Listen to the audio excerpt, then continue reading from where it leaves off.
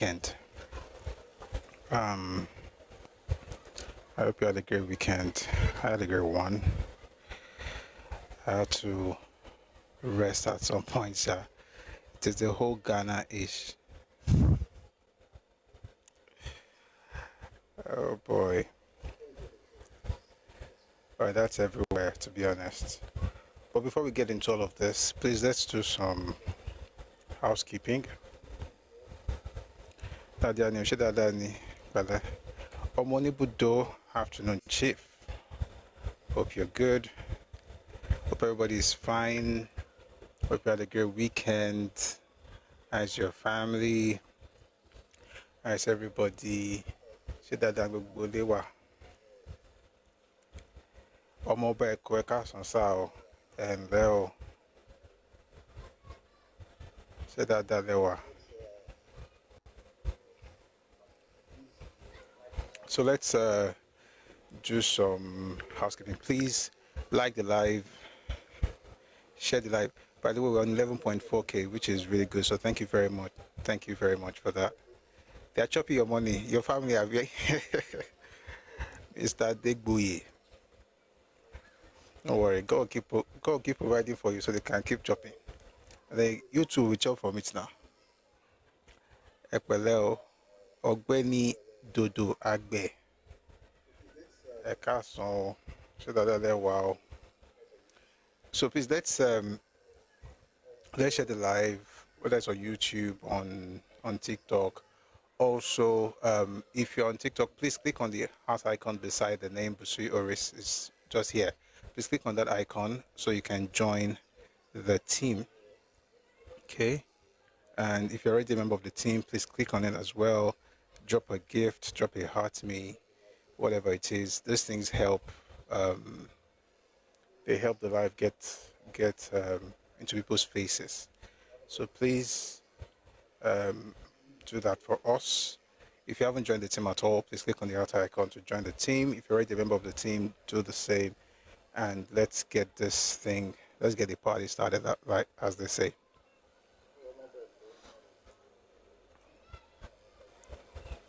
Oh, I'm already on here. I don't know or judging us around.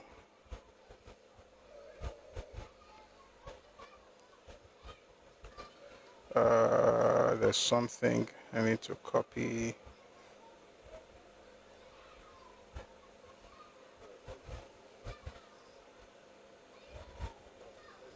All right, thank you for the heart me's. Everyone, please let's do that. I mean, we are 42 here, which is quite like a good number to begin with. So please, let's all pitch in.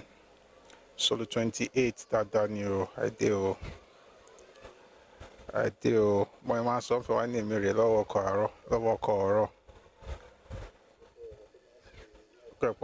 call me. Ó kọ ọ̀wọ̀ tó máa ń ṣe live tó máa ń sọ pé kíní kan ní ọkọ mi. All right. So please let's do that. Kindly share on your different platforms before we get into the news and then to the topic of today. Ẹnu òpùrọ́ kì í ṣẹ̀jẹ̀.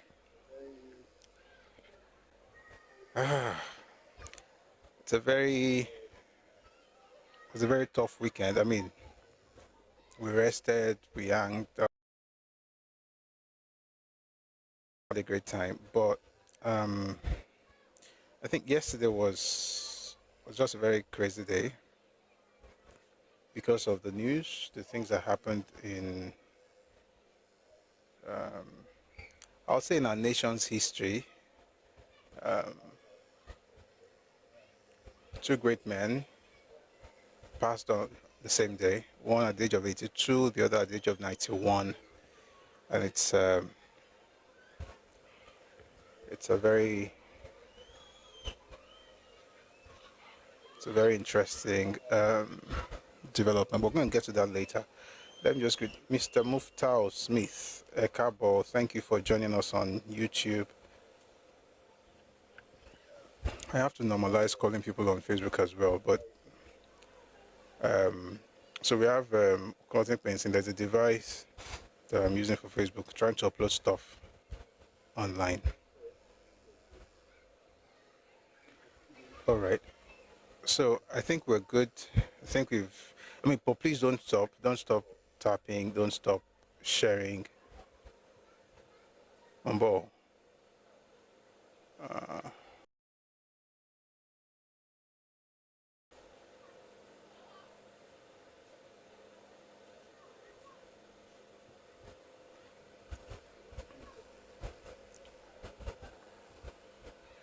Okay, I'm just trying to check Facebook just to be sure we're good everywhere, and then we just dive right into it. 1 second, please.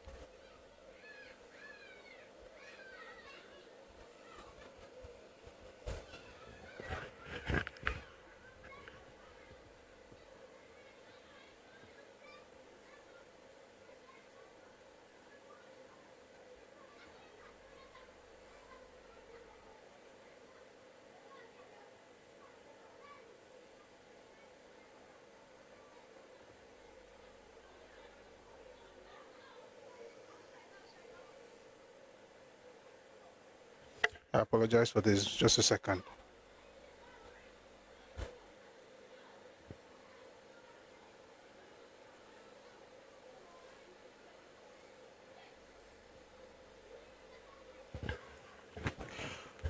All right.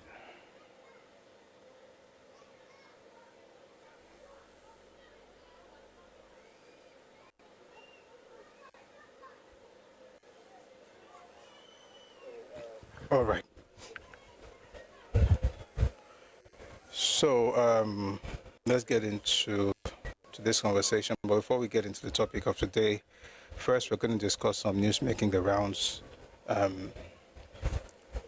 Hey, in times I should kini oye Ọlọ́run, oye Ọlọ́run, oye Ọlọ́run, gbogbo nǹkan lóye Ọlọ́run. Where were we? Let's start with you. So before we get into the topic of today, we're discussing our state creation. We started this on Friday, and we looked at things from the perspective of Papa as far as state creation is concerned, the concept of federalism, the concept of regionalism. Interestingly, there are also developments on Friday and Saturday. I listened to Barrister Zekome, and then last night I watched an interview with Chief Atta, Obon Victor Atta, who was the governor of Akwa Ibom State. There's something brewing. There's something brewing. And we're going to get into some of those things today. But we're going to start with, I don't know if I can really call this bad news. It's news of loss, right, or losses. But they lived a great, they both live great lives, right? Why did they use Royal Majesty and Imperial Majesty to describe monarchy in Yoruba land? Panther 7, please ask that question once I'm done with the news. You know what? You've asked already. I've already read it out. So I might as well tell you. So Imperial suggests empire.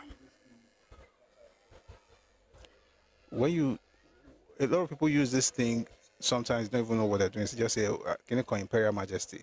You can't be imperial if you've never had an empire. You will be Royal Majesty or Royal Highness.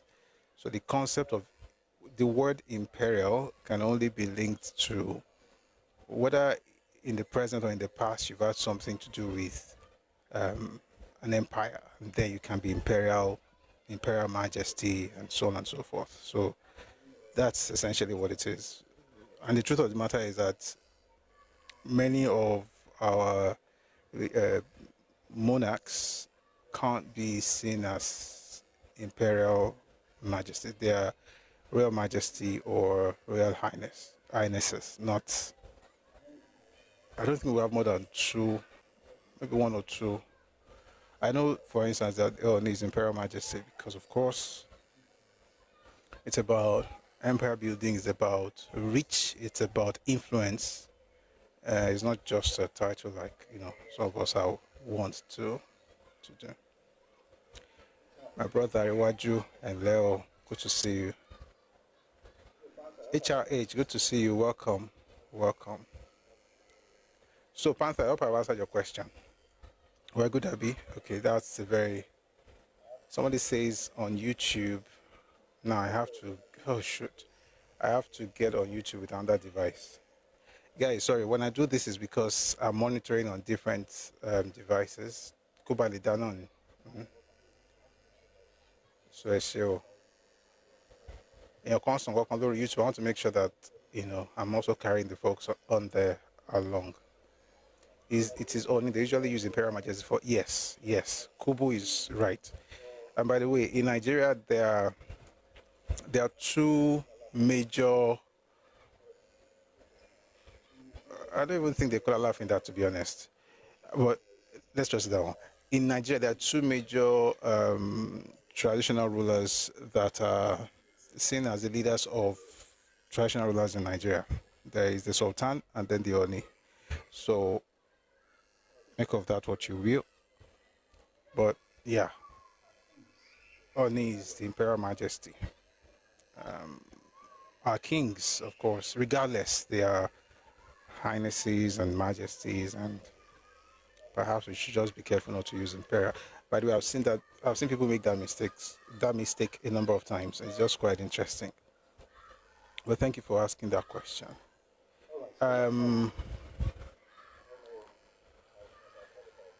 All right, so let's start with. I mean, we all know. You must have heard about it. Immediate past president. Oh shoot! 1 second. I have to get the other device on. It is well. Oh.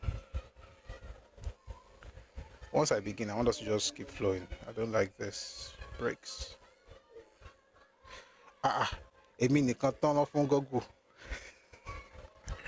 Thank you. Thanks for the gift.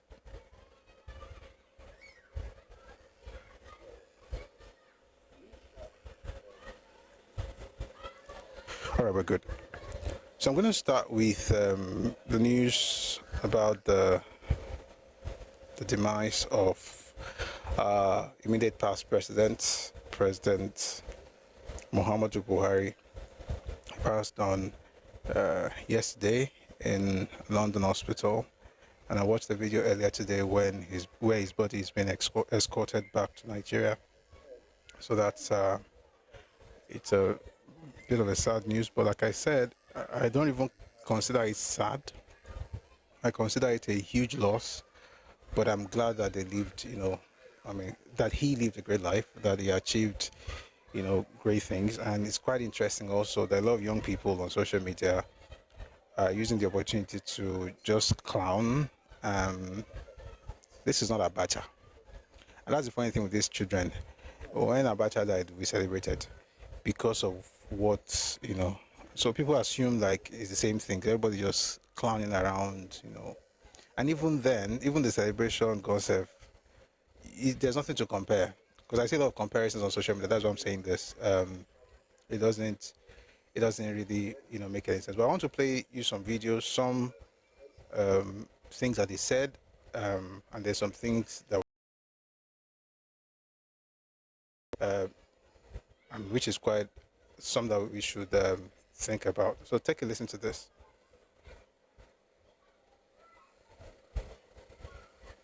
Whoever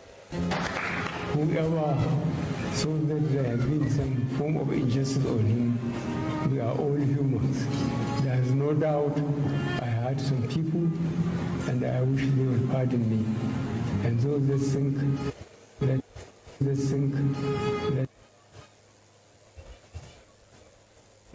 I thank you very much. One more time. So that there has been some form of injustice on him, we are all humans. There is no doubt I hurt some people, and I wish they would pardon me. And those that think that I've hurt them so much, please pardon me. I thank you very much. So he says here, whoever thought that there has been some form of injustice on him, we are all humans. There's no doubt I hurt some people, and I wish they would pardon me. And those who think that I have hurt them, please pardon me. That's from the late President Muhammad Buhari on May 2023. That's about 2 years ago.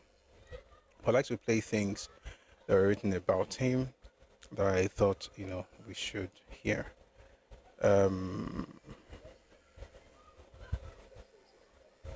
So I just saw one. Yeah, that's from his own page. That's from Garba Share. It says, Inalilahi wa inalilahi rajiun. By the way, it means, we're from God and we have returned to him. The family has announced the passing of the former president, Muhammad Buhari, this afternoon. That was yesterday, in a clinic in London. May Allah accept him in Al-Janatul Fidal. Ameen. That's from Garba Share. I'd like to play some things that have been said about him by a number of people, starting with his vice president, Professor Yemi Osinbajo. Please take a listen to this. Sometime in 2019, I complained to him very bitterly about a libelous comment that was made against me, and that I wanted to give him notice that I would be suing those who had libeled me. And he said to me in his usual style, Professor, don't let these people bother you. Do you know what they did to me recently? They actually printed an invitation card that I was going to get married on a Friday at the National Mosque.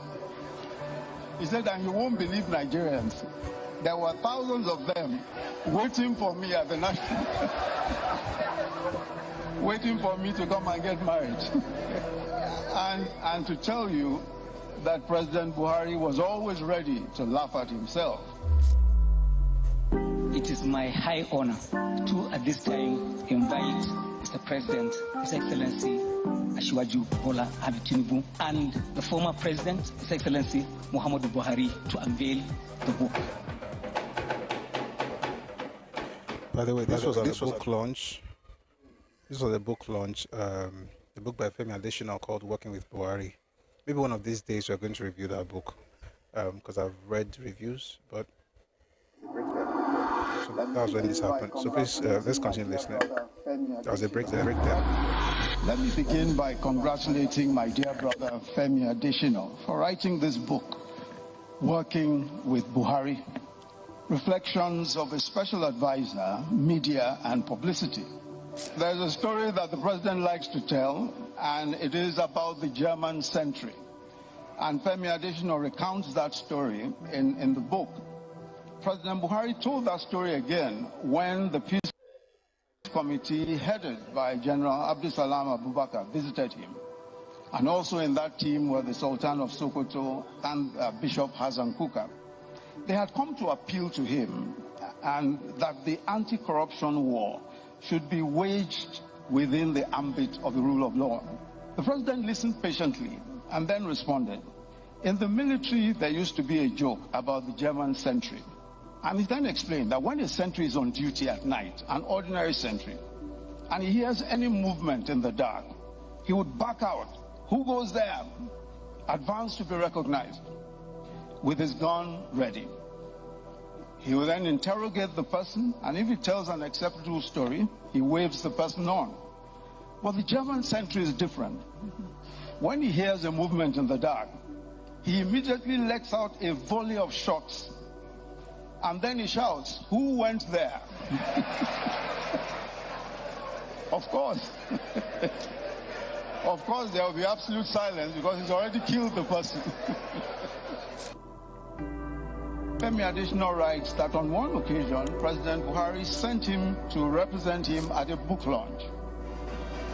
And when he asked him, so how much should I donate on your behalf?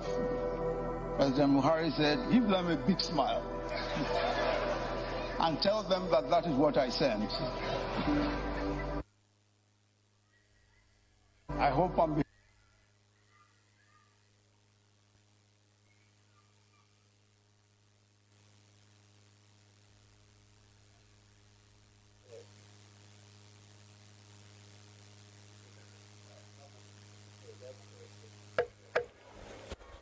So he said something about that book that statement was made at the book launch of Femi Adesina. This is an interview between Sheon Wakinbaloye of Channels, and that same Femi Adesina, who was a spokesperson to President Buhari. Please take a listen to this. Touch. Like you said, before I worked for him as a special advisor on media and publicity, he was my senior friend. To the extent that when my mother passed away in 2013, and we were having the obsequies in Lagos there, he came. A Christian program, he sat through it. It was one of the reasons I respected him so dearly. You know, people used to demarcate him that he was such a religious bigot, he didn't want to hear about any other religion. We had a Christian program for my late mother, and he sat through it. A bigot doesn't do that. And then, when he was appointing his aides, the story is told, it was Governor Kayode Fayemi who told me that story, that they took 4 names to him to pick one as a special advisor on media. He took his pen from his breast pocket, circled my name, and signed in front of it. Those are some of the things I'll never forget. And about a week before he traveled for the medical checkup that he never returned from, I was with him in his home in Kaduna. I never knew that was the last time I would see him. So I feel touched that President Buhari has passed away. I not only lost the boss, I lost the friend. President Tinubu announces President Buhari's passing, orders VP Shetima to the UK to accompany body back home. This is from Arise News. President Bola Ahmed Tinubu has announced the passing of his predecessor, President Muhammadu Buhari. President Buhari died today in London at about 4:30 p.m. following a prolonged illness. President Tinubu has spoken with Mrs. Aishat Buhari, the former president's widow, and offered his deep condolences. President Tinubu has also ordered Vice President Kashim Shettima to proceed to the United Kingdom to accompany President Buhari's body back to Nigeria. Former President Buhari was twice elected Nigeria's president in 2015 and 2023. He also served as military head of state between January 1984 and August 1985. President Tinubu has ordered flags at half-staff as a mark of respect for the departed leader. That's from Bayo Ononuga, Boys, published by Arise News. Take a listen to one of the interviews that he granted on TVC News. It seems that the coming about of the APC and the eventual victory of the parties was somehow shaped by the new approach, the way it was carried. It seems that the coming about of the APC and the eventual victory of the parties was somehow shaped by the approach, the new approach seen in the way it was carried out, a scientific approach, if I must say, carrying out a study to know how really to form a viable opposition. Could you tell us more about this? I think the role played by Chibisi Akande and Bola Ahmed Tinubu are really remarkable. Those who know Nigerian politics from independence now know that the ace card for political stability is always held by the Southwest.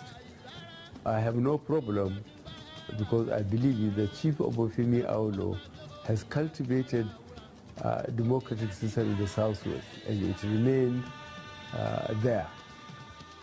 It seems that the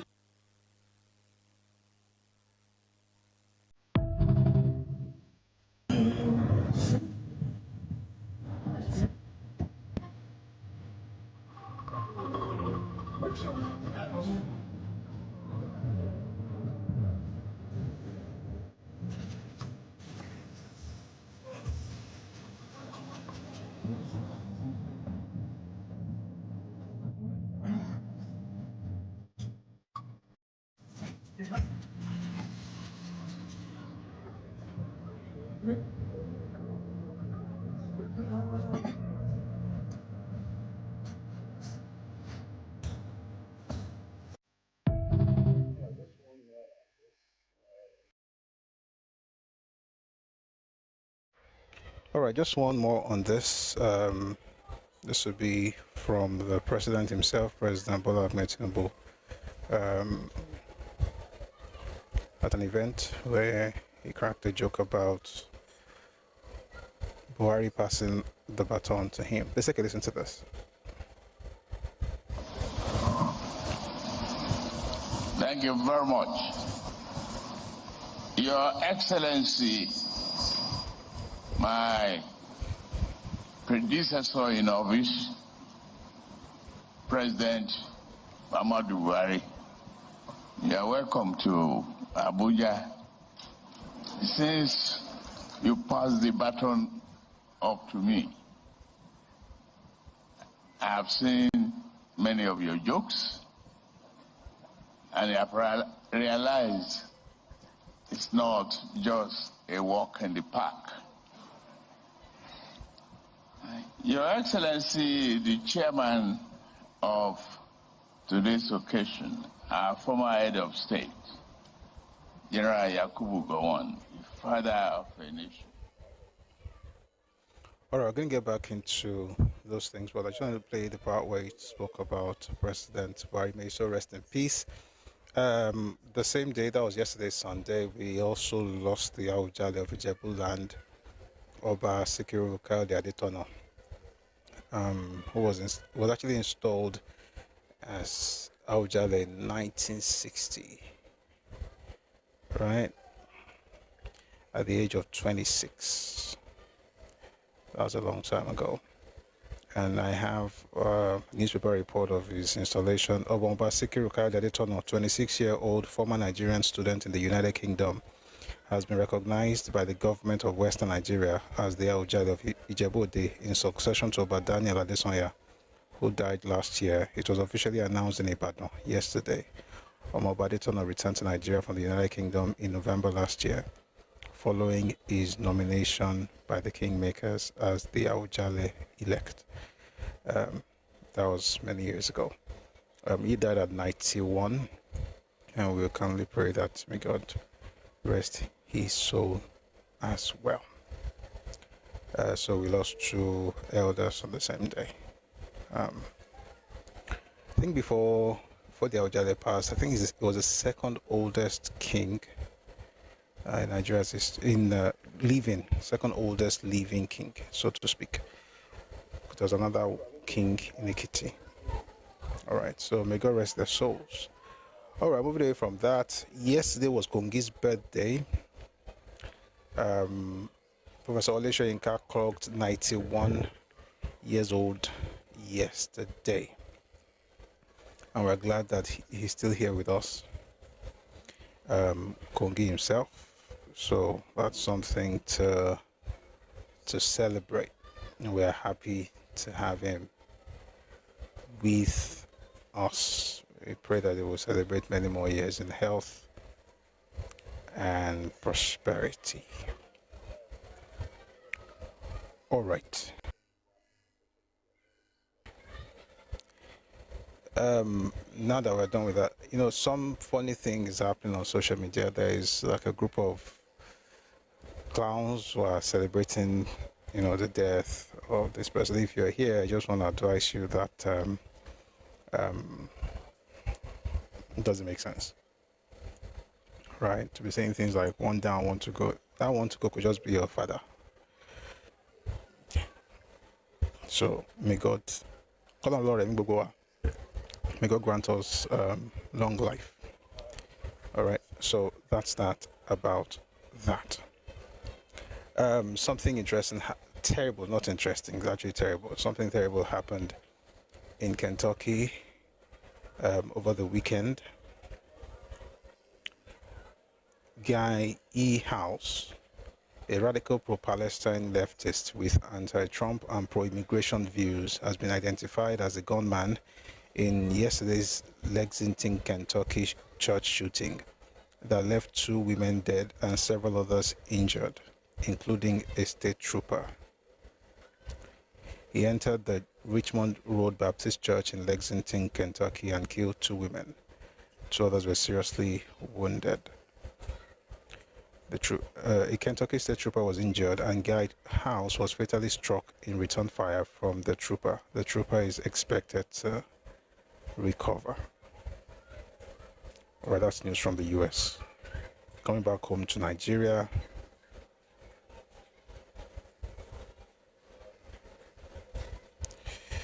Some interesting things happened over the weekend. Let's start with the news of the beautiful, beautiful elections held on Saturday in Lagos. No one could be happier. What happened on Saturday was beautiful. It was lovely. It's, so I'm going to read, let me read one report from Channels TV. APC sweeps Lagos LG polls. The PDP won one councillorship seat at Ward D in Yaba. The All Progressives Congress, APC, has won the 20 chairmanship seats in the Lagos State local government elections. The Lagos State Independent Electoral Commission, LASEC, on Sunday said the APC also won 375 out of 376 councillorship seats in the state. The People's Democratic Party won one councillorship seat at Ward D in Yaba. Registered voters in the state on Saturday went to the polls to elect their preferred chairman and councillors who will pilot the affairs of the 20 local government areas, LGAs, and 37 local council development areas, LCDAs. Voters at the polling unit during the Lagos LG polls on Saturday. Okay, that's a picture. The state has over 7 million registered voters. I mean, the sad part about that election is that most people did not go out to vote. But the good part is that the ones who went out to vote will represent. Information from the agency showed that 15 out of the 19 registered political parties in the country were confirmed to contest the chairmanship and councillorship positions. The 20 councils are Agege, Ajeromi, Felodun, Alimosho, Amuwodofin, Apapa, Badagry, Ekpe, Etiosa, Ibejuleki, Ifakoijaye, Ikeja, Ikorodu, Koshofe, Lagos Highland, Lagos Mainland, Mushin, Ojo, Oshodi, Solo, Shomolu, and Surulere. The LCDs are really Agege. Don't worry, I'm just having fun. Really Agege, Felodun, Agbado, Kyodo, Yabwe Paja, Egbe Idemu, Musa Kwanla, Oreade, Apapa, Igomu, Olorunda, Badagry West, Eredo, Ikosejirin, Koyobalende, Iru, Victoria Island, and Lekki. Other LCDs, you can read it online. With the results, the APC has retained its political control of Lagos, the economic nerve of Nigeria, and a major revenue contributor. Nigeria's President Bola Tinubu hails from Lagos and was the governor of the state from 1999 to 2007. Anyway, I thought that was really beautiful. Not so much because it was APC, but because it was, number one, the party that did not pander. That's why I liked it. Not so much because, it's APC. I'm not, and I like to say these things because people confuse it. I'm not so much about APC as I am about the fact that that party doesn't pander. All this nonsense pandering to Arata, and yes, everybody was Yoruba. Everybody was Yoruba, which is really beautiful, and it's something, that's how it should be. And having said that, sorry guys, having said that, let me read to you something that was published last week by Ohaneze leader.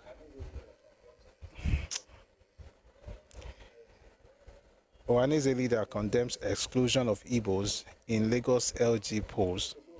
I wonder why Afenifere doesn't complain about whatever they're doing in Anambra, but it is well. Dr. Solomon, when do all these people become doctor? Because I don't know. Dr. Solomon Ogbonna Agwene, president of the Ohaneze Ndigbo in Lagos State, has condemned what he described as the continuous marginalization of the Igbo community in the state's local government elections. Speaking from his Ikoyi residence on Saturday, Dr. Agwene expressed concern over the recurring exclusion of Igbos from the political process in Lagos. He alleged that many Igbo residents were either denied the right to vote or deliberately shut out from fully participating in the elections. He further claimed that the political system in Lagos systematically blocks Igbo candidates from contesting key positions such as council chairman and councillorship, despite their substantial contributions to the state's development. I hope you guys remember. I hope people remember that Yoruba people are not the only ones living in Lagos. There are TV, there's Fulani, there's Hausa, there's Ibira, there's Ibibio, there's Urobo, there's Isoko. There are many ethnic groups in Lagos. Only one cries about wanting to be in power away from home. Only one. Even the Fulani that everybody's complaining about, they don't even cry on that kind of. They have their own issues, but not this particular one. Every other group in Nigeria has no problems with what happened in Lagos, but the Igbos, for some weird reason, assume that everywhere they go, bill. And I like what happened yesterday.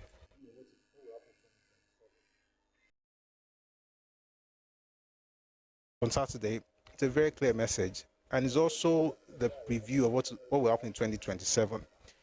Meanwhile, before I get into all of those things, there's a few years ago, there was a guy, Honorable Alhaji Salisu Mohammed, who tried to be councillor in Abakpa Ward 1, Ebonyi local government area. It was in PDP, right? That's the party that most of the folks from that side, prefer, so to speak. He was trying to become councillor, and so he put up the picture. He pasted the poster. Somebody took the picture of that poster, put it on social media. I'd like to read to you the names of the people commenting and their comments. So let's go. Ezedi Mauresi says, what an insult. Chika Aaron says, Michael Chukwemeka Ekemeze says, nonsense. Christopher Fata de Mesuk say, you people that are overlooking them to do anything they want now, it is you people that are overlooking them to do anything they want now. They are now saying you Igbos are not capable of contesting for election, not even in your state or what. Please, you guys may wake up now before it will be too late. To Aboki no good at all. Chukuma Obi says, what? Gali Adol says, ha ha ha ha. Nnamdi Kanu told them. Somebody says, Fimbath Kletu says, vote him out. Michael Chukwemeka says, you will see some lunatic Igbos who vote for this Malam. One more. Chidi Nicodemo says, despite that he was born and brought up in Abakaliki, we Ebonyians are wiser than them. If they like, let all the Aboki in Ogbeawusa contest for the position. Bet me they will never win the seat.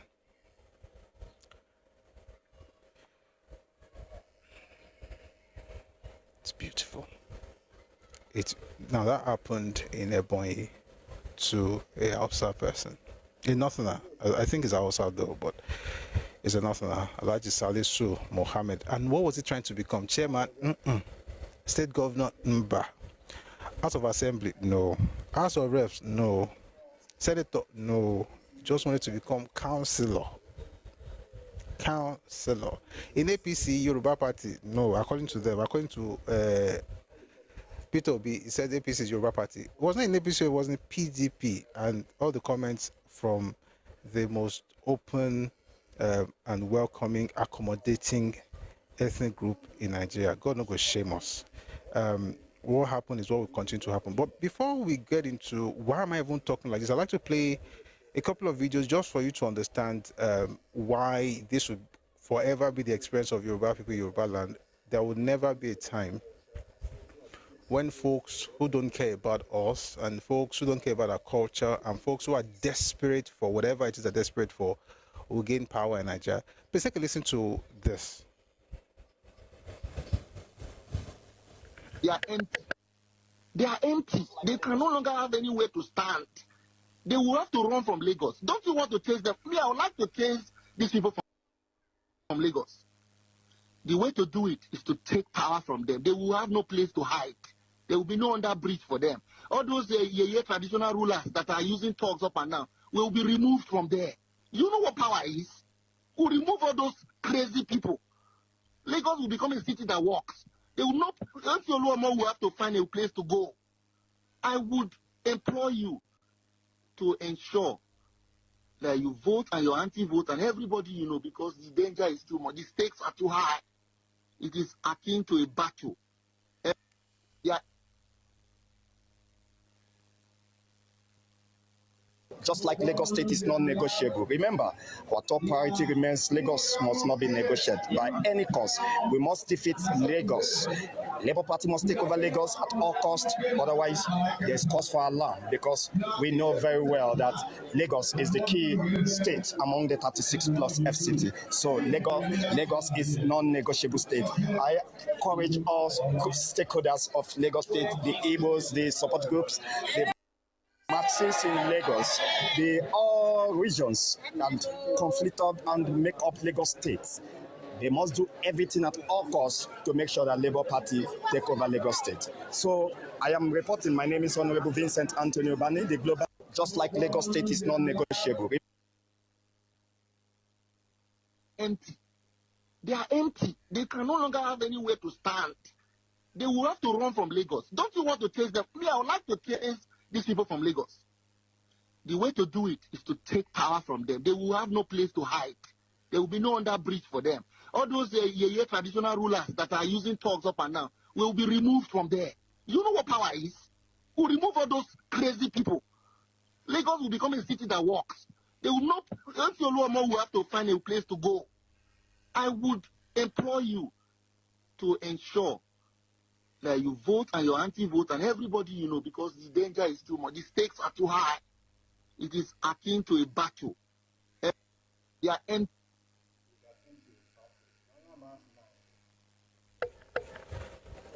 It is akin to a battle in another man's land, though. Anyway, speaking of, by the way, it's another man's land. Nigeria is a collection of nations. It's an amalgamation of several nations. And the lines are visible. The boundaries are clear.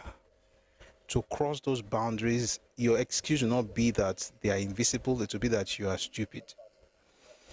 And talking about stupidity, that stupidity, since you can do it in other parts of Nigeria, anyway, now it has gotten to some other parts of Africa. So this is something from Ghana. I'd like you to take a listen to this. We're from Amanasi, the eastern part of Ghana. Yeah, Amanasi. Much respect to our president, Your Excellency, John Dramani Mahama. I am calling on all the youths in Eastern region, every part of Eastern region. If you know you are living in Eastern region, we have to bring our heads together and start protesting now. But what is going on in Ghana is something else, and the government is not saying anything about it. The president is finding it likely. We are not finding it likely. The Igbo king must go, and the Igbo people must go. We don't want any long talk. When you go to Roma, you do what the Romans do. There are rules and regulations in Ghana. You don't just leave your country behind, come to another man's country, and start imposing things on yourself. That's not how it's done. Charlie, over here in Ghana, we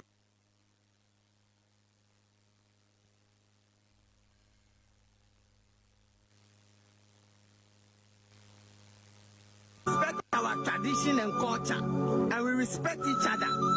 That is why you see the peace which we are living in today in Ghana. Charlie, why is it that anywhere you people go, you want to cause chaos? Anywhere you people go, you want to cause problem? You know, brought prostitution. You are spoiling our youth with prostitution, spoiling our youth with criminology, spoiling our youth with all kind of things. Nobody is talking about that. No human being is talking about that. You, the Igbo people living in Ghana, this is your message. We know you guys have money. We know you guys have money. You can buy anything you want, but not our country. You can never buy our country. I wonder how you can just forget your country in a minute, just to claim another man's country. I thought you guys were smart, were intelligent. I came across a video today. No, wait, let me talk to them. I came across a video today. Some stupid guy online talking nonsense, saying we Ghanaians should leave their king alone and we should stay away from their kingdom. And if anything happens to their kingdom or their king, they'll beat us mercilessly. Yeah, I hear that. You don't know your mother. You don't know your mother, I swear. You don't know your mother. It is an only I'm the smoking go. Oh, go kill you for that, Nigeria there. Oh, go kill you. And go kill that you're go king. You be the first blacks will go start colonization or what? No, me I know they understand. If you be the first black man will go start colonization. That fucking shit no go happen for Ghana.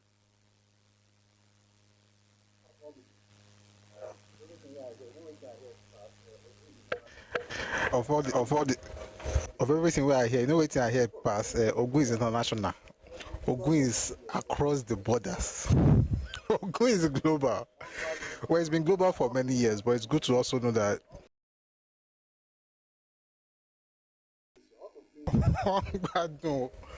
Ongbadu Nigeria. Meanwhile, I'm going somewhere with this, so I want to play something from Asia. This was either Pakistan or India. It was an interesting interview, and after this I'll read something and I'll play something, okay? Or don't worry, I shall play something and read something. But this is an interview. I think it was Indonesia. Okay, thank you. It was Indonesia with one of, like I said to the Ghanaian person who came up here last week, don't you want people to develop your place? So essentially, if you're a developer, this will probably help you to understand how to develop places. Please take a listen to this.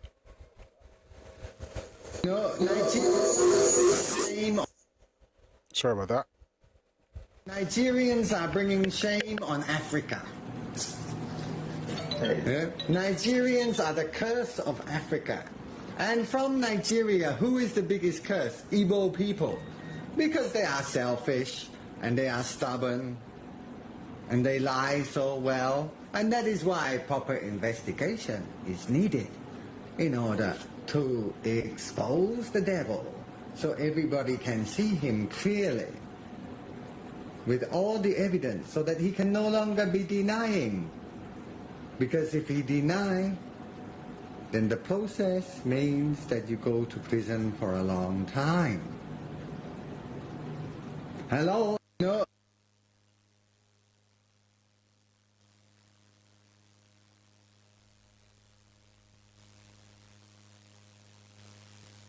We are packing, you see.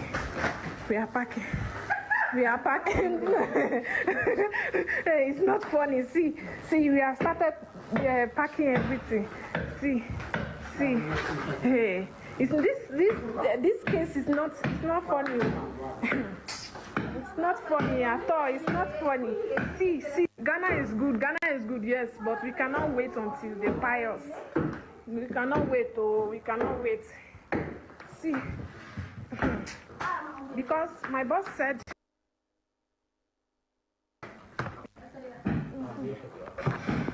So we already start packing because this case is getting worse. And where we base, we just have to pack. We just have to go. We can't stay here. It's okay. We go to another country. They don't come here. Don't cause spoil Ghana for us. As they spoil Dubai, God day. We are packing you.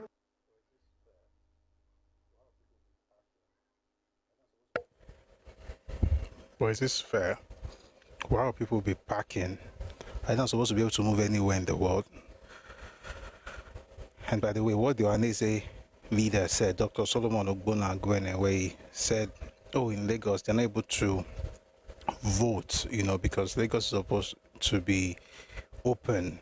Just like, and by the way, I say this every time. The reason I speak a lot about this Lagos thing is because it's not just about Lagos. You succeed in Lagos, it happens in Oyo State, in Ogun State, in Osun State, Ekiti State. Just say we're all one Nigeria. So that's not going to happen. But let me read to you what he said before I read something else. He says it's a known fact that Igbos residing in Lagos are often prevented from exercising their civic rights during elections. This is not peculiar to this particular exercise. It has become a trend. Even though we have contributed immensely to the growth of the state, both economically and socially, we are still not seen as worthy of holding strategic positions. Did anybody ask anybody to contribute anything in Yoruba land? Was there like an advertisement somewhere, like, hey, come on, get political power? Was there anything like that?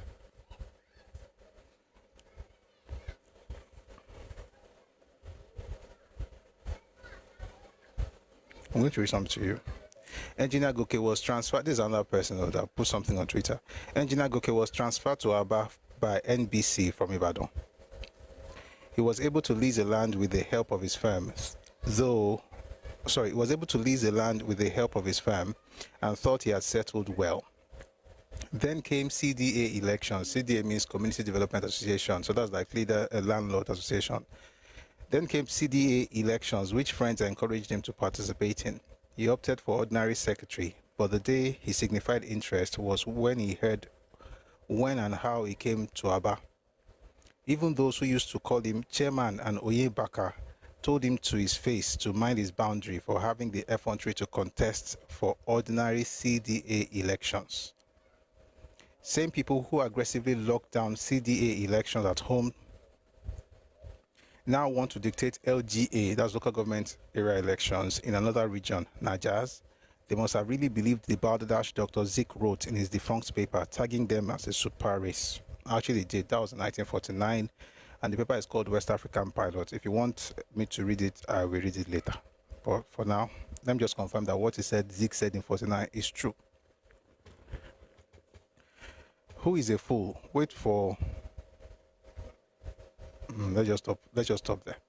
Now let me play something to you from different meetings and stuff that they put out in the last couple of years. This will help you understand why certain people will never get political power in Yoruba land. By the way, why are you even there?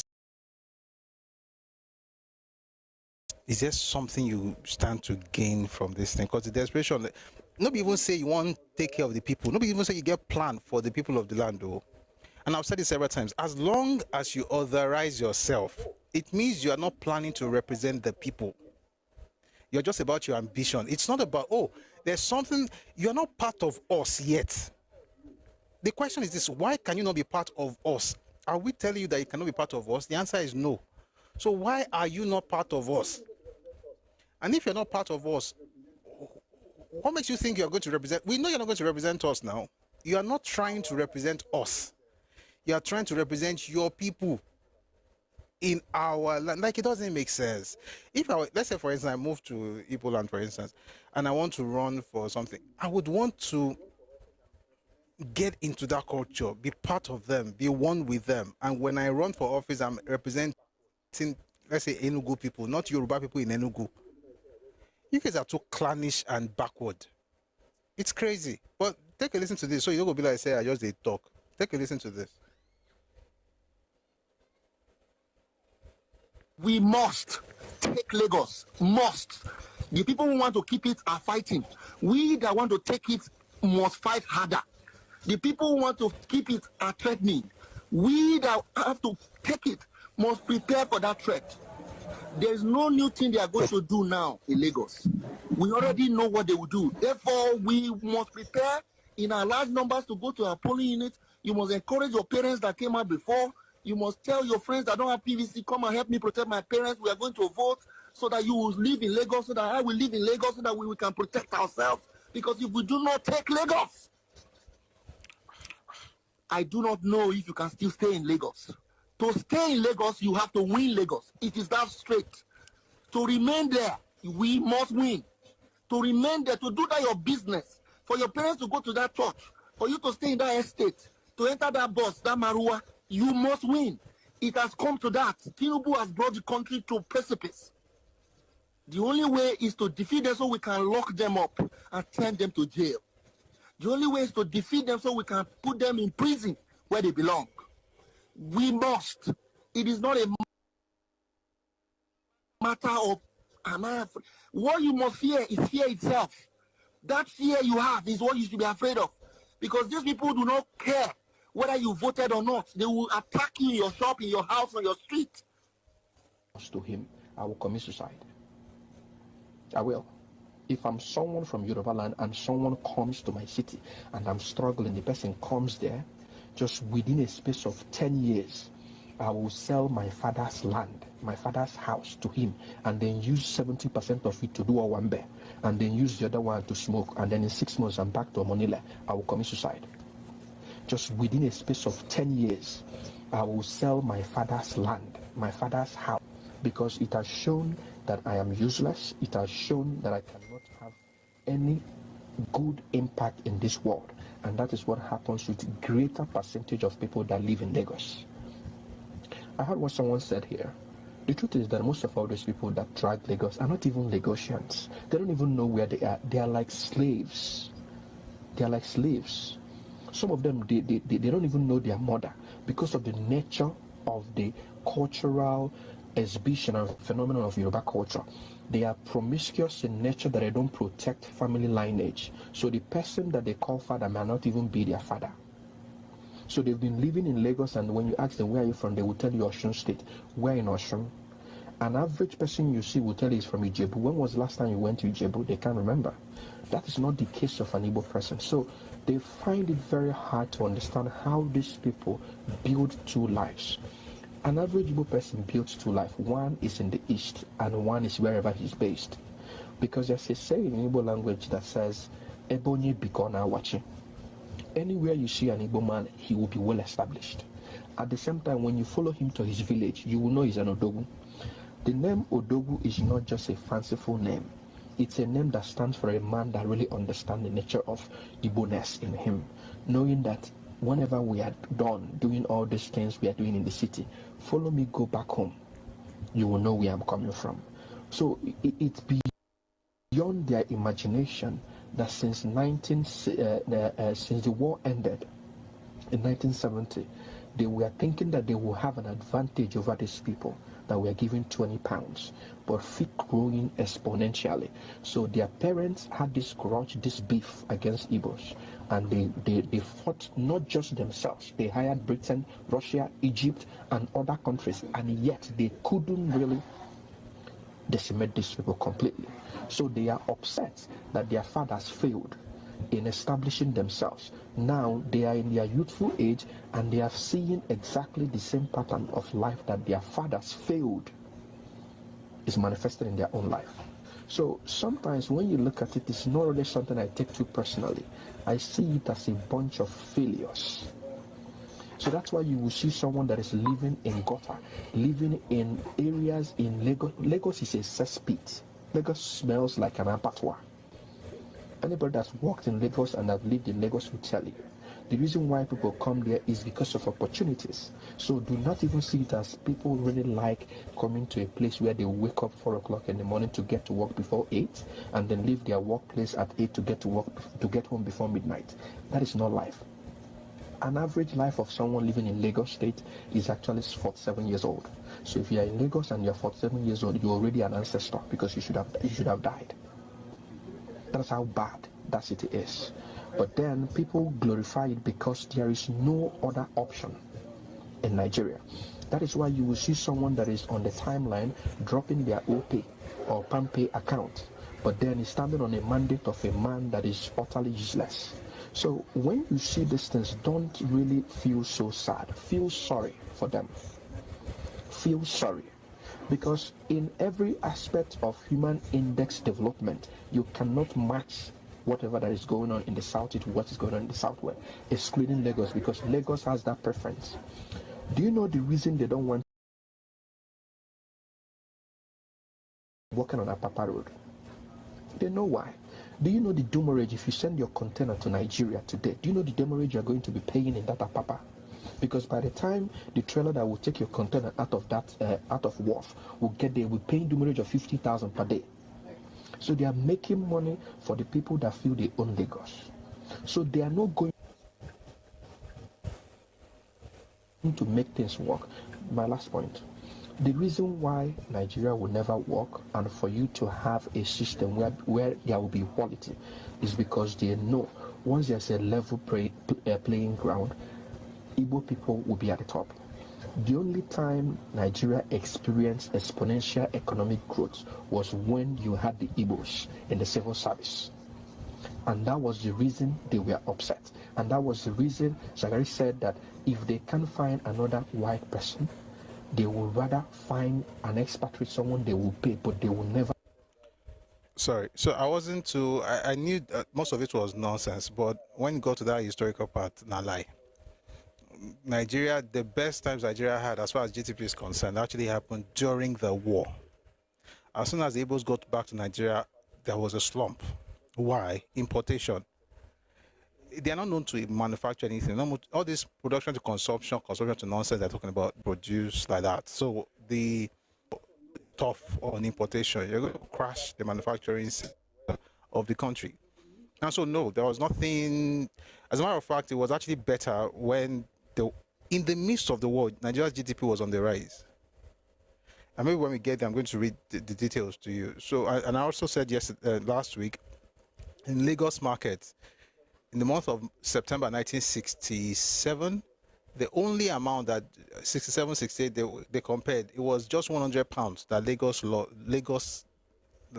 in terms of revenue, they had less of 100 pounds now that the Igbos were away. And it happened around the areas where they were, living at the time. So there's all this saying they did something to you. It's a lie. It's just what clowns tell themselves to make themselves feel good. It's absolute nonsense. But I had to speak up when it got to that historical part. Now, these are the people that think that somehow in some dreamland they will ever get any kind of thing in Yoruba land. That's not going to happen. Possible. There are worse things, by the way. There are worse things. But I thought maybe I shouldn't play it. But I would like to play just a couple more things. This time from an elder, where you expect to hear wise words, but apparently fools also grow old. I'm not calling this person a fool, but the things he said are foolish. But I'm not going to say who it is so that it's not going to be like I said an insult. But I want you to listen to this and then you can judge if what I said about what he's saying being foolish, if I'm actually right or if I'm wrong. Please take a listen to this. It was created Lagos, it was created Abuja. It was created Lagos, it was created Abuja, it was created Kaduna, Kano, most of the country, Port Harcourt. It was created Lagos, it was created Abuja, it was created Kaduna, Kano, most of the country, Port Harcourt. The first Igbo city was created by the British. The name of the city is Enugu. That's the very first one that was ever.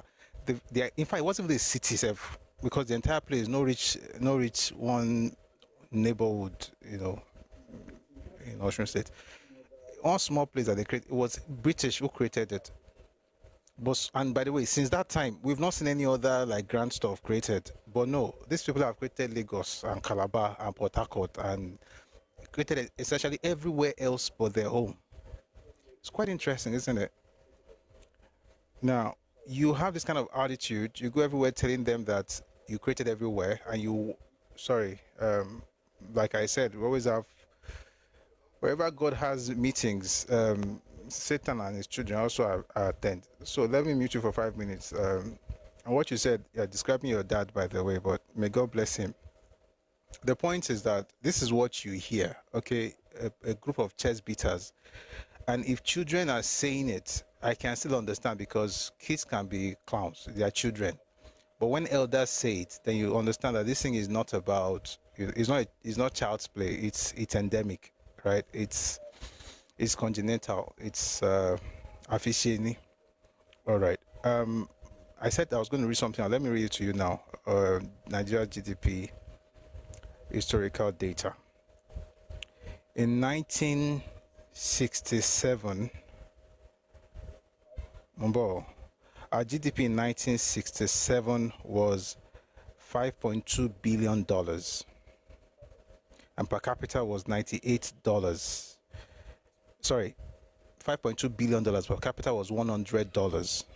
That was minus 15.74% in terms of growth. We had minus 15.74% growth in 1967 when the war started. By the way, 66 we had minus 4.25. In fact, you know what? May not be like I just want to jump from the war. Let me go back just a little bit. Let's start from 1962. 1962 we had 4% growth. in GDP. 1963, we had 8.58%. 1964, 4.95%. 1965, 4.89%.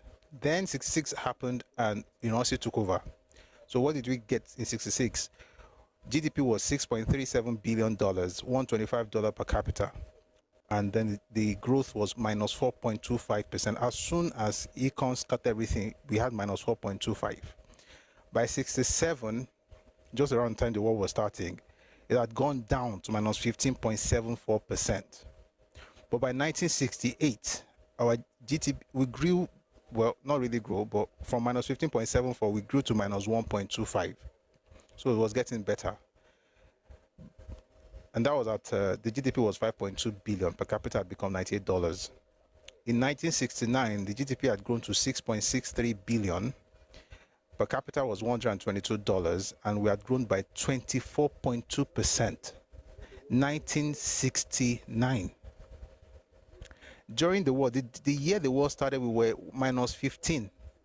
68 minus 1.25. 69, 24.2 during the war. 1970, during the war, 25.01. Then what happened? People came back. And when they came back, what happened in 71? From 25.01, we went to 14.24. 72, 3.36, 73, 5.39. Since that day, we've never reached that peak.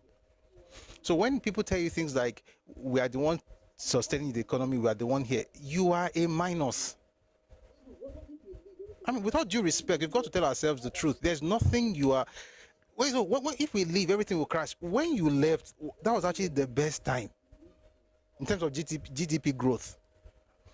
Let me tell you what we need in this country. We need to humble ourselves. Humble ourselves, understand. Where can you get this? It's in macrotrends.net. Nigeria GDP historical data. Humble ourselves, understand that we can all grow and do well as Nigerians. But you see, that thing that you're doing, number one, if you had shoulder pad, it would make sense. You don't even get anything. You don't get shoulder self. That thing you are doing like this, you don't have anything to be proud of. I mean, also Abiola MKO, also Abiola 93. When the Igbos ran to left Lagos and ran away from the west to the east, we didn't miss anything. All this thing of if it were not for us, there's nothing. There's nothing. People are not telling the truth. Say Lagos is smelling. Why do you now want to be a political leader in that place now? It is smelling. Leave us alone. But it's about was the best time in Nigeria's history as far as GDP growth is concerned. And the person in charge of the economy, the Minister of Finance, was Papa Chief Awolowo. And that was a war that was fought without borrowing anything. And by 1970, the budget had a surplus. Not a surplus, about 20,000 pounds thereabout. The budget itself was over 500,000 pounds, but we had a budget surplus in 1970. By the way, that you will find in the book by J. Sawa Eligo. The book is called Go On, The Autobiography of a Soldier Statesman. We can all live and be happy and thrive and do well. But you see, this arrogance, and by the way, if the arrogance was based on facts, maybe it even makes sense. It's arrogance based on stupidity, lies, and propaganda. There's nothing you are bringing to... And people lie a lot in Nigeria because we try to pamper ourselves. You know, we all need each other. We all need each other. It's a lie. Alone, it's not true. It's not. This idea that we all need each other is not true. Sincerely, I wish it were. I would love to say it, but I can't read what I can't know what I know and now start saying it because it makes people feel good. We really don't need each other like that. To be very clear, some people actually need. I mean, there's nothing you're doing that. You know, I was watching an interview. I watch all kinds of things. This interview was granted by Yinka Quadri. You know, Yinka Quadri is an actor, fantastic man himself, his friend Ogogo Dawasan. So they asked him certain questions about his father. His father was known as about Baba Oni, about the buildings, the things his father had. There's a time in Nigeria's history. See, Orile, Ajegunle, that side that you're looking at was dominated by Igbomino people. Igbona, whether they are from Oro, Igbona generally, they dominated. There's nothing you are doing that your Bible did not do or cannot do. They just left it alone. Àwọn tọ́wẹ́lì, àwọn ní oríṣiríṣi nǹkan náà ń ṣe, àwọn orin irin, ó ní ọ̀rọ̀ kan tí mo fẹ́ rántí, mo fẹ́ sọ Yorùbá. Gbogbo òwò tán ń sìn tán wá sọ di rẹpẹtẹ yìí. Àwọn tó ń ṣe tó jẹ́ Yorùbá wọ́n wà. See, Max, if you want to hear about Kirijiwo, go and meet Professor Nwosu. I don't even know who that Nwosu is, but maybe you'll be able to know it.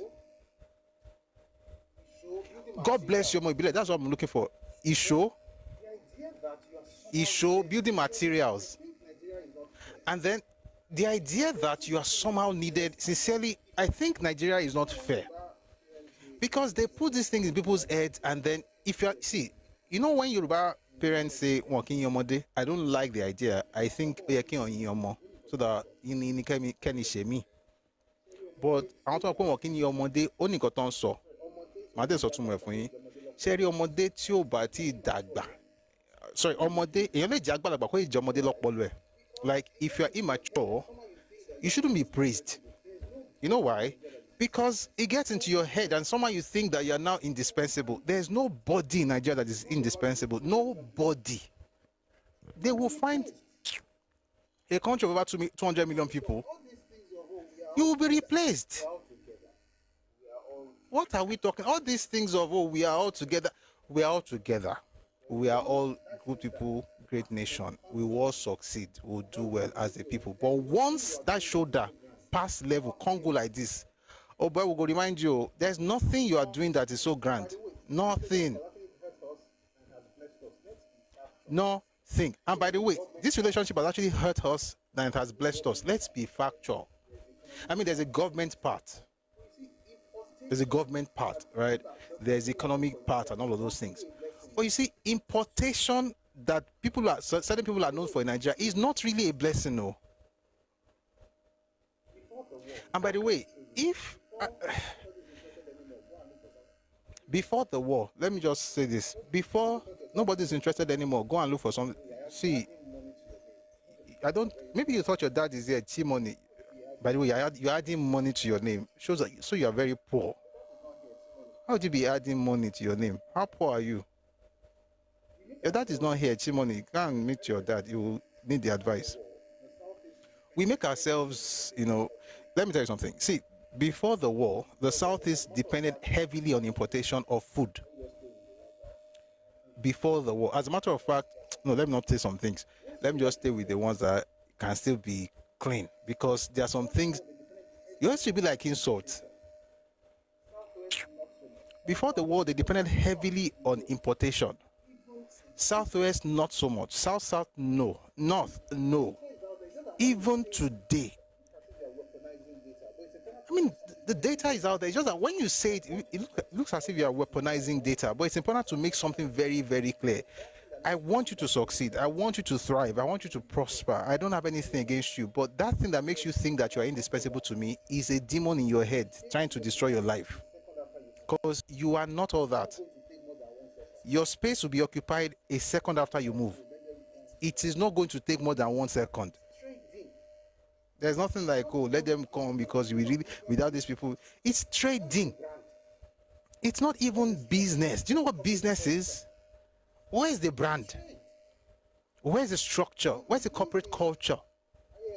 It's trade that we've been doing since.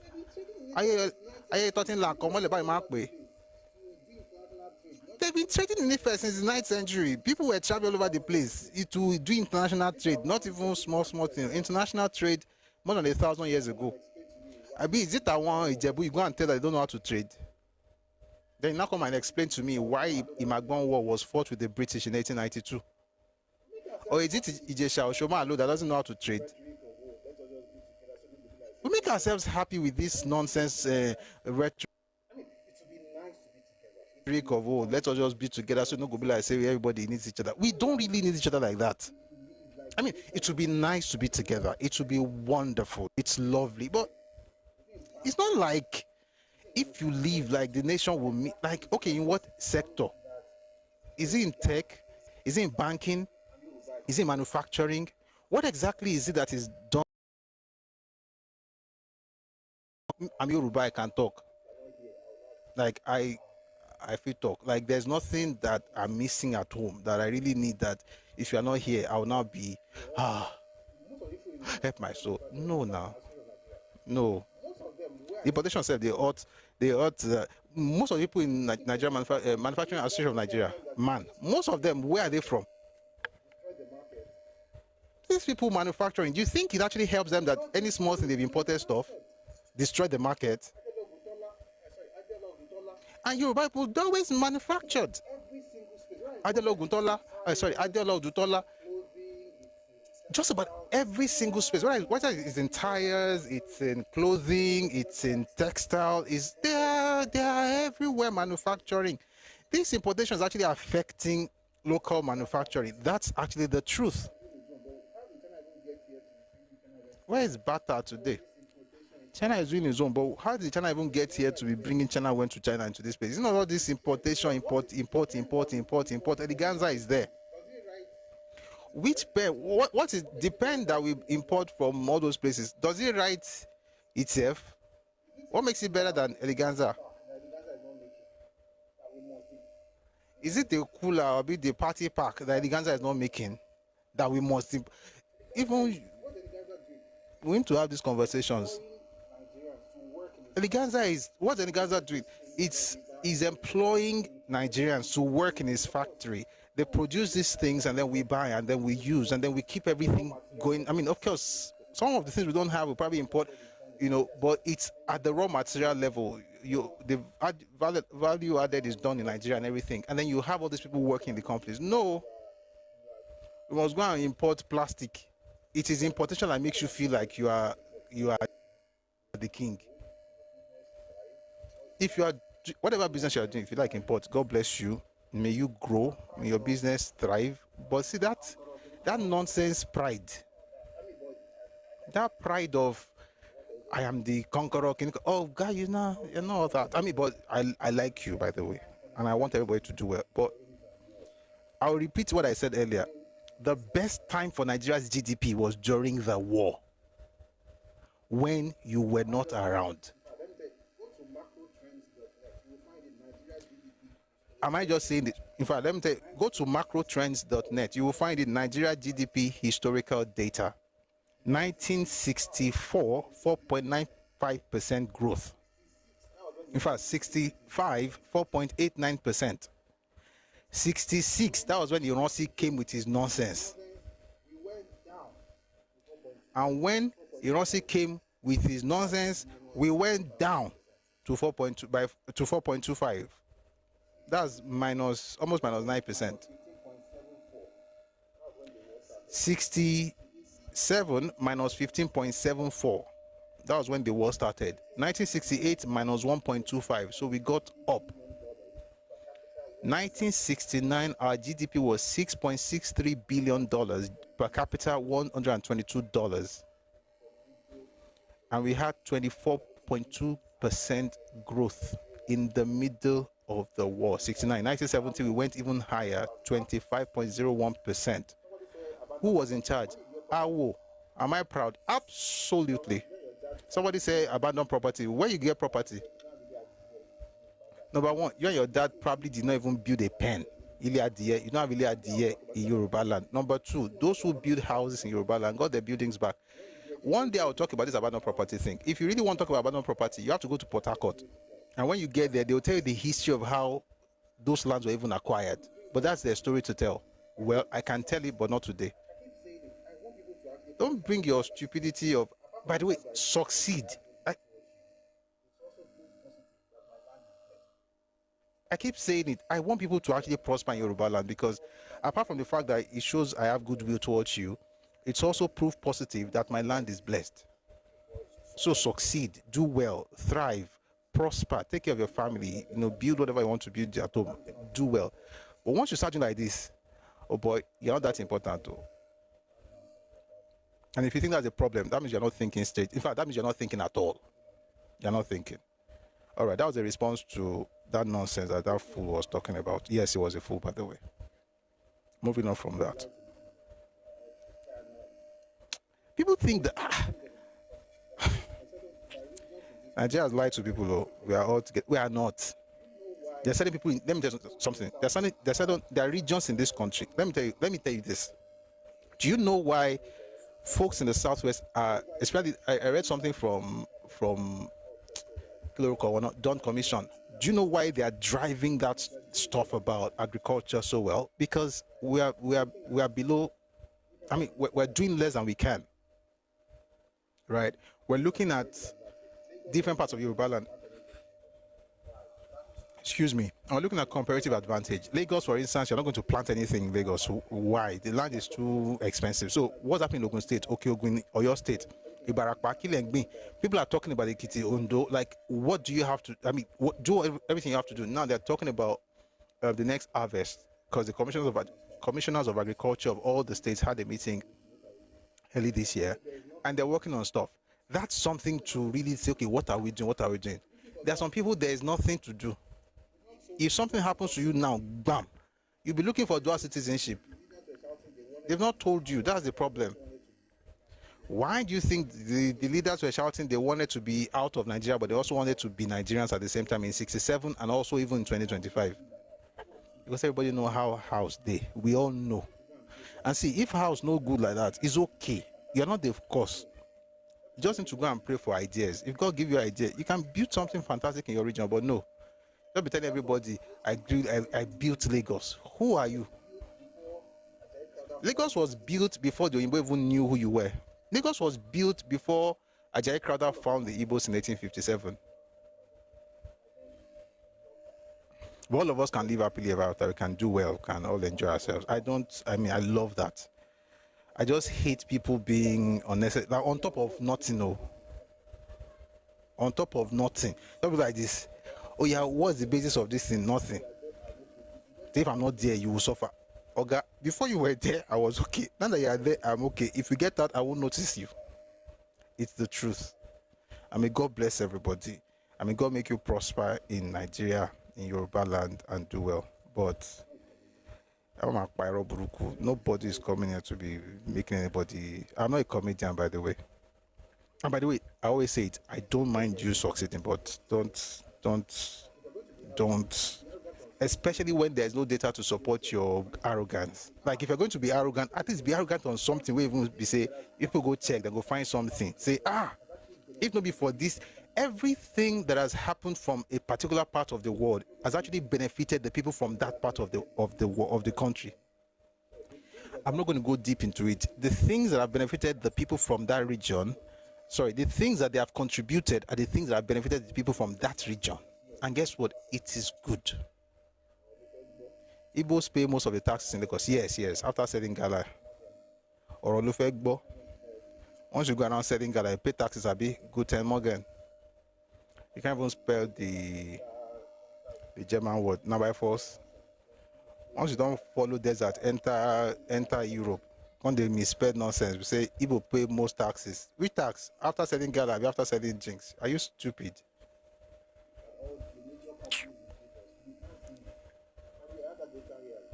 Look at all the major companies in Lagos. We can't see you. But we have that data here as well. And we have to say these things, not out of hate or out of anger or out of, getting anybody back, but because it's important to make something very clear. Why? There's something called digital footprint. There are things young Yoruba people are believing today. Why? They saw it because they saw it on the internet. That's all. They believe it. Somebody came in yesterday, not even that young, was talking about how they bought all the lands in Lagos. Why? He heard it. He saw it. And nobody, those of us, we are too big to be responding to that thing now. Me, I don't study books. See book all over this place. I'm too serious for all these childish things. It's not childish. at least the way you approach it might be childish. You go around be saying, "Ori okpe, ori mi pe, ori okpe." You think, okay, that one is childish. But the matter itself should be addressed. Why? Because there is digital footprint. People don't read as much as they listen on social media or watch on social media. No, we talk about books, thank God. But why do I say, oh, let's just continue to read the books here? Because it's a lot easier for people to hear it and watch it than to actually sit down and read books. Maybe it's good, maybe it's bad, that's something. But then the point is, that's another matter altogether. But then the point is that at least you have to respond to some of this nonsense. A person comes to you and says, I bought all your land. Tomorrow says, your people are not renting houses to me. But you bought all the land now. You bought all the houses. How come you need my people to rent there? That's to tell you that he was lying the first time. The guy probably lives under the bridge. But you believe it. And then nobody responds. Why? Because all of us, we are too big for it. How can I be studying this hard and I've gone to school, I've been everywhere, I don't have time for this kind of thing? Okay. Until your children come to you that tell you that your father's house has been sold, and then they say, who sold it? Say Izibu. Meanwhile, that guy has not even come near the building. No. Why? Nobody responds. So no, you don't pay the most taxes of anything in Lagos. As a matter of fact, you don't pay taxes like that. And if taxes are so, by the way, guys, like I like to preface it, I don't mind people living in Yoruba land. I think it's beautiful. Our land is welcoming. But if you're going to be talking nonsense like this, maybe you should take your money, go to your region, pay taxes there, and stay there. But wait, though, how's they pursue you? How's your house they pursue you? Stay home, pay your taxes.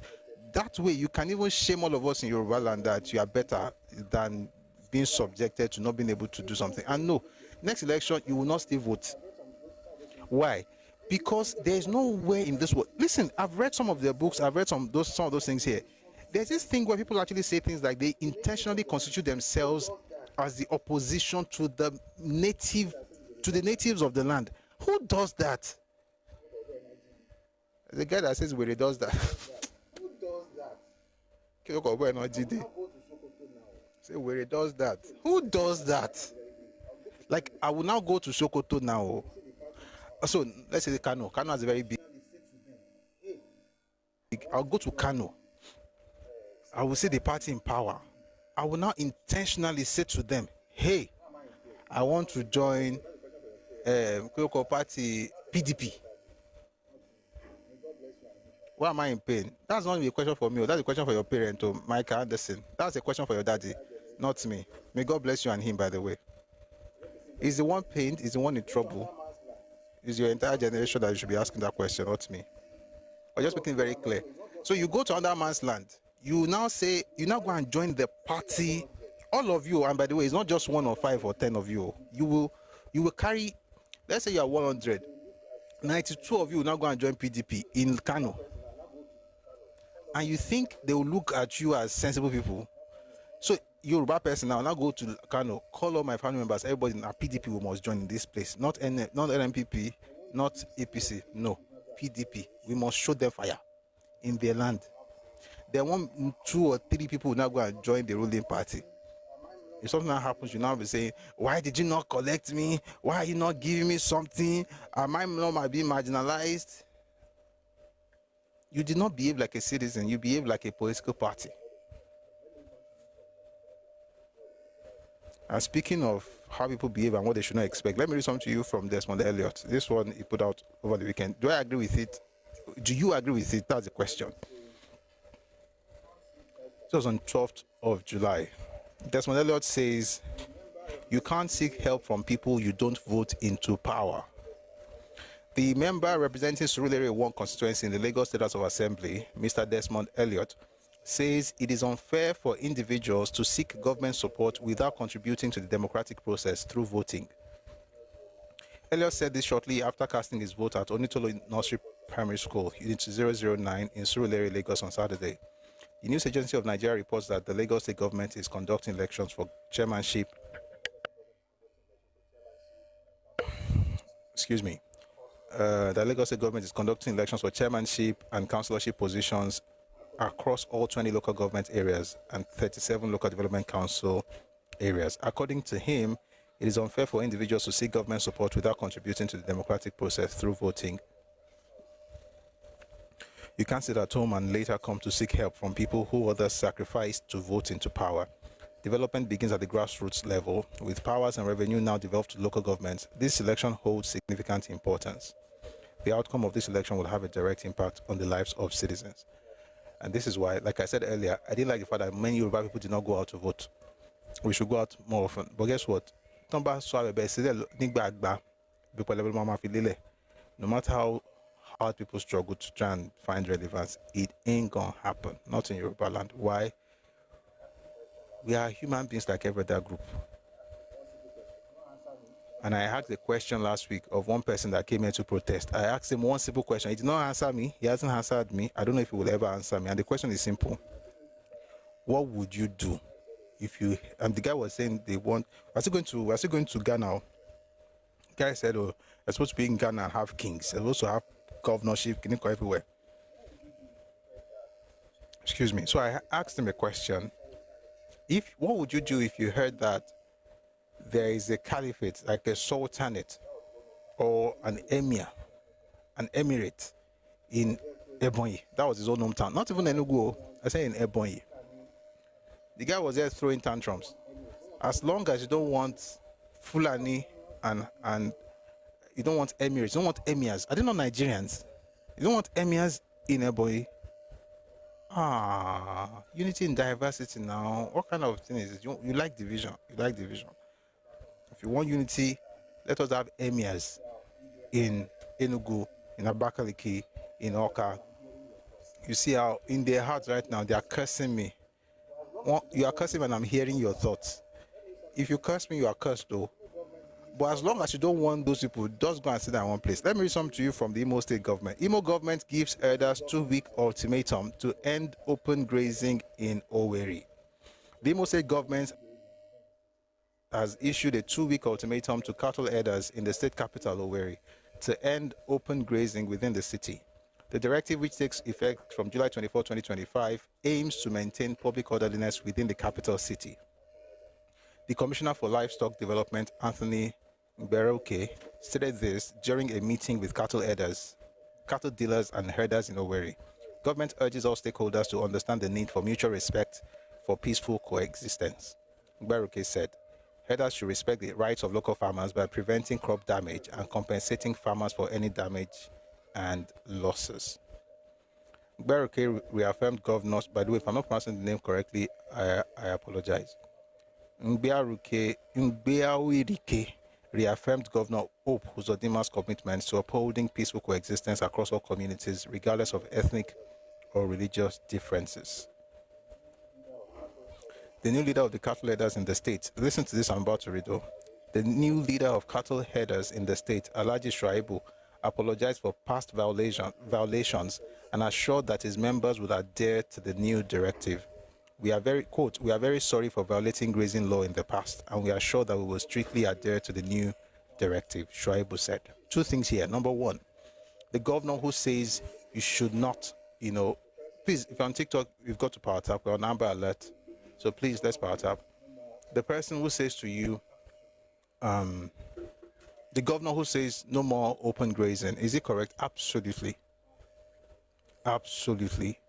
He's right to say that. Right, you can't, be constituting yourself as nuisance all over the place. Like, you've got to do things orderly, right, or in orderliness.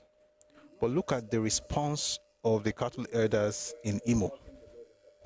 They did not cry that they are being marginalized. They even said they are sorry for flouting the laws in the past, and now they are going to abide by what the state government is doing. If it were some other people, oh, it's because we are from here. Oh, it's because you hate us. Oh, it's because are you not eating our meat? So because I'm eating your meat, we should call Malu Boda. The point, I'm not against what the governor is doing. I think it's right. How do you power tap? Just do like this on the app, on your phone. So say this is your phone, just tap like this. That means you're liking the live. What the governor of Imo State, Hope Uzodinma, what he's doing is right. Right? You can't just, graze all over the place and cause wahala with the farmers. But I like the response of Alhaji Shuaibu. He said, "We are very sorry for violating grazing law in the past, and we are sure that we will strictly adhere to the new directive." That is how Omoluabi behaves. He's also boys Omoluabi. No. But if some people, he's telling you, it's because we are from this place. Is it only for us? Kinikon, and then you start wondering, it's not about that now. But why do you think that happens a lot, Busui? I have a theory, but I'm not going to tell you that theory. I'm going to rather have you listen to somebody who knows this thing more than I do, because again, I'm Yoruba, proudly so, but he's Igbo, so he has something to say. Please take a listen to this man. I'll tell you his name later if you don't know his name. Take a listen to this. No type of lie they did not say to us. That these people, the British, they know that Nnamdi Azikiwe was intelligent, and they know that they cannot control him. They went and gave it to an illiterate. I grew up believing that Tafawa Balewa didn't understand the word of English language. I grew up knowing that when you see someone with a big stomach, you call him Abubakar. What was the story they told us? We hear this from our parents and our uncles, that they went to London to meet the Queen. Zik was the one interpreting English for Tafawa Balewa. That when they went to drink tea, Tafawa Balewa didn't know the etiquette of dining. That before the Queen,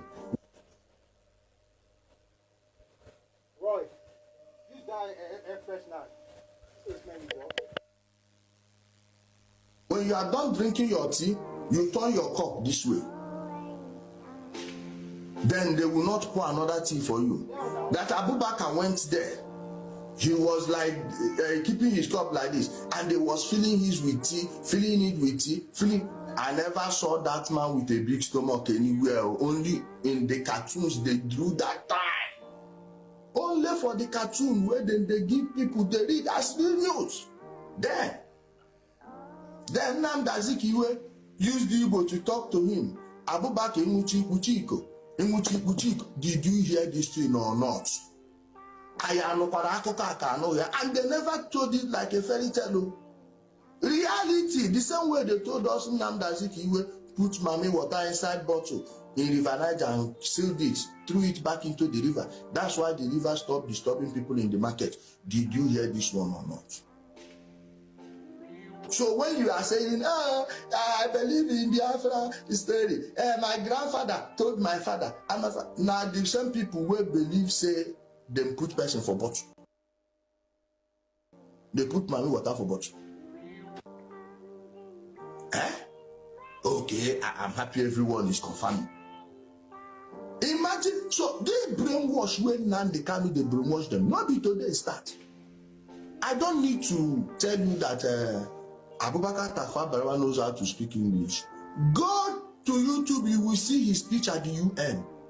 I will play you one. Please show me whether you will see Nnamdi Azikiwe around, let alone whispering anything into his ears. Let's see it. I wish to make our position plain beyond any matter of doubt as regards the African continent. We in Nigeria appreciate the advantages which the size of our country and of its population give us. But we have absolutely no aggressive intentions. Are you hearing it? Neutrality was telling them anything well na they do, west and east, now na business, no count us join. Name that Nigerian leader that speaks with same eloquence. Name, I want to hear the name. Even your governors. Donald Duke no near. All right.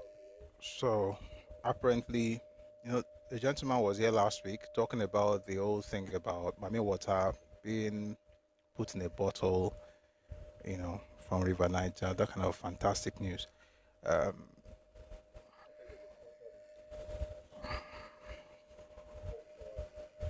When I tell you there's a cultural issue, people say that I am somehow, it's a cultural thing that the people have to fix.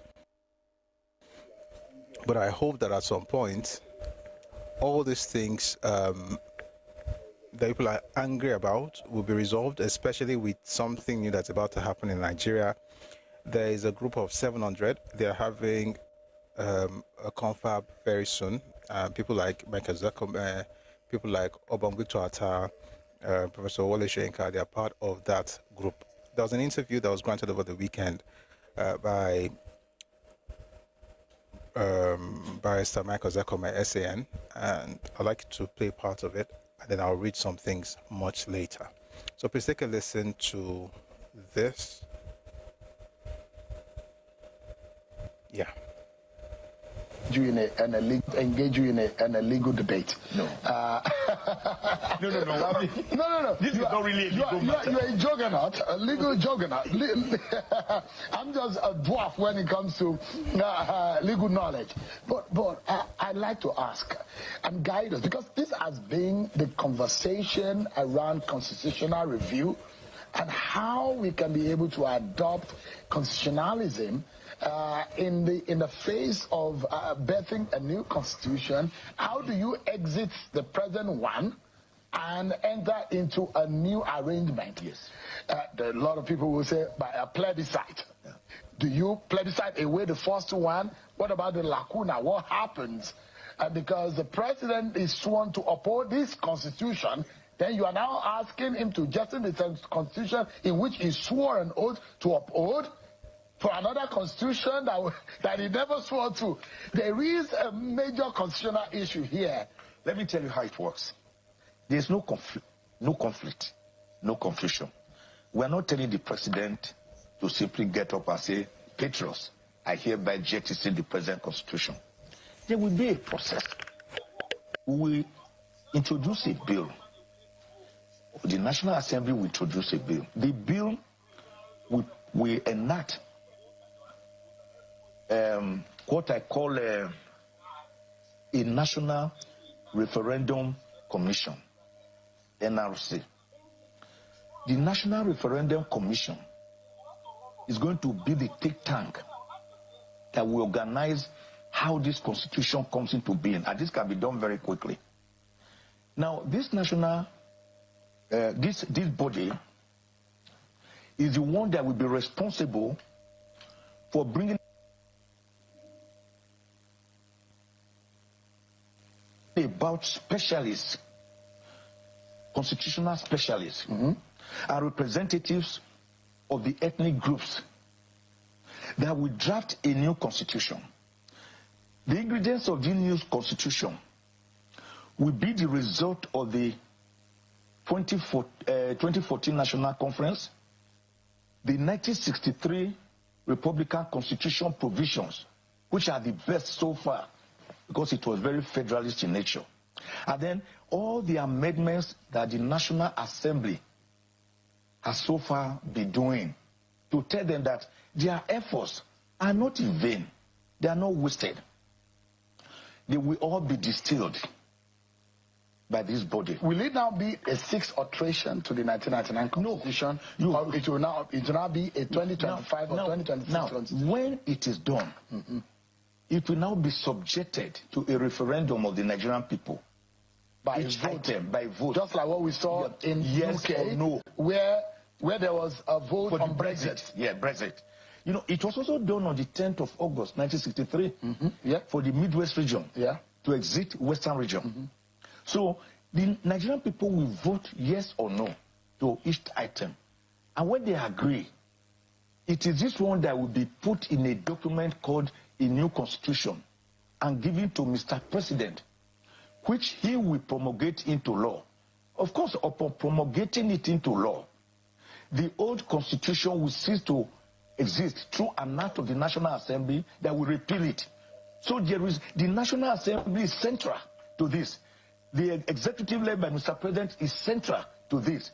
No one is going to rubbish them. No one is going to diminish them. But of course, I know this is going to be also discussed because there will now also be the exit of the structural framework. The parliamentary system is less expensive but more effective. Under that system, it is the political party that campaigns, not individuals needing trillions in 2027 to contest as president or governor, Ozekome said on Channels Television Politics Today on Friday. Constitutional lawyer and senior advocate of Nigeria, SAN, Mike Ozekome, has criticized the existing presidential system modeled after the United States, describing it as too costly and unsustainable. It brings the senior lawyer advocated for a return to the parliamentary system practiced before 1966, with regional governments controlling their resources and security. It brings more money to the table, it creates jobs, and most importantly, it helps security. Once people control their local security and resources, insecurity will vanish. It's not rocket science, he added. He further compared the current reform efforts to patching cracks on a collapsing structure rather than rebuilding it from the foundation.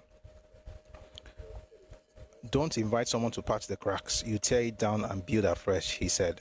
The SAN said a decentralized system would enable each region to legislate independently, attract investments, build infrastructure, and operate local policing aligned with cultural realities. Ozekome also criticized the entrenched interest in central political power that resists restructuring for fear of losing control. Quote, they will say no restructuring, no local government autonomy because the power rests at the center. This greed for central power is killing the country, he said. According to him, even in a restructured Nigeria with regional constitutions, national unity can be maintained through equal representation in a parliamentary system. So he mentioned that they're having a confab, about 700 of them. They call themselves patriots, and we're awaiting the results of that. Speaking about people who went to talk to, there's nothing wrong with the 99 Constitution. There's everything wrong with that Constitution. If there's nothing wrong with it, we will not be having constitutional amendments every Senate, every assembly is amending the Constitution. If it's so perfect, there's nothing wrong with it. No. As long as resources are shared on an annual basis, and this derivative formula that has 13% going to the producers of that particular stuff that you are all sharing, there's something wrong with it. There's no reason Akwa Ibom should be sharing their oil money with anybody in Nigeria and be giving everybody and be collecting 13% because of the say is oil producing. No, they should have everything. You can say, okay, have 50%, maybe take 30%. You know, one of these days should have a session on how this thing was done in the 60s. Of course, you're the producer. You take the larger chunk, then a part of it goes to the federal government because, of course, you have things you're doing together as constituent units, e.g., army and customs and things like that. The idea that the federal government will collect money from Delta State. Listen, I'm Yoruba. I'm not from Delta. I don't even really like that money like that. Most governors are just sitting on the boards, like because there is something to get every month. Why should Zamfara have to be talking so much about their gold? It's theirs, you know. And why should you have a central policing system? You have a police in your area who doesn't know the place, doesn't speak your native language. Say English is the primary kiniko. Meanwhile, you are in Yoruba land, you can't speak the language. A Yoruba person is in Alhambra, doesn't know how to speak anything, and he wants to police that place. Wonderful. I said there's nothing wrong. Oh God, there's something wrong. In fact, there are many things wrong. It's not like it's totally useless. It's not totally useless, but no. There's something wrong with the way it is at the moment, and I'm hoping that, you know, something has to give. This status quo is not how a country, and by the way, I've said this several times, I'm praying that this will happen, resource control will happen before they start exploiting the gas in Imo State. Because right now, the combined contribution of the Southeast to oil in Nigeria is about 2.2%. Imo, Anambra, Abia combined is about it's actually 2.15%. One is 1.6, 1.2, 0.6, and then 0. Something 5. It don't reach 2.3%. But now we cannot rest. Any small thing here that we are contributing something. Okay, we are contributing 2 something percent. It don't even reach the 3 states put together. Don't even reach Lagos. By the way, Lagos are not producing state too. In case you don't know, the First Republic crude oil belongs to the federal government. No, that crude oil that belongs to the federal government. Where did this start? Are you talking about what started in after Iran's work or before Iran's? That's my question to you. And when you said the First Republic, we have to be very, very careful. 63 to 66. But just tell us exactly how that worked and when oil started getting exploited in Nigeria. Remember the date, so remember the date. And maybe I should just help. The first place oil was discovered in Nigeria was Araromi. It's in Ondo State. It was 1908 by a German company. And then the first place it was discovered in commercial quantity was Oloibiri, present-day Bayelsa State. That's in 1956. But the discovery is not exactly the same thing as the exploitation or exploration. So maybe you want to explain to us exactly when and how the money was shared and the date that the money, because if you are talking about Iran, you're talking about Yakubu Gowon, and isn't that one to judge crude oil? Please, again, I'm open to learning. I'm open to learning. Onshore crude can belong to the FG, the offshore should belong to the state. I agree with you, sir. I agree with you. People should be able to control what they have in their land. I think Lagos, Ondo, and Ogun, do not sure about the last one. I've got crude oil. Yes. Lagos and Ondo are presently oil producing states. Ondo produces about 4.3%. I used to think it was 3.7 until I went to check over the weekend. 4.3. Lagos produces about 4 point something. Lagos produces about 2.3 or 2.5. Lagos, that is small, produces more than everything in the southeast. But any small conversation you have, you hear people say things like, but we are contributing, you cannot take our oil. I'm like,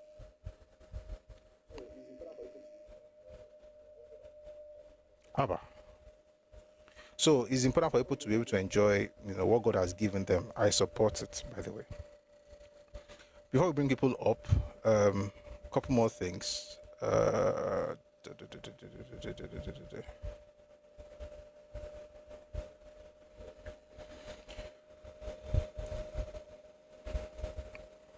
One ball.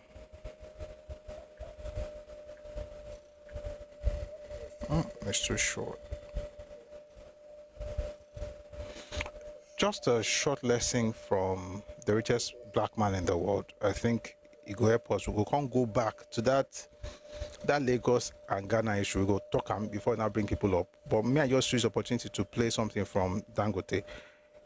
Bill, I say you can use the opportunity to also learn something from him. And if you don't like him or you have any problem with him, please don't write it in the comment section, especially all those children of perdition. Any small thing where they insult everybody. Not try more. God bless you, eh? All right, more listen to something from Dangote. Now, just 12 seconds. Then from there, I'll go back to the things that we're going to end with. So take a listen to this, please.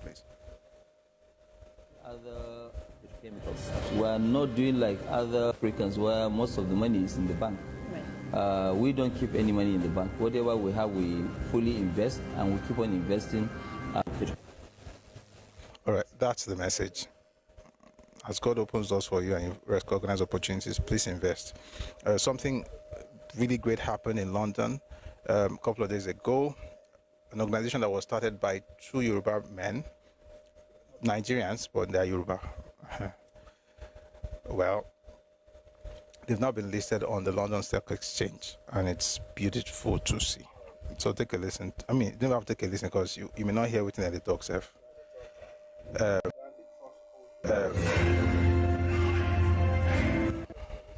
Guaranty Trust Bank or Guaranty Trust Holding Company, GTCO, becomes the first financial service institution in West Africa to list and trade its ordinary shares on the London Stock Exchange. And I thought that's something to be proud of. All right, as we begin to round up now, it's past 4. Don't worry, we spent a lot of time on today's news. Just something from, by the way, constitutional amendment, they are having public hearing in different parts of Nigeria. So one happened where the people spoke about the need for Okun State to be taken out of Kogi. So please take a listen to the representative at the public hearing. To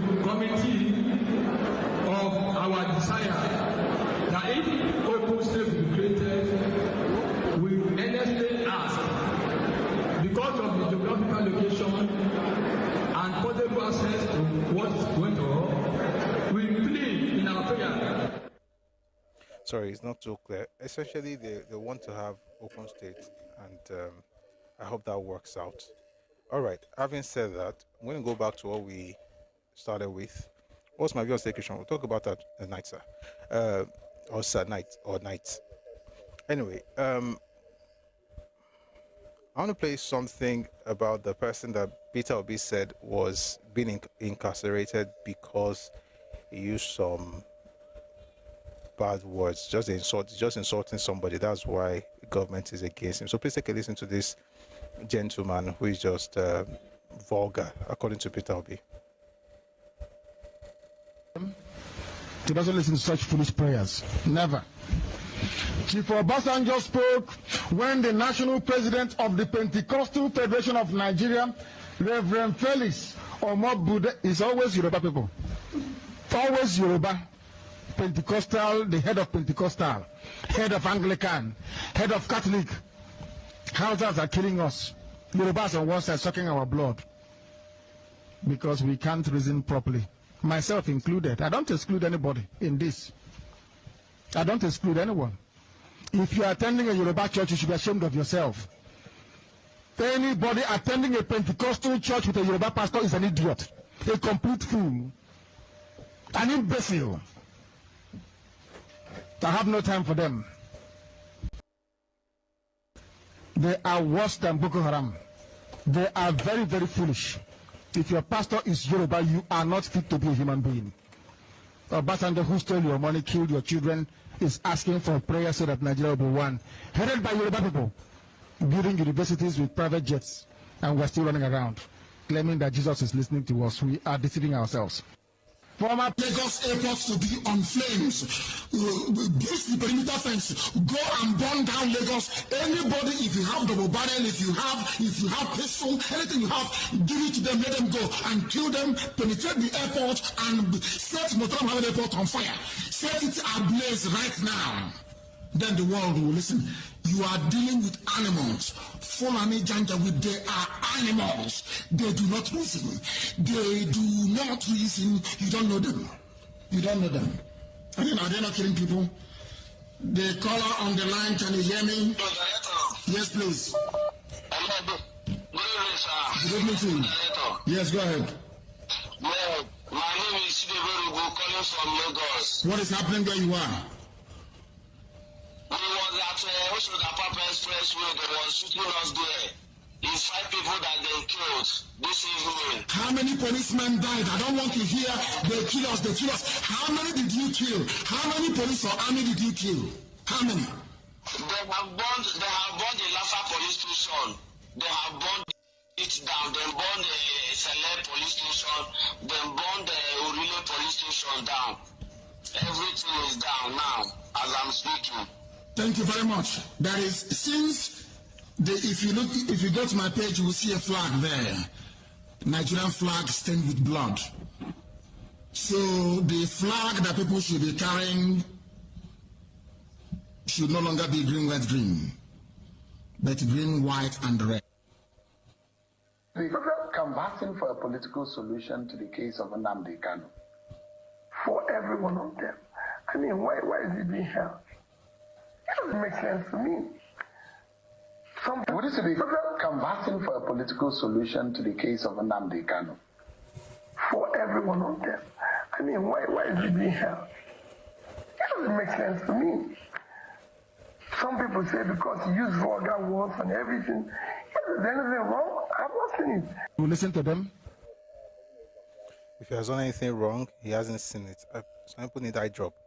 But moving away from that, still the same issue. Something now, we're traveling, fasten your seatbelt. We're going to Ghana. Nobody is talking about any here with Igbo. Yes. We are being here with Igbo. What is the Yoruba, Hausa, Nigerians, Malians, Burkinabes, Kenyans. Nobody is talking about any those tribes. Only Igbo people. Why? Ask yourself. And it's not only, hold on, Emeka, it's not only Ghanaians. When you go to South Africa, Dubai, Indonesia, India, Igbos, why? That's my question. So don't beat around the bush. Tell your people the truth, bro. You are right, Kali. You know, you are a gentleman. I like the way you ask questions, and you. I'm in danger in Ghana because of what Igbo people they do for Ghana. I'm in danger here. They will send me away. You are telling me that I'm not a good host. I know what you're doing. I know what you're doing. Igwe, whatever. You're telling me I'm not a good host. I know what you're doing. You're trying. I don't blame you. We are being here. This into the translation. They have been Ghana since McDelibe. You see, since McDelibe time. Yes. So these people, we've been with them. Look, when you hear places like Okanshi, look, 2005, I was in Lagos. When I was walking through their market, I don't remember the name. I was thinking maybe I was walking somewhere in this thing in Okanshi. So later I realized that those properties in Okanshi, whatever, is for Yoruba people. So definitely where I was walking, definitely is going to look like that. You people, we don't know you people. It is during these 90s that you people start. Look, these people, the reason why you see these Igbo people are aggressive in whatever they are doing, these people didn't venture even outside their country until Yoruba people hold their hand. So these people are only tracing the footsteps of Yoruba. So you are the jealous people. You understand? My final point is, these people are slowly creeping into our society. They know what they are doing. And these sub-chiefs that you are seeing, what they do, recently you'll be seeing their bloggers saying, Ghana is this, Ghana is that. Not knowing it's an advertisement that some people are doing.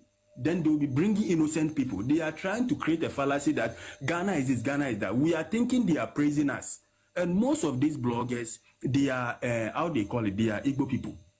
So all this, you are thinking, Ghana has life, Ghana has this. No.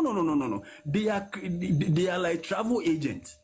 You understand? Who are talking about the Harrods people on the streets? You see, they are like travel agents, pushing people onto us. Look, let Emeka know that we are not saying you've overstayed that 90 days, whatever. We are going to send you out.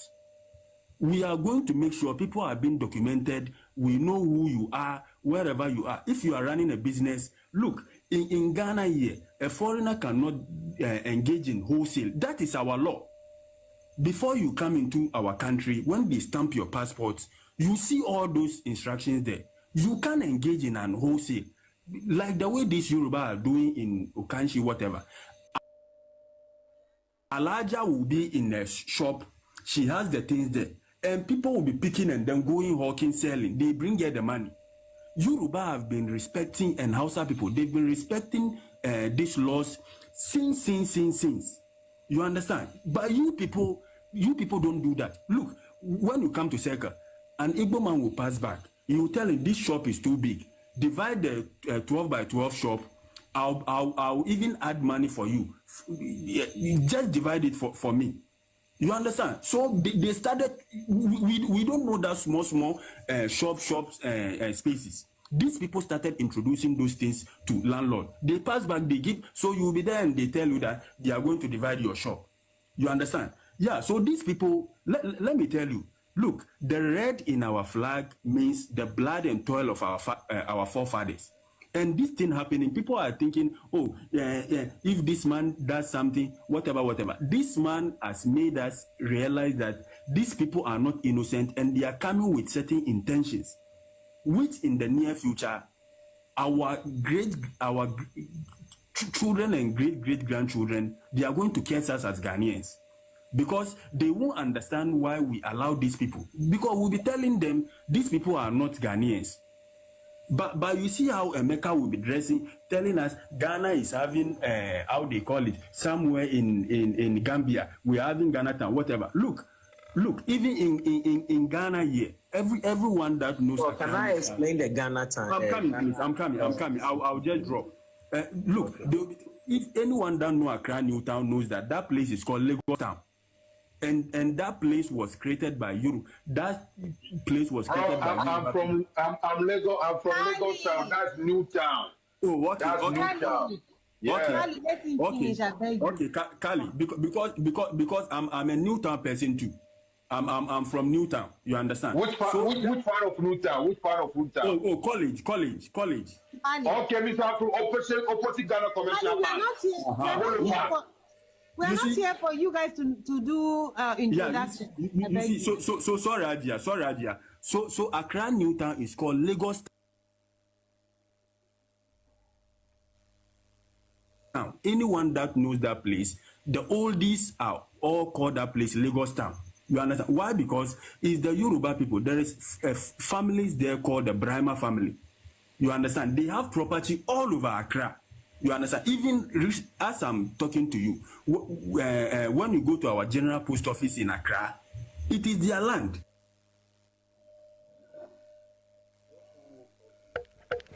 All right. Those who woke up late, we want to make sure they know that whenever they wake up is their morning. We also want to remind them that the rest of the world will not turn their clock backwards just to make them feel comfortable. If folks did things centuries ago you are trying to do right now, it's not the fault of those folks. It's the fact that you woke up late. Now that you are up late, you still have to live based on what, especially now that you're waking up. Well, you're not waking up at home. You're waking up in other people's houses. You're not going to determine how those places will run. May God bless you. Now, before I bring people up, I'm going to play something from the president, the former president, Olusegun Obasanjo, what he said about the passing of President Muhammadu Buhari. If you'd like to speak, please send your request, come up, and I'll bring you up after this. Take a listen, everyone.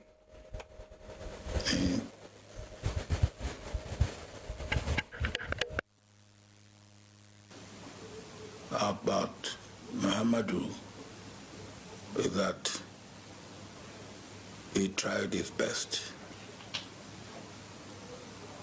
My prayer is that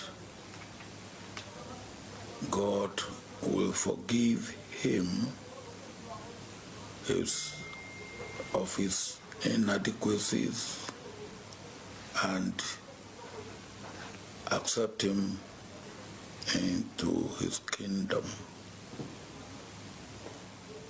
It's a loss to the nation, because at a time like this, we need the totality of the experience and what I may call statesmanship of all those who have had the opportunity to run the affairs of this country in the past to get us out of the situation we are in.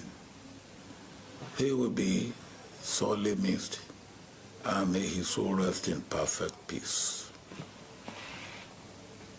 Amen. Thank you. All right, I just wanted to end on that note. May the souls of the former president, Muhammadu Buhari, and the late Haujale Oba Sikiru Kade Adetono, may their souls rest in peace. And may God keep their families and comfort them. Amen. So I'm going to bring people up right now. 2 minutes each. Please be measured. Because I noticed that, you can talk on any of the things we read, but be measured. All right, let's bring people up, and then we'll get into the conversation momentarily. Today we're discussing our one on state creation, and we started reading a book last week. We're going to continue from there. I also found some interesting things over the weekend. I might share one or two of those things with you. But let's bring people up now, and then we'll get on. Please, if you'd like to come up, send your request now. After I've brought people up, because of time, we may not want to do, he said something, I won't respond to that, okay? That may not help us too much because of time. All right, so please send your request. Thank you very much. All right, so if you send requests, I'm bringing you up immediately. Please, once you get up, kindly mute. So that will be Danny and Aziz. Please mute, and then we'll get into the conversation and all that. Thank you very much. So let's start with Aziz. Danny, please mute.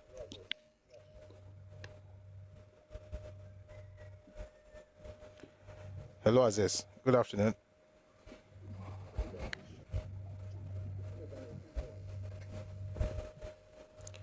Aziz, are you there?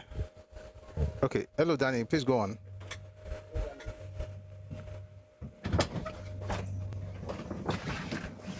Hello, Danny.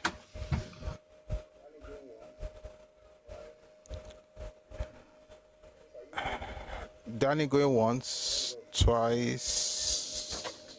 Aziz, are you ready to speak? Because we have a lot of things to cover apparently. Today is Monday, so we spend a lot of time on the news. Tomorrow, I don't think we're going to spend this much time. It's past 4, but I've had a great time. I hope you've had a great time as well.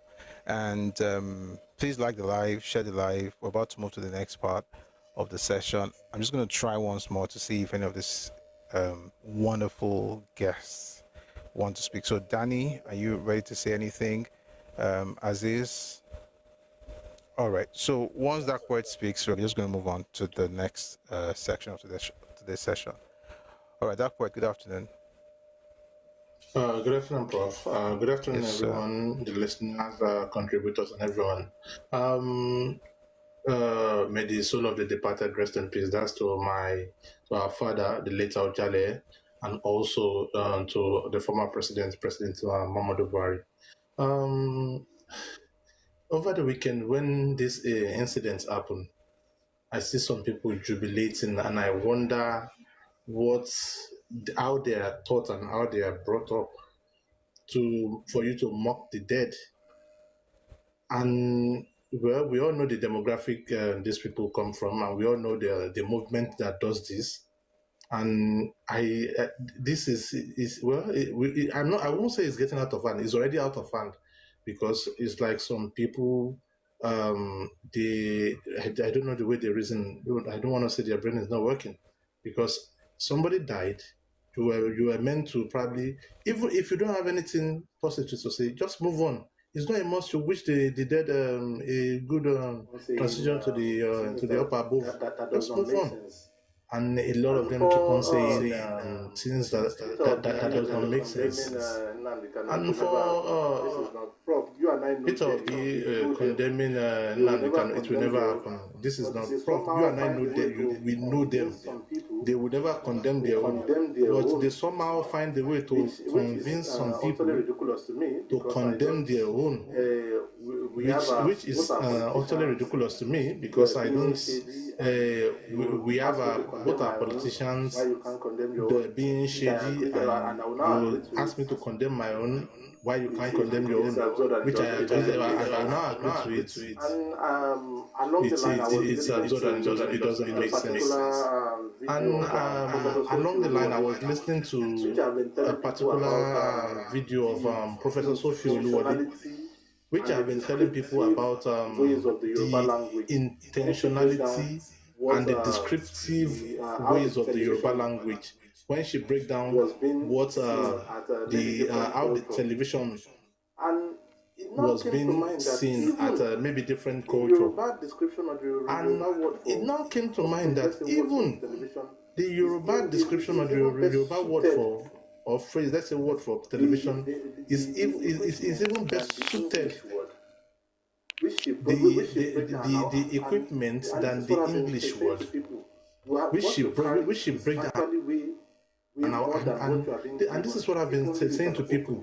What you carry is actually way more than what you are being given. If only you can open your eyes to see these things, and you can learn, read, and listen to people that can help you understand where you come from, what your forefathers have done to make your land and your geographical area great, and how you can add to it.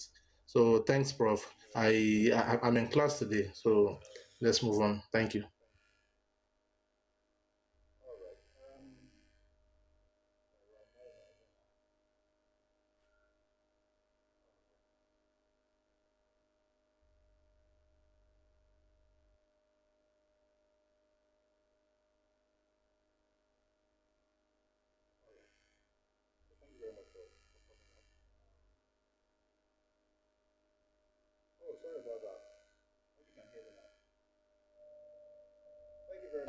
Oh, sorry about that. Hope you can hear me now. Thank you very much, Dark Poet, for that submission. I was just, talking to myself.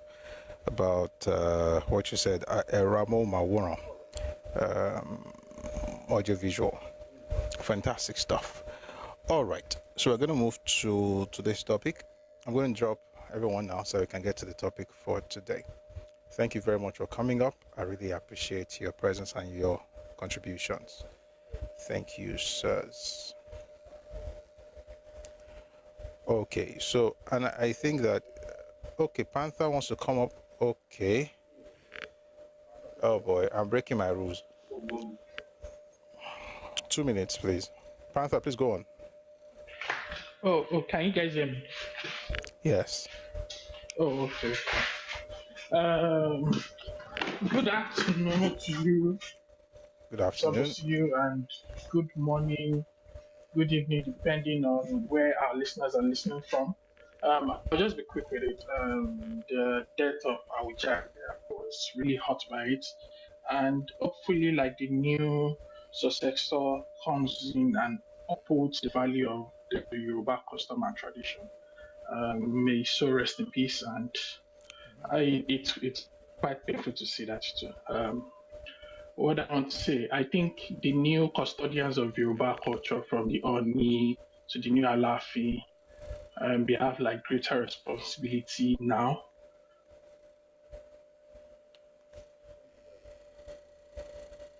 To do that.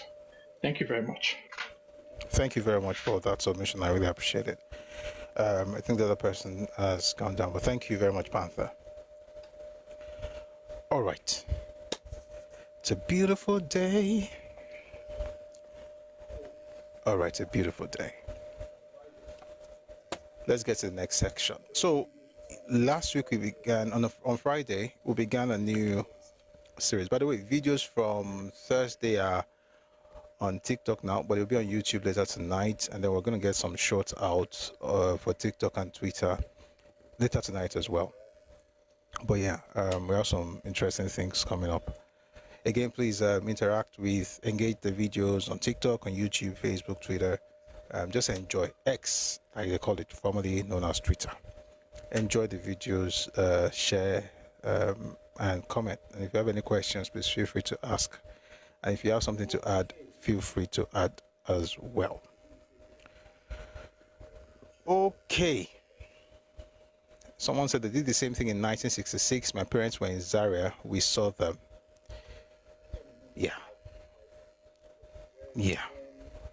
You know, when I don't want to even go to that thing, because when Isadauna was killed on 15th January 66, the group who celebrated the death, you know, everybody was happy, like, we're going to have a change, until they discovered that nobody died in the East, or nobody was killed in the East. To not make matters worse, the folks who were now taunting the people with the death of their leader is the same group that just came in. One of them just came in right now, calling everybody fake. You know what? Let me tell you something about life. In everybody's history, there's something funny that happened in the past. There's something, you know, mistakes that were made by our elders or folks that we look up to. That's not really the problem. You know what the real problem is? The real problem is when a people consistently make the same mistakes. So apparently it's not a mistake, it's a cultural expression. It's a cultural expression that you have from generation to generation, and nobody in that generation sees it as wrong. Like I always say, it's like me having my children to prostrate because they're Yoruba boys. It's the same thing with these clowns. They are going to be victims, but they're also going to taunt people, just like the one who just came in here insulting me, not knowing that he's insulting his parents. When are you going to evolve? When is the culture going to evolve? Do you still want to speak, Mr. Danny? Because you sent your request earlier. If you want to speak, please feel free to send your request again, because you came up earlier anyway, so that'll be okay. But thank you for being here. Let's evolve, right? You can't be making the same mistakes and saying everybody hates you. It doesn't make sense. It doesn't make sense. You can't have a culture of disrespect, of taunting people, of arrogance on top of nothing. by the way, I'll say what I said again, but in another way. If you want to be arrogant in this country called Nigeria, you can be arrogant anywhere else, not in Yoruba land. Because sincerely, if we are really keeping it the buck, there's nothing you're bringing to the table that a Yoruba person will not bring up in the next 1 second. The fact that you're able to do it here is called privilege. It's not a right. It's a privilege. And guess what? Even those who own the land, they even consider it privilege as well. We consider it a privilege to contribute our own quota to the development of our land. That's how we see life. We don't go around throwing our weights like untrained, irrational clowns. Anyan, what was your name? That's what you can take home and have a conversation about that. I grew up. May God bless you. Having said that, let's get back to what we're reading. Yes, I remember, as I promised, I was going to share something that I found over the weekend.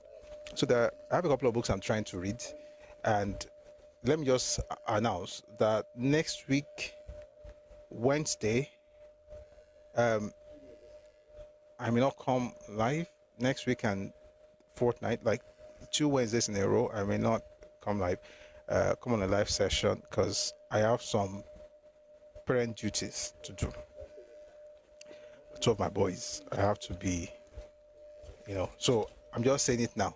And then I'm also looking at maybe it could also be something that we'll do going forward, because it also helps me to research, so that I'm actually, there's so much to discuss, but there's also so much to read and study. Okay, so but we'll talk about that. Maybe just one extra day apart from Saturday and Sunday. Not necessarily to rest as much as it is to prepare and study. There's so much.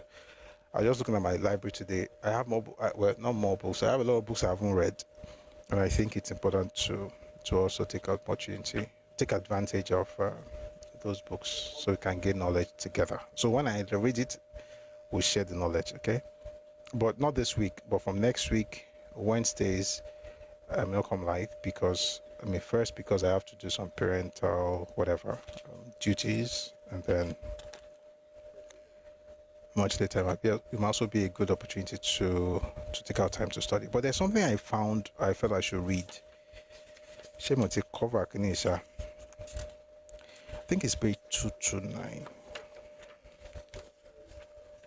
Yes. The book is called Nigeria on Gunpowder. It's a very voluminous book. It's this man's life's work, actually. The man's name is Dr. Victor Olutaiwo. Fantastic book, by the way. The much I've read so far. Names of the books, the ones I call, just try and catch it. So the book is called Nigeria on Gunpowder. Let me read something to you from this book.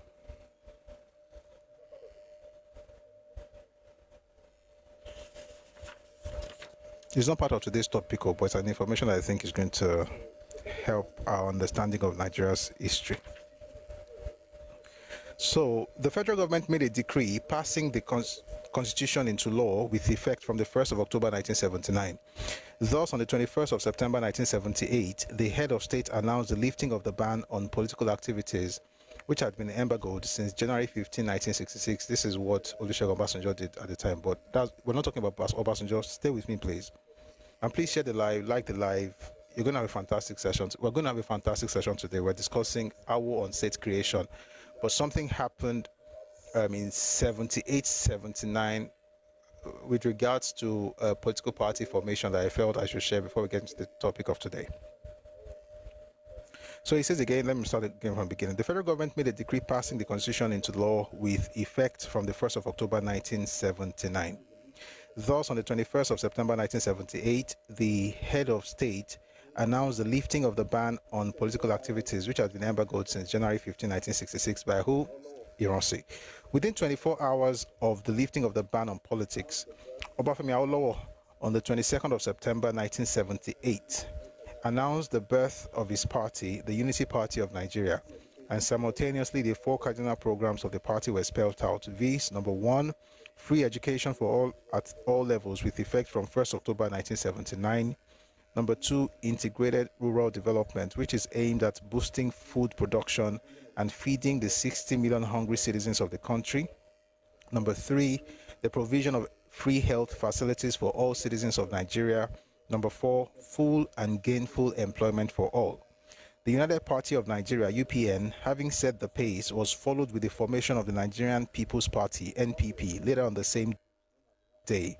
That is the 22nd September 1979. The party was a combination of 3 groups known as the National Union Council, National Unity and Progress, and Club 19. The party was initially led by Waziri Ibrahim of Kanuri extraction, before Nnamdi Azikiwe was manipulated into the leadership of the party. How it happened is worthy of mention. Now, what I'm about to read, please listen attentively. It's a poem that Azikiwe wrote, but please listen. Before then, Azikiwe had composed a poem as presented below. We know, this is Azikiwe, we know that in the span of 6 decades, much energy conserved would dissipate. After a lifetime of many crusades had taken toll, that we must delegate the task of nation building to the young to stay in the arena of public life and tussle with our children would be wrong, because it should prolong the din and strife. What we must do as seasoned elders guild should be to stay behind and ruminate the lessons which the hoary past has reeled. Ideas of old and young culminate. If young old man, listen to this, if young old man should make his sacrifice, the old young man would appreciate the price. The interpretation of the poem was the pronouncement of Azikiwe's retirement from politics, telling the world that he had served enough in state affairs. He would, therefore, prefer to take a position of an elder, the father of the nation, who should guide and offer advice from behind the scene.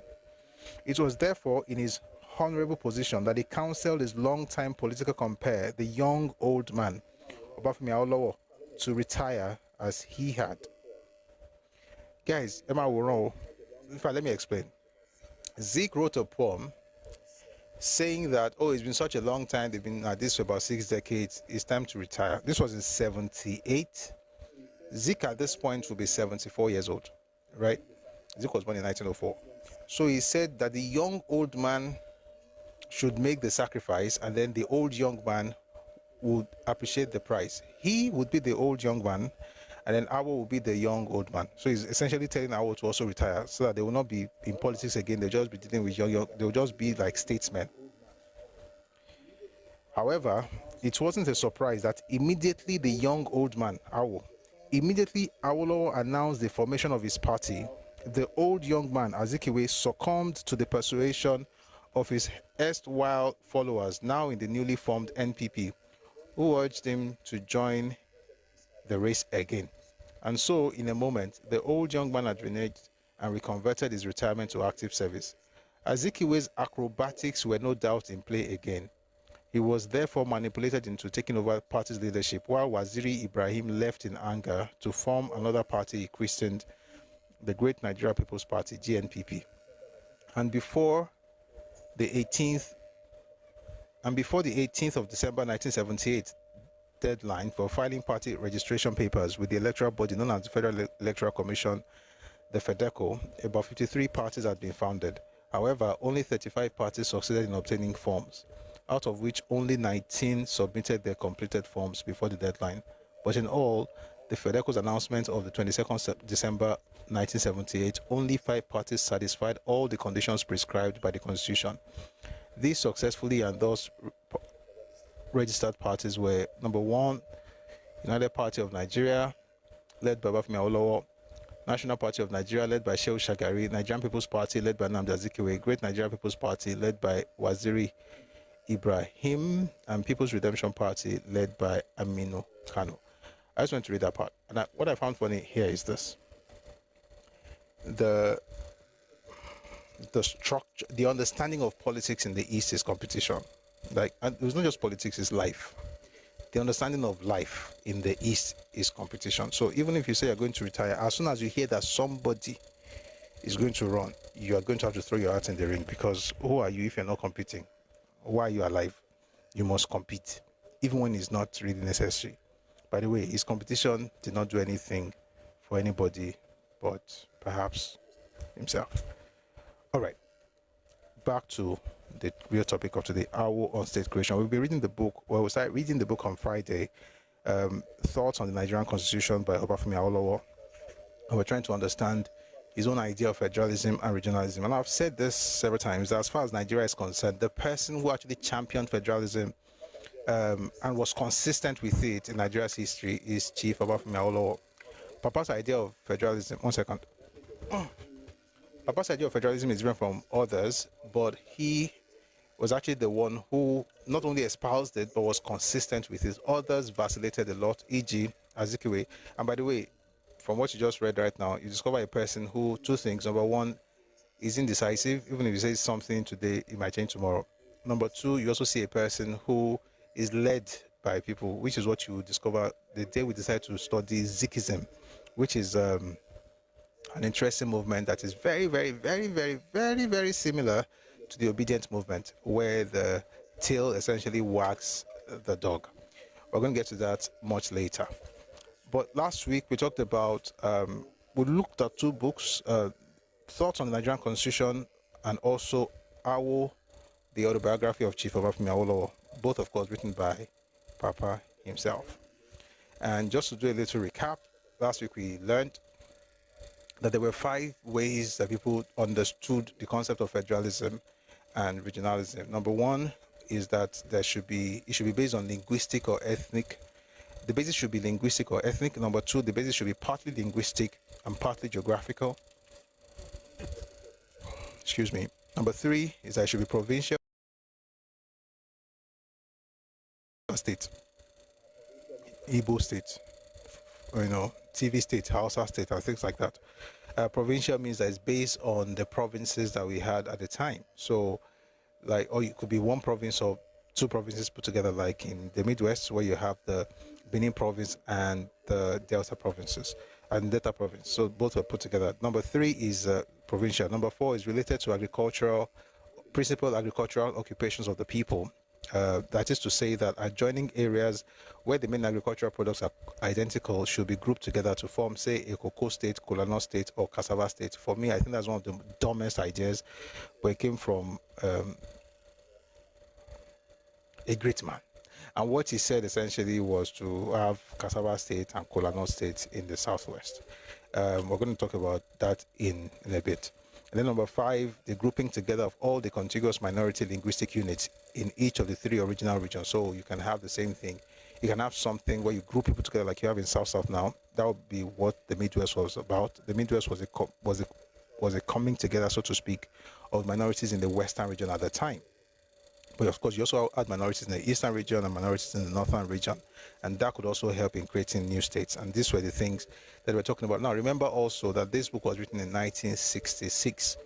And so it's a little, how do I explain now? So, like I always say, Papa's policies were consistent, but the implementation changed with time. So when you read the book that they published in 1947, the book is called Path to Nigerian Freedom. The number of states that he talked about are different from the number of states that he talked about in this particular book. And of course, the reason, of course, is because of the times have changed. This was after Iran's government had,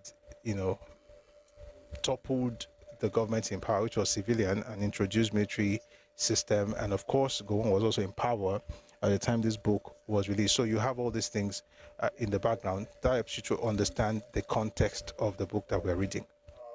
So last week I also mentioned reading from the autobiography itself, how Azikiwe was busy looking for an interesting way to get what he and his people would be happy about.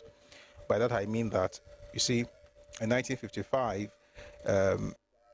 there was this agitation that began in the Eastern region and also in the Northern region. The Eastern region had the COR, and then the Northern region had the Middle Belt. But if you go back a little, actually it was much earlier. In the late 70s and the late 40s and early 50s, the folks in Southern Cameroon were already pressing and agitating to have their own state. And of course, they talked about how they've been marginalized. Every single thing you hear the Igbo say here now, they said more than that. And if you want to go deeper into it, if we have the time to get into it, we're going to read from the book by Elechi Amadi, Sunset in Biafra. Amadi was an Equatorial man, and he talked about what the Eastern minorities had to go through in the former Eastern region which is why I always tell people that there would never be an Eastern region again, ever. You know, people get angry. By the way, there's a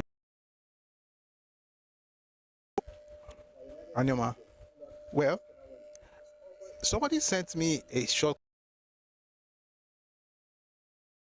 for of the, I think her name is Omu, the woman who is like a chief in Delta Anyoma area, discussing exactly what I said. So maybe tomorrow I'm going to play that video and I'll tell you what I really think, which is exactly what she thinks.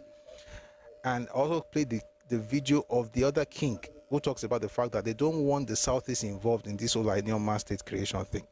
If you have any problems with people, please be talking to those leaders in Anyoma area, not me. All I'm doing is just, you know, interest of the minorities from the group who has no respect for any other group but themselves. All right, having said that, back to the book. Now, early 50s, late 40s, the folks in Southern Cameroon wanted to break away. They got a promise from the British that if they were able to vote for another party apart from NCNC in 1953 elections, they will be able to, you know, get their own space. Led by a man called Dr. Ndeli. You soon get no, that would be you. That would be you and your folks. You are the ones that will get tired. Kakakiri remi mamure rodo. Oh, le gbo yen sha tori awon tori won polo le gbo Yoruba. Opole o le gbe. Ko ye. Oh, si lo ko. That ko lo ko nsin ja ba pe orúkọ ẹ. You have no name, so you're not worthy to even write anything here. Come with your real account, eh? God bless you. Where were we? Let me get that book. 1 second. Let me get that book. Yeah, so 53, Dr. Ndeli was able to get what they wanted, you know, by voting for another party apart from NCNC. Of course, they didn't get that space cut out until 1961. Anyway, 1952, the Midwestern guys started talking about having their own space. This week, we're going to get into all of those things. I'll get into the details of what they really wanted once we're done with this book. And Papa Awo was actually okay with it. He didn't mind the idea of the Midwest having their own state, but the AG was against it because at the time, the Western region was the smallest of the three. All right. The North was, of course, very big. The East also was very big. Again, when we say the East in the 50s, is not the East of today. The Southeast today is like this. The Eastern region had all these other groups in there, including Southern Cameroon. So it made no sense for us to allow the Western region, which was the smallest of the three regions, to be broken in two, whilst the other ones to be flexing. So the action group was against the idea. But much later, by 52, 53, when Papa got in 54, by the time he got in government, he understood that they were viable, they could thrive. But then, thankfully, 55 was when the COR also started agitating. COR, of course, would be Calabar, Ogoja, and Rivers provinces. They also wanted to have their own state and broken out of the Eastern region. We'll read in this series the things, what they thought about it. But like I always say, anytime I have this conversation, I like to first talk about Yoruba people and what happened in the Western region and to the Midwestern people, so that it doesn't look like we're trying to reach out to any group. We're talking history, after all. All right, so moving on. When the COR started agitating, Action Group was like, okay, that's fine. Since they also want to break away, okay, let the Midwest also leave, as long as the COR would also be leaving. Anyway, that became the basis of their own argument. And before I said something that, okay, so around that, there's going to be a conference in 1957, right? And at that conference, they were going to discuss this idea of state creation. So before that conference, the Western Region representative and the Northern Region's representatives, that would be Samaladuke Akintola for Action Group and then Tafa Balewa for Nigerian Northern People's Congress. Those two met at Ikorodu in the house of Alhaji Gbadamosi, and they discussed what they were going to do, how they were going to create a committee to look into the matter and stuff like that. They agreed on many of those things. I'm trying to recap for last week. We'll read the book very soon. All right, so the Sadauna, Sir Amadu Bello, decided to travel to Ibadan to see Chief Obafemi Awolowo, and he told him that, listen, this idea that we have, perfect. Let's get the NCNC on board as well. So let's bring in Azikiwe, so we have, we'll have the same idea of this thing before we get to England for the meeting. So they had a conference in Lagos, and the three of them were there, and then they talked about what they were going to, discuss and present when they, got to London.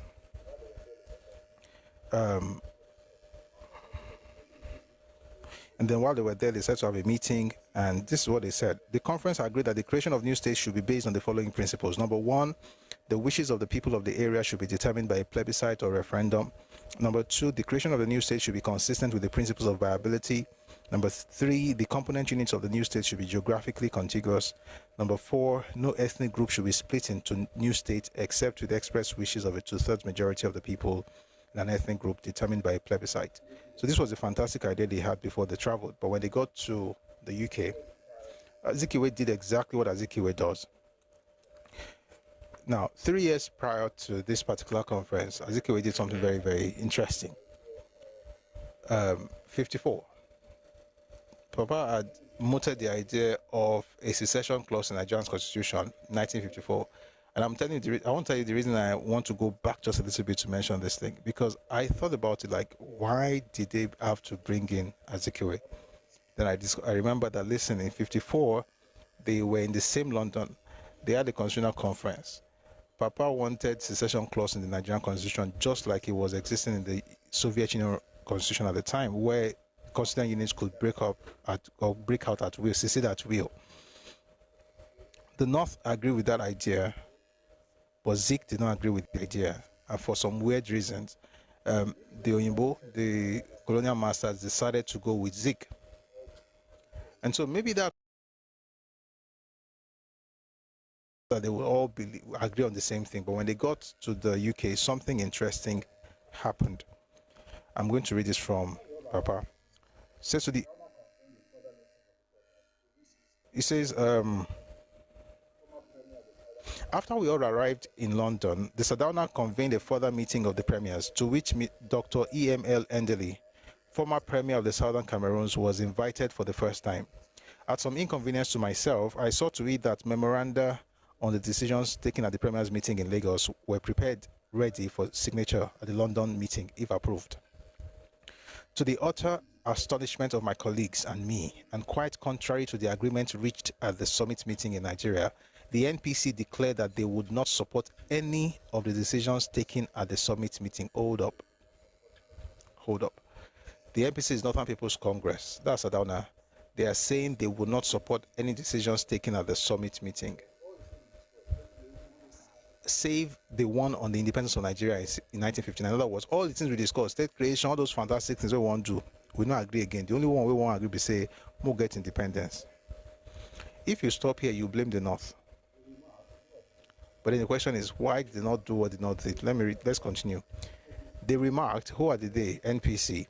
They remarked the North. They remarked that they had adopted this attitude in clear and uncompromising resentment that the NCNC had submitted a welter of memoranda on the creation of new states, the contents of which were diametrically opposed to the principles agreed to at the Premiers' Conference in Lagos.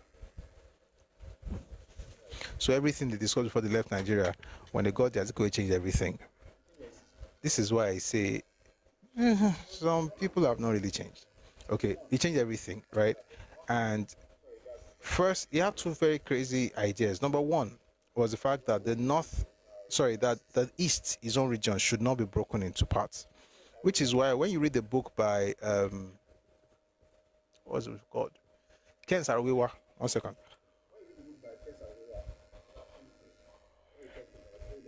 Excuse me.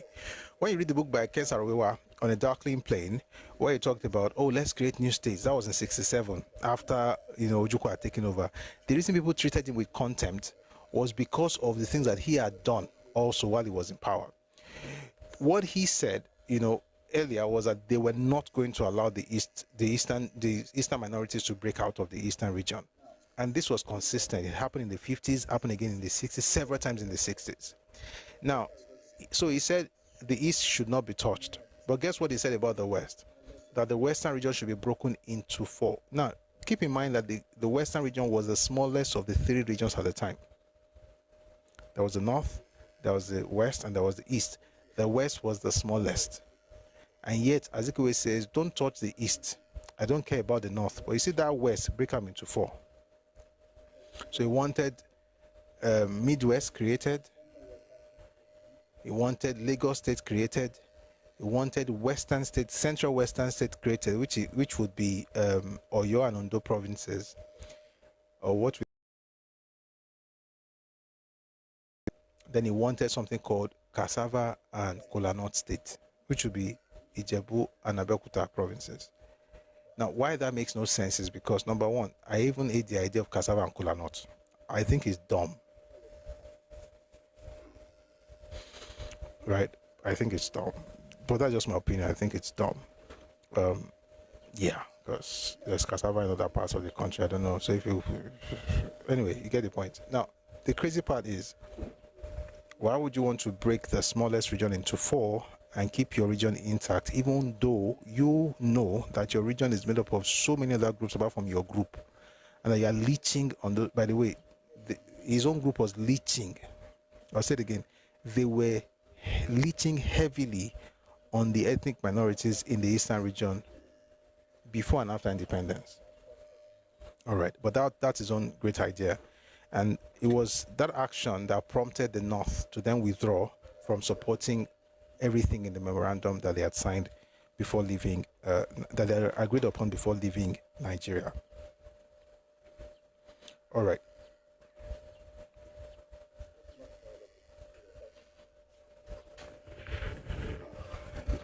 Let's go back to the other books now. So we're starting afresh, okay? We'll come back to all these other ones. So let's get back to the book, Thoughts on the Nigerian Constitution by Obafemi Awolowo. Hello, Mimi, how are you? Good to see you. So let's get back into this.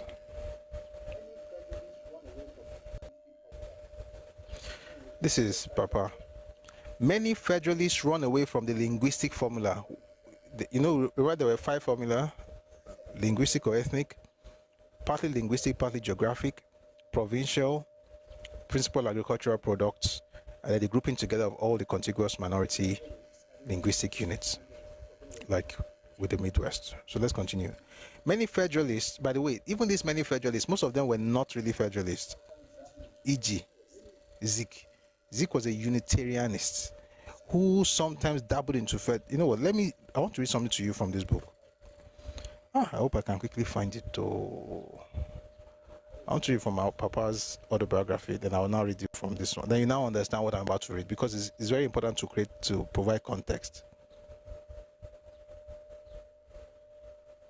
Oh yeah. Where Kiamosa.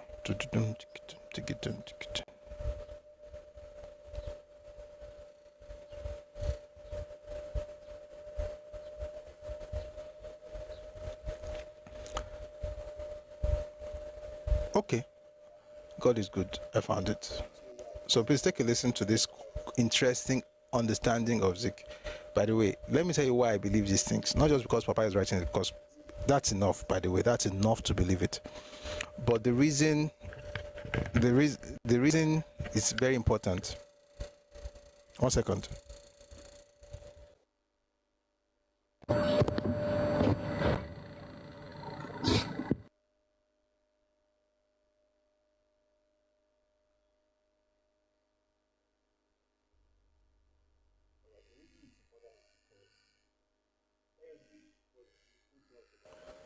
All right, the reason it's important is because everybody who talks about this man has the same thing to say as far as his inconsistencies are concerned. And so more than the fact that Papa is saying it, I believe it because I find it in every other book. For instance, another day we're going to have a session on this. There's a book by Pierce that also talked about how, number one, how the Oyinbo saw Zik, how Nigerians also saw Zik, as if I can quickly find the title of the book. How Nigerians also saw Zik, and then he also talked about how, right, he also talked about this same man. By the way, I like the fact that I talked about him while he was alive. I was there at the time, but Zik was alive. every book you read on this particular subject matter looks like they're saying the same thing, but let me read something to you from here. Action group before this alliance that the two parties should first of all reach agreement on those issues fundamentally important. I'll take it again.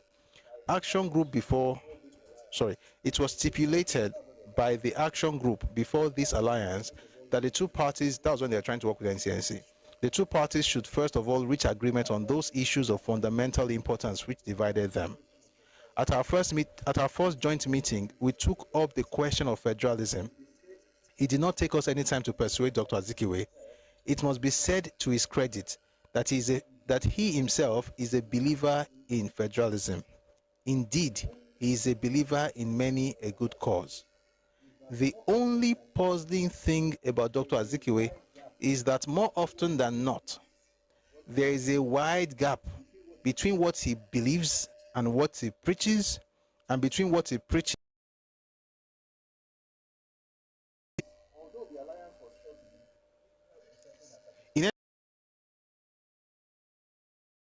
to my satisfaction, some of the burning issues of the time in regard that federalism is imperative. Having heard that, now let's go back to this book. Many federalists run away from the linguistic formula. I'm trying not to dwell on the fact that there's a huge gap between what Azikiwe believes and what he preaches. There's another huge gap between what he preaches and what he practices. The consistency of his inconsistency is seen in every material about that era and how he treated his own concept of ideology in Nigerian's political space.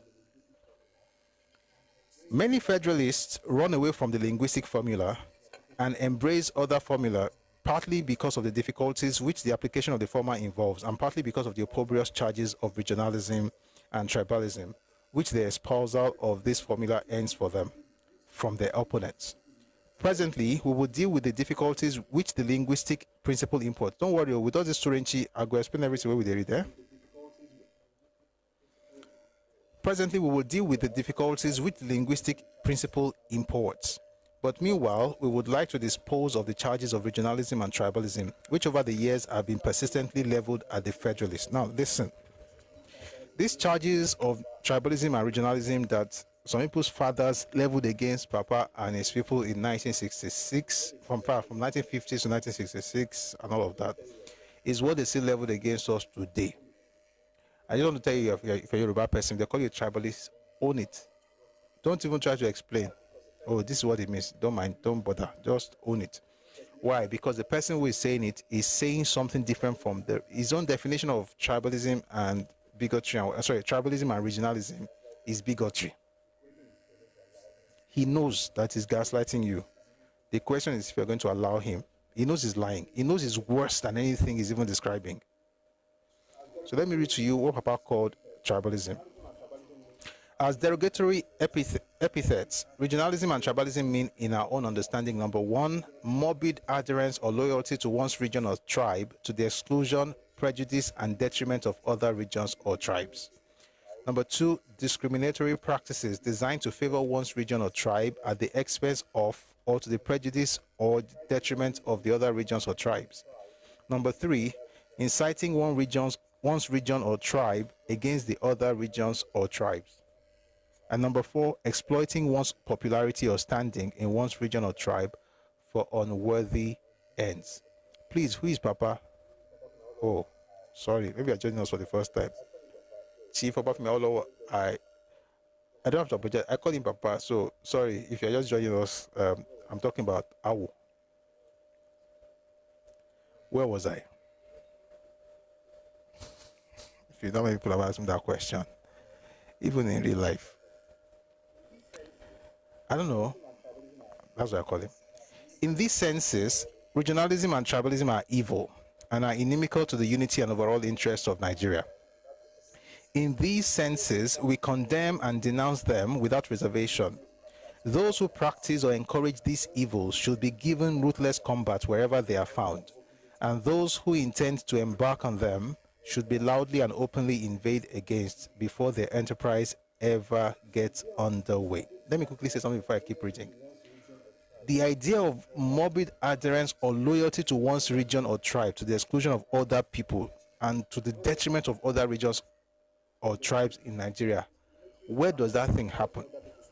Number two, discriminatory practices towards other people designed to favor your region at the expense of or to the prejudice or detriment of other regions. Who practices that thing in Nigeria? Number three, who incites their region or tribe against the other regions or tribes? Number four, who exploits one's popularity, their own popularity or standing in their region or tribe for unworthy ends?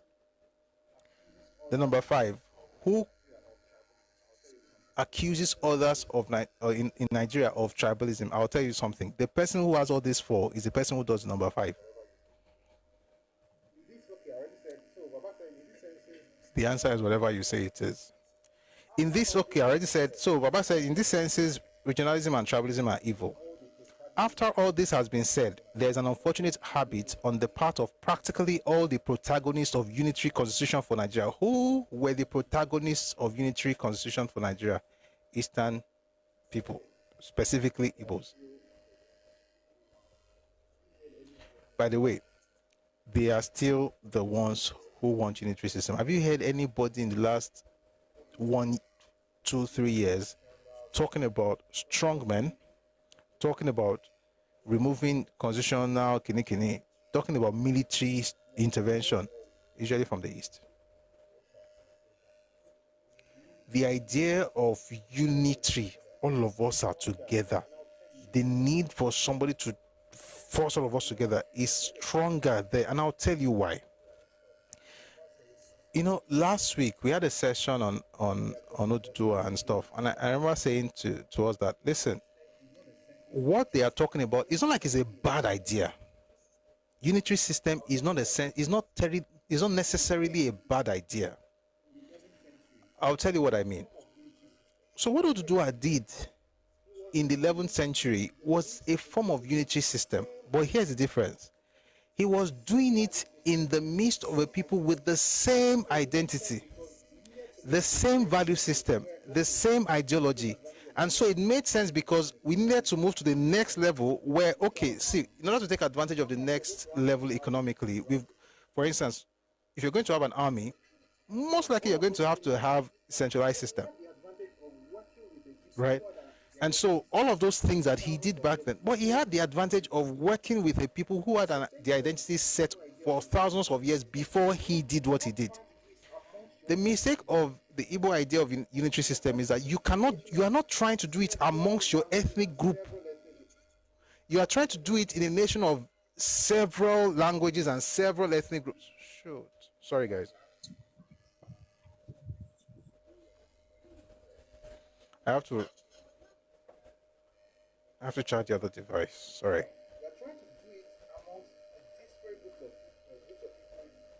All right. You are trying to do it amongst a disparate groups of people, no common value system, no common moral. Well, thank you for that word. Philosophy, no common structure, no common identity, but we must all be one. And that for them is the definition of unity, which is why I say when people say let us unite, always ask them for the definition of words, or like they say in academic circles, definition of terms. What does unity mean to you? In many instances, what unity means to folks who are shouting they want unity is uniformity. It's actually uniformity. And like I said the other day, uniformity thrives on erasure. You have to cut yourself to size. You have to make yourself smaller just to fit into that mold and to be seen as one of the people. You can't have anything that's uniquely yours. You can't have uniqueness if you're going to have uniformity. Uniqueness is removed in order to have uniformity, which means that, no, it's not extinction, it's erasure. Whatever makes you special, whatever makes you different is removed so that we can all look alike.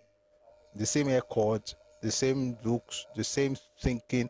Even if your thinking is retarded, I still have to submit myself to that because I have to be seen as the same thing with you.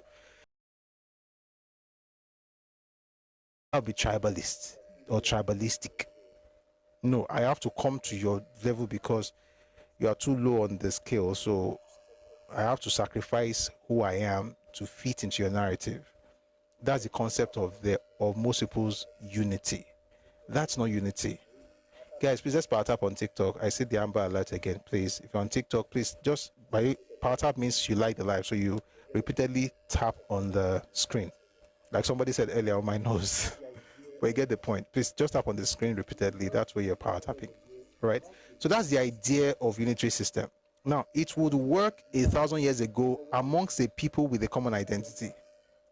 It cannot work now. Number one, a time don't pass. It's no longer the fad. You woke up late. Number two, you're not even doing it amongst your people. Where I come from, charity begins at home. If whatever we're trying to say, and that's why Papa was able to talk about going to the federal level in 1960. Whatever I was going to do at the federal level, he already did between 54 and 59 in his own region. In fact, between 52 and 59 in his own region. So when he came, for instance, UPA and talking about free education for all, he did it from 55 in Western region. How come some people's idea of greatness always space? What have you have not tried anything. This Dubai that people want to build, you've not done it in your region. This idea of let's grow something and become one, you still have issues of discrimination amongst the people of the same ethnicity.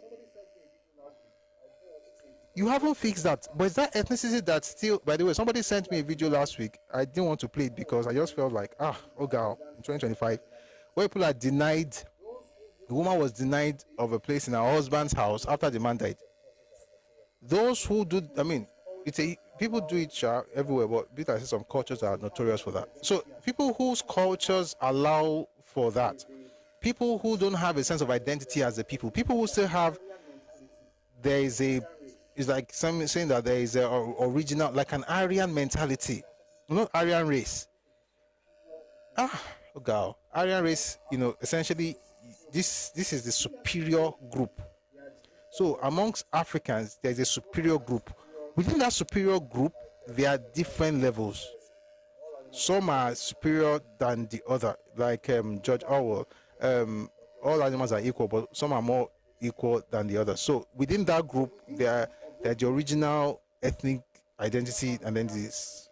Then within each of those groups, you now have a caste system where some people are untouchables. Now, while you're having all these things, why not think of creating that unity in that group where, number one, you abolish caste system, number two, you stop the stupid idea of superior anything because you're not superior to anybody. I'm not mentioning any group. So if the thing hits you, it means that you are the talk about. You have to first remove the idea that you're even superior to anybody, because you could just explain tired, no evidence. Number two, you have to remove this idea of amongst this group, some people are better than the other in terms of their towns. Number three, within each town, you have to remove the caste system. Number four, find a way to unite yourself and create a cultural identity or an identity of unity. When they discriminate amongst each other within the group. When you are done with that, you cannot talk about let us unite Nigeria. Until then, make everybody they do what they want to do for Nigeria. Make them do it for their house first. Mostly. God bless everybody in Jesus' name. Amen. Let's go back to the book. After all this has been said, there's an unfortunate habit on the part of practically all the protagonists of unitary constitution for Nigeria, which must be deplored and roundly reprehended. They always apply regionalism and tribalism in the derogatory senses, which we have just defined, to advocacy for federalism per se and the consequent demand for the organization of the country into states. To them, every federalist is a regionalist in the derogatory sense, and anyone who advocates the organization of the country into states on linguistic basis is dubbed a tribalist. To apply regionalism and tribalism in this way, that is, in the derogatory senses, is, in our candid opinion, an enormous misuse of words. It is indeed an aberration conceived by unrestrained emotion and born of blind passion. In all their writings and utterances, there is paradoxically a combined display of ignorance, cant, play mischief, and a sense of superior patriotism. What do they call them these days? Emergency lovers of Nigeria. Are you not paying that people are dying? People are hungry. Feed them. You will think that you're not in Nigeria, no. Meanwhile, just talk about the worst things in Nigeria. They will be the loudest voices. Nigeria cannot work. This country is bad. Our GDP, China went to China. They will go everywhere, destroy everything, whether it's in the US or in Indonesia. Every time they speak about Nigeria, they make it deplorable. They make it look like a place meant for lepers. But they are the most patriotical. The emergency lovers of Nigeria. The ones you are seeing right now are the descendants. The ancestors lived a while back and nothing has changed.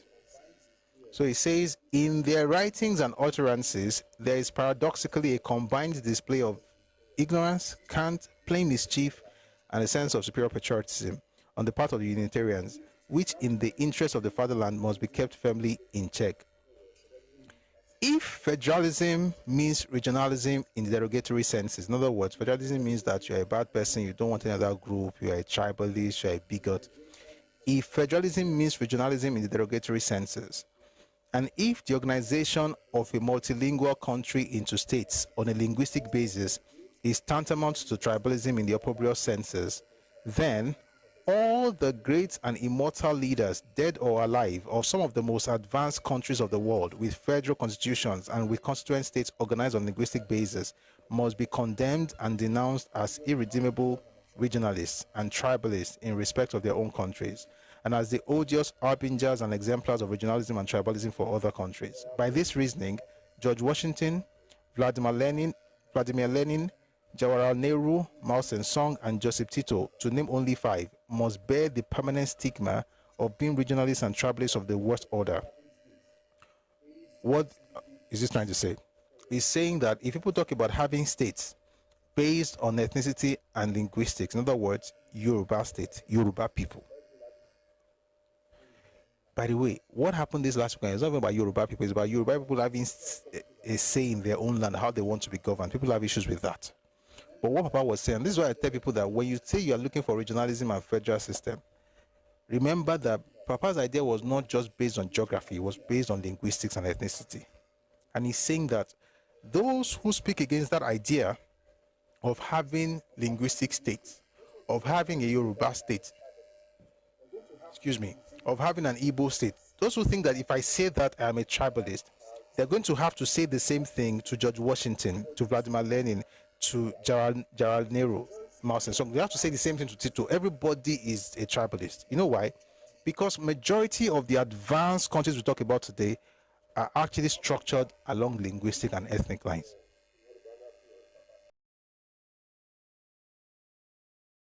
The autobiography of Papa, you will discover that majority of the things that he formed as his opinion in terms of federalism and ethnic groupings were based on things that were done in the 1920s in India. And that's actually the most sensible way of organizing a multi-ethnic space like Nigeria, where every ethnic group is seen as a nation. The only difference is that you don't have sovereignty. Nigeria is a sovereign space. You see, if we have this in Nigeria, all this secession thing will probably reduce. Which is why I like the new move for regionalism that everybody's saying. But I'm just trying to put this out there so that all of us actually understand what it means to have regionalism. It's not just west, south, northwest, northeast, north, south, north. It's not just about geography and wind veins. It's actually about something deeper. A common identity, common language, common culture, common philosophy, value system is the same. That is the basis of state creation from Papa's own perspective. And he's saying, listen, it's not even new. If you are blaming Papa in 66 for being a tribalist, you're going to have to go all the way back to the United States and blame George Washington. Because believe it or not, you know, one day we're going to have a session on this thing. There's a book, there are books actually, on the concept of WASPs. I think I've shared it here before. One second. I think I've shared it here before. The idea of WASP, White Anglo-Saxon Protestants. You see, when they formed the United States, it wasn't for the entire world. This opening up that we see in the US right now started in 1965. And one of the things that led to the US opening up was actually the civil rights movement. Originally, the entire place was meant for whites, Anglo-Saxons, and Protestants. You know, I don't know if you know about this. You know, when the Irish got to the US, they were not necessarily considered as whites like that. And that's one of the craziest, opening up or closing up. No, opening up. America did not open up until 1965, to be specific. I'm not saying that folks from other countries did not enter the US. So Chinese entered US, blacks of course were in the US, Irish were in the US. But I'm saying that Italians were all of them were in the US, but it wasn't open to them. If you were able to enter, it was a huge and rare privilege, because they did not design that land for everybody. They designed it for white, not just white, Anglo-Saxons, primarily English, and then Protestants. And I remember saying here the other day that when people talk about this tribalism, have you ever thought about it? Now, we've shared this before, so I'm sure we have all thought about it now. Have you ever thought about how you could have a nation of over 200 years and you have only had less than 8 years of Catholic presidency in America?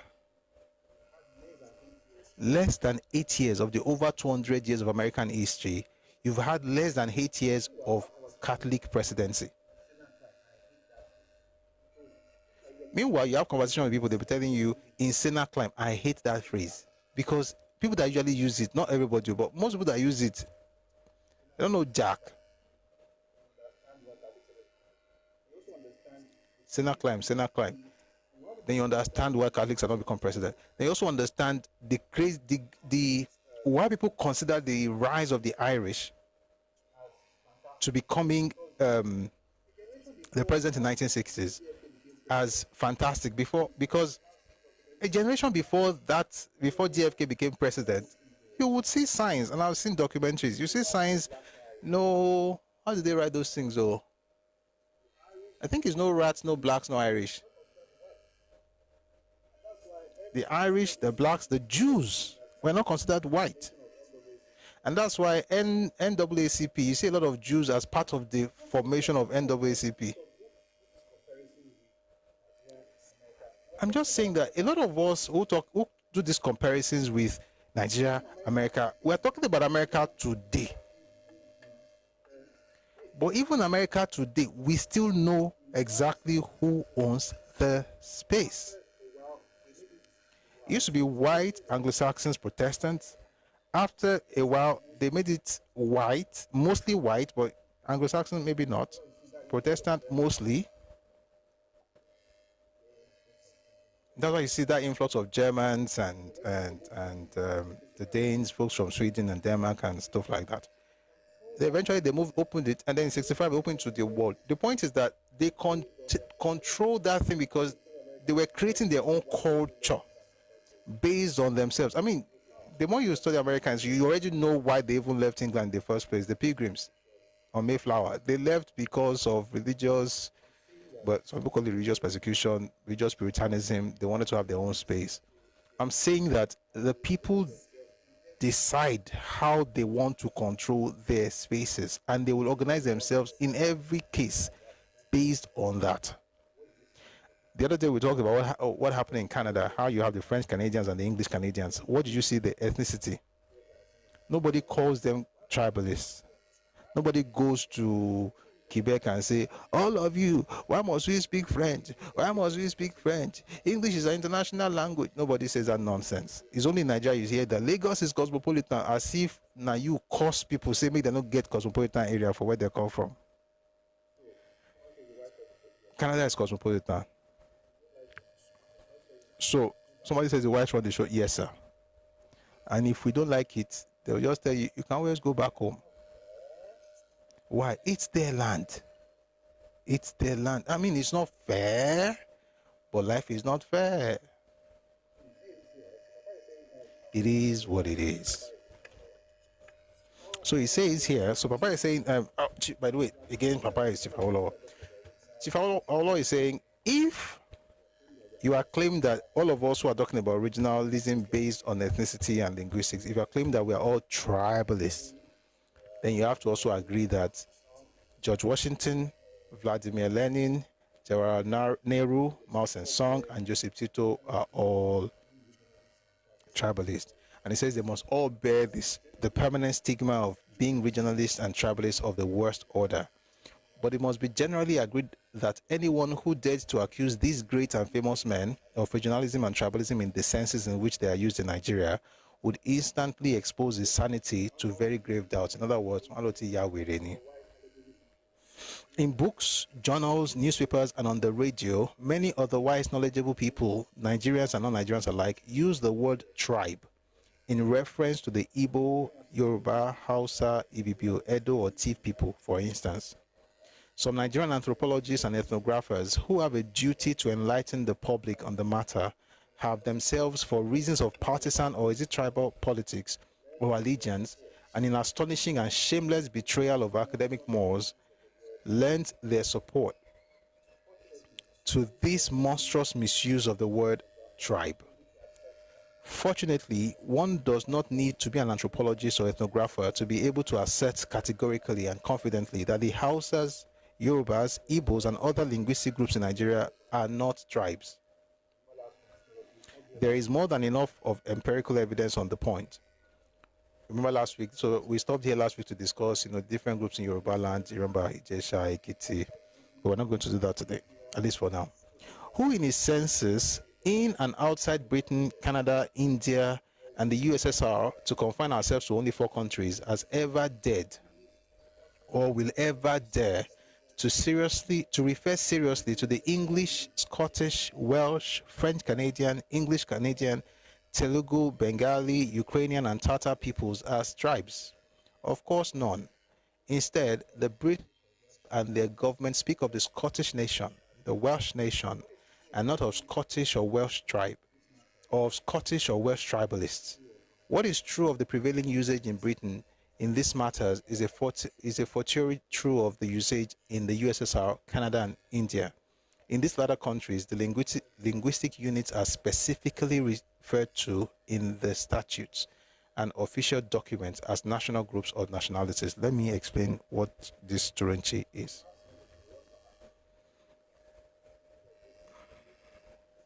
If you ask me today, what's my nationality, and I say Yoruba, you are most likely going to fight me. But when you fill forms in the UK, let me even say one funny thing. The UK itself recognizes Scotland as a nation. They know they are, even now, if you Google right now, like I said last week, but in case you were not here last week, if you Google right now, how many nations are in the UK? Humor me. Assume I'm probably lying. Of course I'm not, but just assume. Just look for it. How many nations, or right, how many countries are in the UK?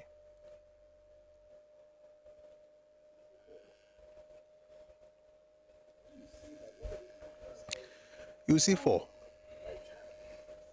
When you say that, nobody looks around and tells you, oh, you're a tribalist. Why can't you have unity? It's United Kingdom. It must be one. No. One nation under God? No. The sovereign state is the United Kingdom, but each of them is considered to be a nation because that's what they are. That's what they are. Yoruba is not a tribe. Yoruba is a nation. Oh, but does that mean you have your own anthem? Yes. Does that mean you have your own kingdom? Yes. Does that mean, but that means you must have sovereignty? No. We make the mistake of assuming that nationhood or state or nationhood is the exact same thing as sovereign state. So, for instance, the UK is sovereign, Scotland is not, England is not a sovereign nation, but it's a nation. The same way Yoruba. So if you can say England, why can't you say Yoruba land? Why must you say Southwest? Especially knowing that there is Yoruba land outside Southwest.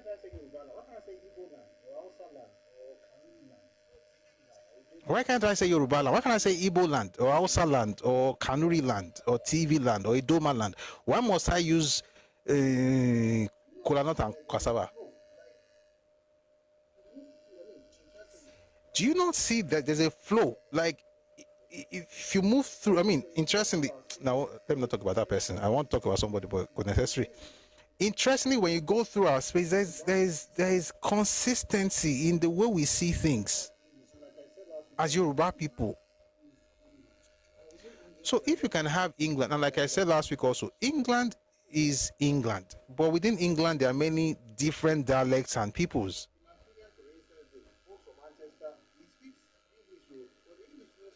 The Mancunian, for instance, the folks from Manchester, he speaks English, but the English no sound like the one we go here for London, or the RP, the received pronunciation that we all speak, that the Queen speaks, or you hear on BBC. That's not what you're going to hear in Manchester. It's a bit different from what you're going to hear in Liverpool. There are different dialects of the same language. It's the same way Ijesha is a dialect of Yoruba language, and so is Ijebu. They are not different languages, they are different dialects of the same language. But the Scots have their own separate language because they're a different people group. The Welsh, same thing. Adabi, good to see you. She are going to be my friend today, Avi. Every nation you go within the UK, everybody has, if they had listened when they were saying all these things in the 50s, Nigeria would be a lot better than it is right now. But is this, oh, we must unite? That's not unity. You are killing yourselves. It's not natural. Oh, Olawa, they're good to see you. It's not natural. Oh, we must be together, forget the language, we are one. Is UK not one? Are they fighting? Are they fighting? They're not fighting, but everybody knows, say, okay, Scotland do now one space for your own. They fit the time where they want to. And I've said it here before. If you're a Scots person or you're Scottish and you are in Scotland, going to school in Scotland, you will not pay school fees. If you're Irish or you're Welsh or you're English and you want to go to school in that same place, you pay almost £10,000. Are they being bigoted or tribalistic? No, they're taking care of their own children because they have a duty to their own first. If you're Irish and you school in Belfast, or you're from Northern Ireland, you school in Belfast, you pay about 4,000 plus. If you are Scottish that you go to Ireland to go to school, you will pay 9,690 or so, almost £10,000. Nobody shouts, oh, it's bigotry. Oh, it's bigotry. It's not bigotry. Everybody can do what they want to do. And you can say, for instance, in Scotland, now they are fighting over, they are really trying to preserve Gaelic, and everybody's talking about the language. They have to preserve the language. If they like, that's what they want to speak. You can't go and tell them, oh, we are all one. I'm just trying to say that. 1 second, guys. Sorry. I have an interesting person here. All of this, all I'm trying to get us to understand is the fact, thank you for the gift. Thank you. Thank you, Imani. What I'm trying to explain is that all these things do not mean that we are not united. Canada is united. The French-speaking part, they do what they want to do. The English-speaking part, they do what they want to do. It's in Nigeria, thanks for the gift, it's in Nigeria that somebody will send letter from across the Niger to Lagos State government, threatening Lagos State for introducing Yoruba language in their schools. Meanwhile, they celebrate Abia State for introducing Igbo, even though they are Ibibio people in Abia State. But if you are Yoruba, to speak Yoruba I saw a video over the weekend. It's one of the most stupid things I've seen in 2025. An educated person, they asked him, who is the most tribalistic group in Nigeria? He said Yoruba. I said, oh, okay. Thank you for the, what's it called? Compliment. Okay, why do you say they are tribalistic? So I was waiting for something really good. You know what he said? He said, because if you are speaking to them and they see each other, they will be speaking their language. Eh? That's what makes me tribalist. We'll be tribalist forever at this rate. No. Because let me tell you something. I went to school in Ife. See, when I went to school, if for instance you go to the Senate building and you want to, if you want to do anything and you start like me now, Adebusui, good afternoon, ma'am. I'd like you to help me do this. I'd like you to help me send this document. they'll be like, I don't say colloquial. Okay, the answer. You don't even bother speaking English in that place, unless, of course, they see you that, oh, you are not Yoruba, so they will speak Yoruba to you. Sorry, they will speak English language to you. But as a Yoruba person, why on earth? And this is true. I'm guilty as charged. If I meet a Yoruba person and I've done this, even with an Igbo person that can speak Yoruba, I'm speaking English to you, I now what say mistakes so you back on. I'll just be like, what's the purpose? What's the essence of speaking English language when you can speak the same language? Why? Do you know? Have you ever asked yourself? Vladimir Putin understands English language. Why on earth does he need an interpreter? Why? Why do you speak to a French person, especially in their land? They know what you are saying. They understand the English language, but they go out like say they don't know what they talk. You go talk tire until you probably say something to them in French. They can't help you. Even she understand. They can speak the language, but why do they need interpreters? They are making a point. Your language is not superior to mine. That's what they are saying. And if Yoruba people are the only one who have the sense to do it in Nigeria, then so be it. English language is not in any way, by the way, in some cases, God self is inferior to my language. There's certain things you want to say, okay, but my soul, yigi. Lede gesi. There are certain things you can't even say in English language is international, like all of us have to learn the language and speak it apparently. But there are certain things that will be best expressed in your native tongue. So if I say Yoruba person, why on earth would I be speaking English? What is the sense? But that to that clown is the definition of tribalism. Oh boy, if that's the definition, we'll be tribalistic for life because my children will do the exact same thing. Some people need to be colonized again or long. I don't know who will colonize them, but I'll signify interest if I'm needed. So the definition of I'm not a tribalist is that every time I want to speak is English, even to my own people. But that's the definition of. But where were we? We're talking about the idea of tribes. That it's even wrong to classify us as tribes. We're a nation of people. Yoruba people have several tribes, and several cities, and several towns, right?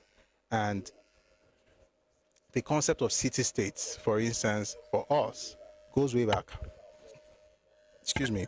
The concept of city-states for us goes way back. We've been organizing ourselves in that structure. So we must be very, very careful not to reduce ourselves to, and you also have to be intentional about it. My tribe. No. As a matter of fact, God said, if you think about it, if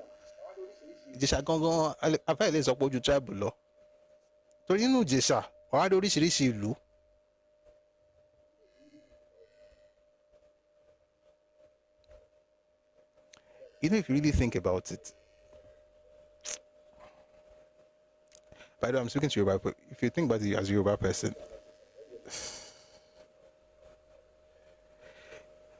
let me do an exercise. Let me just ask a question.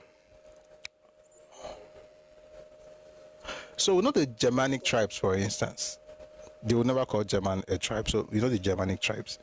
I just want to ask a question. These tribes, these Germanic tribes, can you tell me how many of them has more than one town? I'm just trying to understand it a bit deeper. Maybe I don't know that bit enough. So please, if you can, please help me. How many towns does each of the tribe occupy? For instance, is a tribe, the Germanic tribe, the Jutes, the Danes, the Angles, the Saxons. No. Wait with me. No, stay with me. I'm going somewhere. So the Angle, that's a tribe. The Saxons is a tribe. The Jutes is a tribe. The Danes is a tribe. So my question is that, so let's say Saxons, for instance, will have a number of towns, Abi? No, you're still not getting my point. I'm talking about Germans now. I'm saying each of the tribes. Don't say Anglo-Saxon. Anglo-Saxon is a combination of two Germanic tribes. I'm saying take it one by one. So let's say the Saxons. Let me not even go Saxons. Let's say the Jutes, for instance. That tribe, does it have many towns? I'm not saying do the Germans have many towns? Of course they do. The tribes have many towns. I'm saying each of those tribes, does that tribe, like let's say the Jutes now, have like many towns? I'll explain what I'm saying is, maybe I'm trying to, this is where I'm going. So if you go to Ijesha now, there's no, Ilesha is just one town amongst the Ijesha people, right? So in Ijesha, there's Ibokun, there's Ilashe, there's Oshu, there's Ilesha, there's Esauke. There are many towns. You go to Ijebu has many towns. Ijebu Ode, Ijebu Mushin, and so Odogbolu, and so on and so forth. Go to Remo, the same thing. Go to Okun, the same thing. So I'm just trying to understand. Maybe I'll research it a bit more. I'm just thinking out loud. The point I'm trying to make is that each of these groups serve on their own. Some of them, you can't even say is just one tribe. I mean, if you're using the exact understanding of tribe based on waiting during both teachers that time, Saxonburg in Pennsylvania is like saying Ejigbo in Lagos.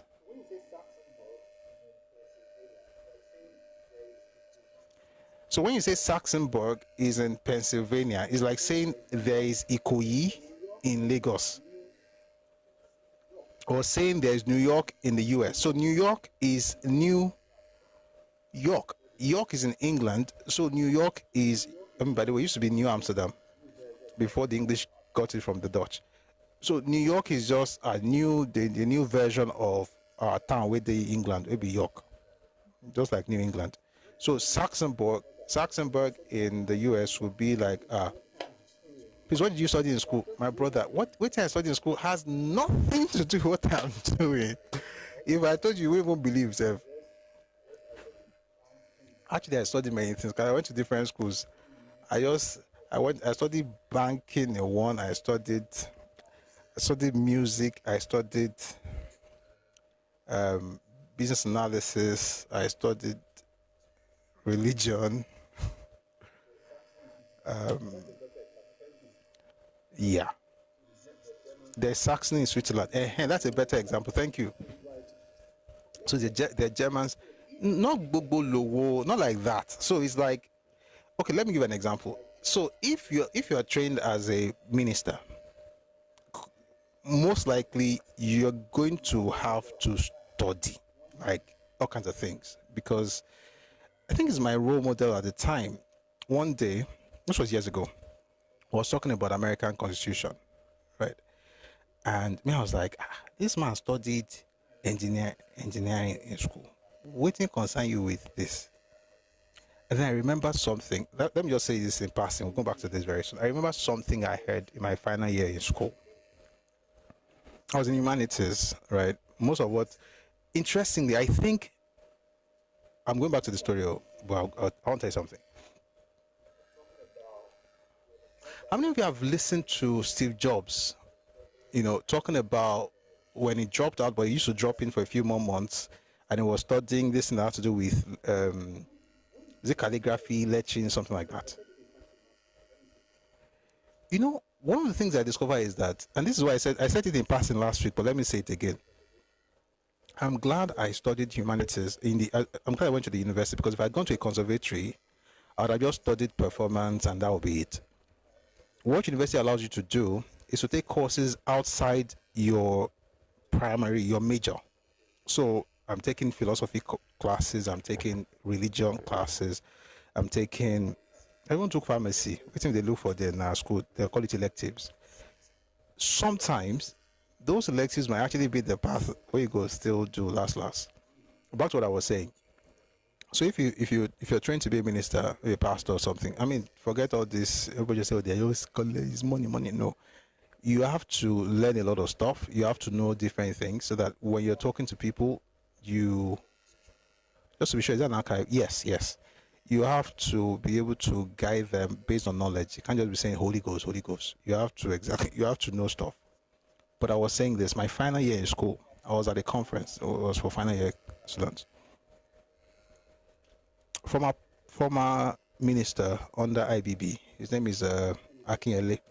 He finished from Ife in 1960. I think he entered Ife in 62. He was one of the first folks in in Ife. He finished maybe 66 or so, 65, I can't remember now. So he told a story. Yes, Alex Akinyele. This is about 20 years ago, but I can't forget it. He told the story that when, I don't know, was it him? I think it was him. That when they had the first convocation in Ife, the Papa was there and he gave a speech. And he said, now you have learned how to learn. I cannot forget that statement. Now you have learned how to learn. And for the first time it occurred to me, even if you studied Yoruba in Ife, you are equipped for life. In other words, it's not about the certificate or the course of study. It's about the tools that you got from studying in Ife. Critical thinking, the ability to actually sift through to find the facts, the ability to sometimes compartmentalize, hold two differing thoughts at the same time, which was quite difficult, especially in religion for me, for most, but not for me, because of having gone through that in school. You hold through two somewhat conflicting thoughts, and you are able to be consistent with your whatever stance you have, but you can hold those two things at the same time. I think that's actually what makes you educated. So I can say, okay, I'm a Christian, but I can discuss Ifa. I'm like, no. So there are two extremes. One is, it's just spiritual. You can't do that. You don't know. You can't. It's going to affect your faith. Not knowing that there's a philosophical part of it. There's the other side of, no, it's only us who understand this thing. Meanwhile, you ask them, what is it they don't really know? And so the training, what it does, is not really about the degree or the certificate. It's just about the fact that you're able to be taught by a person like Jingo. If you went to Ife, you know Jingo.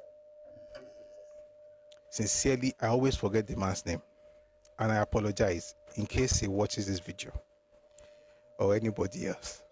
I really apologize. But does anybody know the full name? He used to be the NLC president. That man has taught people though. Does anybody know? It's not Fashino. God bless you all for me. Fashino. Thank you. Professor Fashino. You'll be taught by that kind of person teaching philosophy. Your head will open.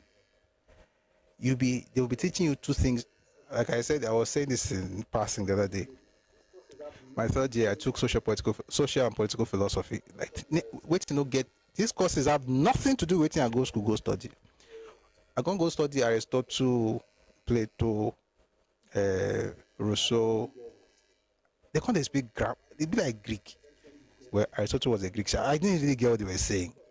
But by the time I eventually got it, you guys will not believe this. This has been a long time, more than 20 years. I have my scripts from that particular course. Or maybe because I like this course, I guess. But I have my scripts and then the term paper. This is in my library. Because it's proof positive that anybody can understand anything. Like, as abstract as it could be. But the point I'm trying to make is that to understand that is actually the reason for going to school. When you're done, like, I can become a medical doctor if I wanted to. Like, you're able to hold different thoughts. So when I was in tech, for instance, you could do business analysis, and people say, "Oh, did you really do this when you were in school?" Like, not to. Did you go to Ife Olufumi? I did not do philosophy 101. I did religion in first year, but my room, they used to disturb us. It's a fallacy of inconclusive. It's a fallacy of generalization. It's so beautiful to see young people in first year argue philosophy. You look at like, what's this nonsense? But to be able to actually ask the question, who is God? Does God exist? Do you exist? Are you dreaming? Are you sure you are real? Those things just make you just open, they open your mind to stuff. And then if you're able to resolve those things on your own or with help, but if you're able to find resolution to those thoughts, you're made for life. That I think is what is missing in our educational system. This thing about, somebody was telling me on Facebook the other day, you didn't study history in school. I said, I didn't say, he said, you're not a historian. You didn't study history. I'm like, I didn't say I did. It's funny because Aristotle did not, Socrates did not study history like that. Oh, sorry. Yeah. He didn't even study philosophy like that. Gosh, people were scared of that class or thinking it was able to it. It actually does. You know the funny thing about that class? The person teaching you is a pastor. Oh boy, I love the fact that I went to that school. The person teaching you to question your faith is a pastor. You know why? See, are we? You believe this thing, Abi? Oh yeah, tell us how you came to believe it. You can't go. That's why when people talk about, I remember once, this was years ago, I was having a conversation with some people on religion, and I said something. I said they were criticizing my faith, so I was telling them, waiting they even need to criticize that more. Because say, how can you know all these things and you're still a Christian? And I said, how can you know this thing and not be a Christian? Like, you can't know these things and not be. Say no, but how can you know this thing? You know why? Because people sometimes have knowledge of stuff, but they never have resolution of those different ideas. You have to resolve everything. You have different opinions, different thoughts. Then you think about every option, every scenario. Maybe not every, but as many scenarios as possible, and then you resolve it. After resolution, what you hold after the resolution, that's your own thought. That's what you call yours. So I'm not doing it because I was born into it or because my dad said something. I'm doing it because having thought about this thing over and over again, this is what I've decided. That discipline is what I think universities should teach. I hope they are doing it, but I got it from uni. But I also got it from mentors, from role models, because there are certain people that they just speak and like, how can you think like this? People like Leke Alda. Have you heard Mr. Leke speak? Or people like Pastor Kojo Emade. Like, what goes into that? How do you think these things? How do you? So that discipline. Those two, let me recommend those two Nigerians, Mr. Leke Alda and Pastor Kojo Emade. How you are able to. You don't have to agree with everything they think. You don't even have to. It's just the process of getting to that point where by the time you're speaking, like me now, I can't say something. I'll be like, let me not say it, go and verify.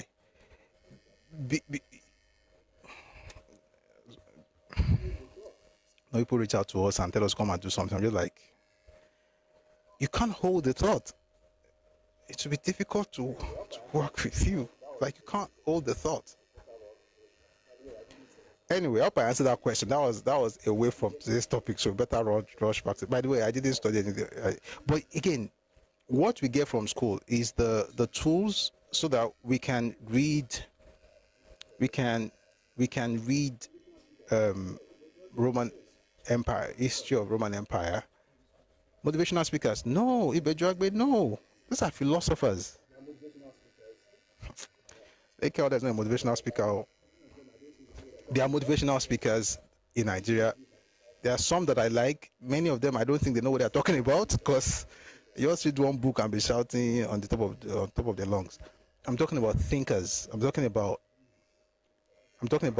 thought leaders. Those two, I believe, they're some of the best minds in this country. Leke Oda, Bojo Imade. I think they're some of the best thinkers in this country, period. As a matter of fact, on this continent, as a matter of fact, in this world. Maybe one day I'll bring Mr. Leke's book or books. There's one he was writing about. This man studied law in Ife. He was writing about creation and his understanding of what happened before the world was formed. I'm not talking about Bible by Bible. I'm talking about metaphysics. I'm talking about physics. Just blow your mind. You studied law. What's your business with physics? You're trying to outline the scientific evolution of the earth, and you are bringing arguments that those things just Yeah. So I think, I don't know about schools today, but where me I go school and the kind of person will teach us, then go open your mind and say, when you are done, if you like, go and say Ekpa. It will be different. Go and do anything you want to go do. You will be, yeah. And then if you ever pastor as well, I think pastoring should open people's mind, not the one just shouting money, money, money. Like, you've got to study. Lastly, let me say something. Years ago, when I was, going to a particular phase of my life, I started to study lawyers. I think the legal mind is probably the most refined mind. I'm not a lawyer, but I understand why they call themselves learned colleagues, although many of them, I say that they're too proud. But for real, I think the legal mind is perhaps the most refined mind because of what it takes to make a person a lawyer. That process, I think every single person, in my opinion, should subject themselves to that process. The studying. When I was in my first year, I was at home and I read, it was newspaper, it was a Tribune. My dad used to buy a Tribune. My dad was an core owl person. So we had Tribune every day. There was this piece I read. It was an interview of Chief Akinjide. I know some people say, oh, Akinjide 12 2/3. There are some good things that you can learn from everybody. Chief Akinjide said, they were asking him what he thought was the most important thing, for a lawyer. And he talked about language. I won't go into the details, but I picked something from there. It means that you've got, because that's your tool of trade, right? That's what he said. Like, language is the lawyer's tool of trade. So I picked something from there. Then I observed as well, I noticed that these guys have libraries. If I've ever been training lawyer's office without a library, that one is charge and bill. You know. If you go any lawyer office where library no day, now charge and bill they talk to. More even the charge and bill itself go get one or two kini.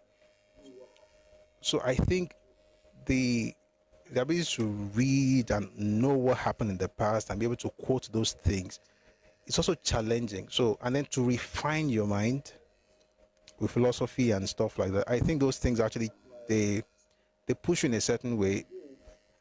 And that's why, although Awo actually was thinking like this before he studied law, but I think law helped him. And those who were competing with him should not have, maybe not study law, but at least do what he did, which was simple. Let me tell you what Awo did in the beginning before he even went to study law in 44. This was what he did in 30. I think all of us can do it. Somebody says the legal minds have caused much deep confusion. Imagine going to the UK Supreme Court for the definition of a woman, something any 3-year-old can tell them. That's not the problem of legal mind. That is the problem of, how do I explain? That one is another thing. It's not because of, that one is not legality, to be honest. They're just joking. The real issue, those want to change everything in country. That's a liberalist mindset. But let me finish this thought.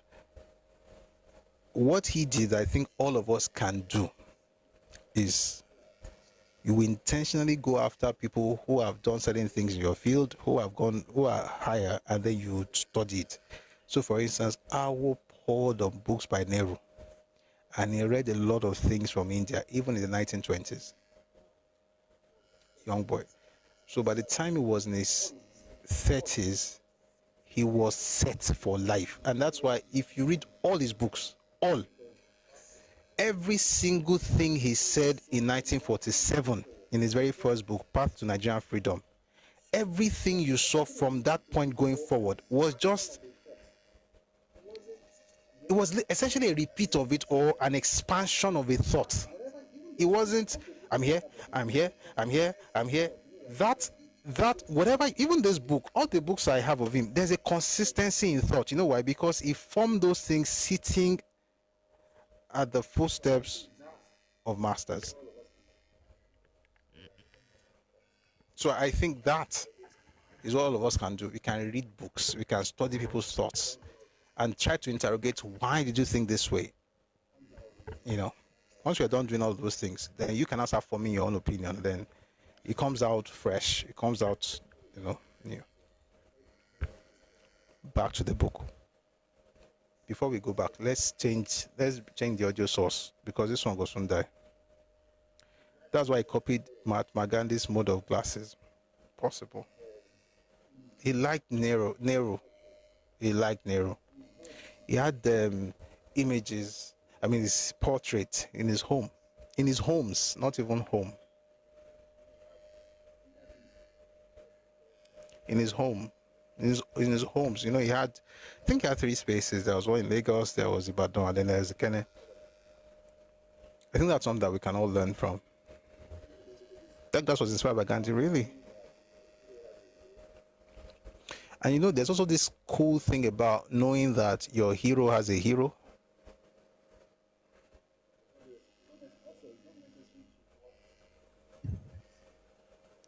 And it's not necessary to want to recreate every single time. And I think that's one problem with humans. It's not even, I know we like to say, oh, young people are like this. I think it's a human thing.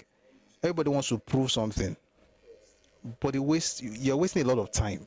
If you want to, let me tell you one joke. After NYSC, a friend met me. I met a person. With my friend, we met this person. He said he wanted to write a book, but he's going to be the one to develop the language. Okay, this was many years ago. The book has not been published till today. Me, we no want to do any language. I have published a number of books. They're on Amazon, they're on Seller. I did not have to. So wait, what are you trying to do? You are going to invent your own language and then write a book. So for me to read your book, I have to learn your language. Are you doing Star Trek? Even Star Trek said they don't speak English. They speak English now. The point is, there is this penchant for wanting to be seen as bright idea. But I believe, and maybe I'm wrong, but I'm not wrong, I believe that every generation should build on the work of the previous generation. If they don't, they are going to disappoint the next generation. All this starting afresh, coming up with new ideas, I don't think is very wise. Just what I'm saying. I saw something in the scripture one day, changed my life. Changed my life. You know what it is? You may not be a Christian, but it's a principle. It's not about religion, it's about the principle. The principle was that when Isaac was told by God to stay in Gerar instead of going to Egypt, he stayed. Then he went and dug the wells that Abraham had dug, but had been filled by the Philistines. And this was before he started digging his own wells. There's a lot to unpack in there. Sometimes there's this thing about, I have a great idea. While it's great, I think there's something from the past that can help drive what it is that you're trying to bring to the fore. If you don't do that, you have to start all over again. So you start from the scratch. The next generation starts from the scratch. So poverty, even if you have money, you will not be able to really. That's why everybody builds on something. Build like you build. All right, and please let me also end by saying, if you're from a family, maybe you have means, or you have, and someone is telling you that, start on your own so I can make a point. I learned a lesson a long time ago. I'll make the point, but I will take advantage of the leverage I have. If you have a problem with that, that is entirely your business. But if I have leverage, I'll go use that more. Whether that is something from your parents or something from your culture, use it. You don't have to start everything from scratch. By the way, that's a proverb. That's a origin. Emma Motume on the personal note. Now let's get back to the book. Somebody said, what is the topic about? My brother. Now, question they asked me. The topic is about Awu on state creation. And I promise we are going straight to the book now. 1 second, I have to change the audio source.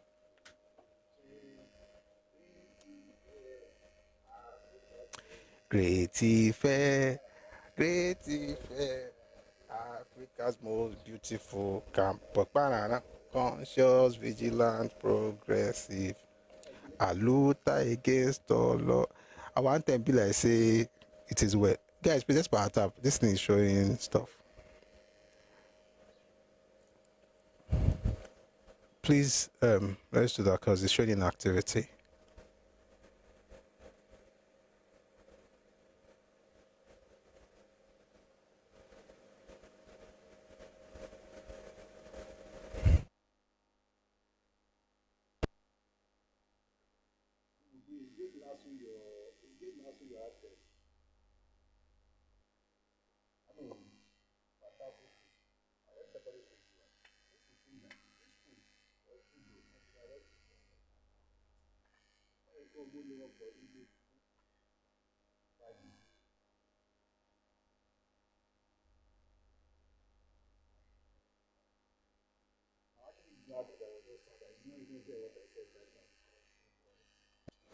I'm actually glad that there was no sound. I did not even hear what I said right now because, oh boy, that's something that I've not even said it. And I saw in the comment section when I saw freaking Jari, I was like, I can't come with so I said, go.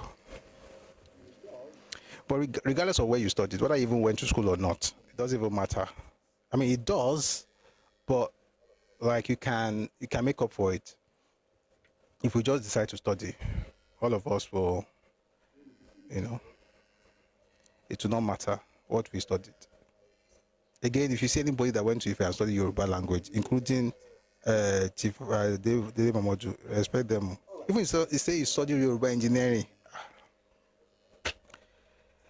All right, let's get back to the book. There's nothing like Yoruba engineering, by the way. It's just a joke that we have amongst ourselves. All right.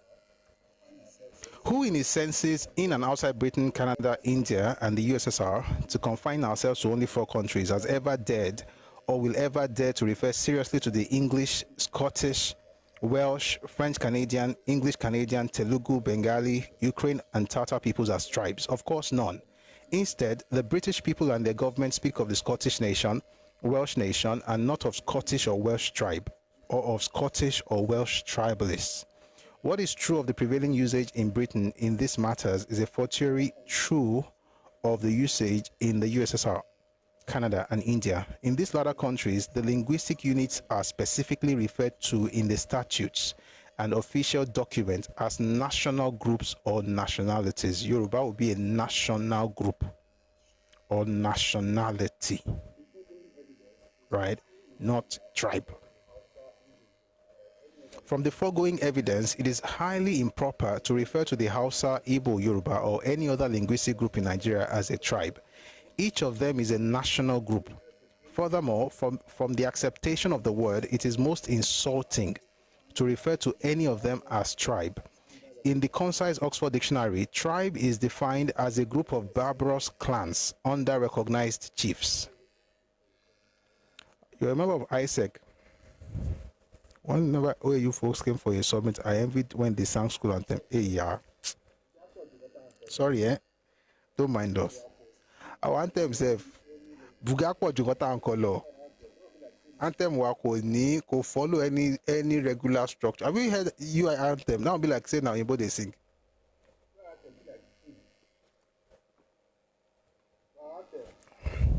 Your anthem be like him. But anthem, we don't care about any Oyinbo structure. Just write them. But thank you for liking it, by the way. But seriously, regardless of where you studied or if you didn't study, if we build a library, my father never went to a uni, but he had a library, and I think that for me is a huge plus, right? So, library gone, Nikoko, study to show yourself approved. Let's get back to this. In the concise Oxford Dictionary, tribe is defined as a group of barbarous clans under recognized chiefs. In view of this definition,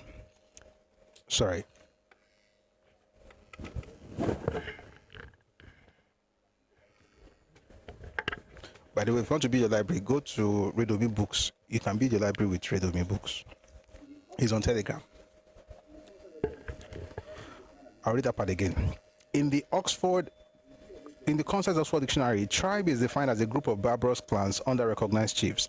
In view of this definition, it is strange that those who are sensitive, even to imaginary insults, can ply the linguistic groups to which they belong with this outrageous and undiluted insult with such obvious relish. We all know only too well that a man who is a native of England or Scotland or Wales, to confine ourselves to familiar grounds, has no inhibition in introducing or describing himself as English, Scottish or Welsh, and he will never imagine that an unpatriotic act or a sacrilege has been committed by him thereby. I'll take that again, please. We all know only too well that a man who is a native of England or Scotland or Wales, to confine ourselves to familiar grounds, has no inhibition in introducing or describing himself as English, Scottish or Welsh, and he would never imagine that an unpatriotic act or a sacrilege has been committed by him thereby. In fact, he is as proud of his Englishness, Scottishness and Welshness as he is of his Britishness. Here in Nigeria, however, when a man introduces or describes himself as Igbo, Yoruba or Hausa, he is besmeared as a tribalist and a doubtful patriot. He must be Nigerian first and last and nothing else, which I would say is ridiculously stupid. All this your insane climbs. This is what they do in insane climbs. So everybody understands exactly who they are. If the English person can say he's English and is not Kini, why is saying I'm Yoruba tribalist? But then we are far from being consistent in our judgment and attitude, unless, which amounts to the same thing, we are prepared to confess to holding contradictory attitudes to tribalism at home and to tribalism abroad. One or two instances of what we mean may be given. We never, for instance, see anything wrong in a Briton being English, Scottish, or Welsh. In fact, we always describe them as such. Number. Excuse me.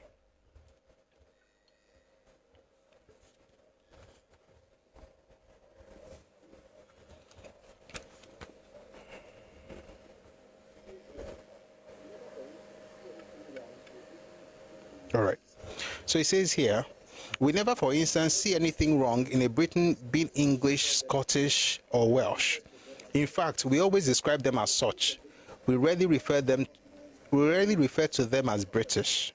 We give full publicity to England's, Scotland's, and Wales' international soccer teams, and to soccer contests between England, Scotland, and Wales as international football matches. Excuse me. Let's take this in small. Shaking it makes sense, Akosha. Excuse me. So he says, we always describe them as Scottish, Welsh, or English. We rarely refer to them as British. We give full publicity to England, Scotland, and Wales international soccer teams, and to soccer contests between England, Scotland, and Wales as international football matches. Wait, though, hold up. So Yoruba and Igbo football matches would be seen as international football matches. If I say that, what would people say? Tribalists. But England and Scotland are playing international matches. Why? Our concept of nation is sovereignty.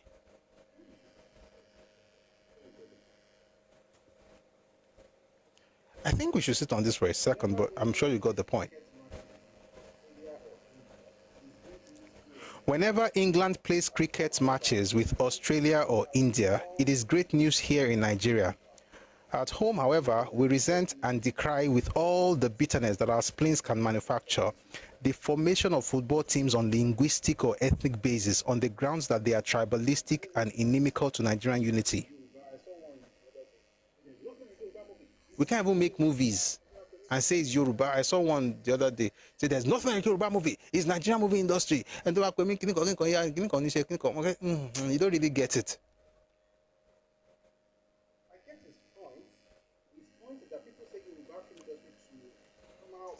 I get his point.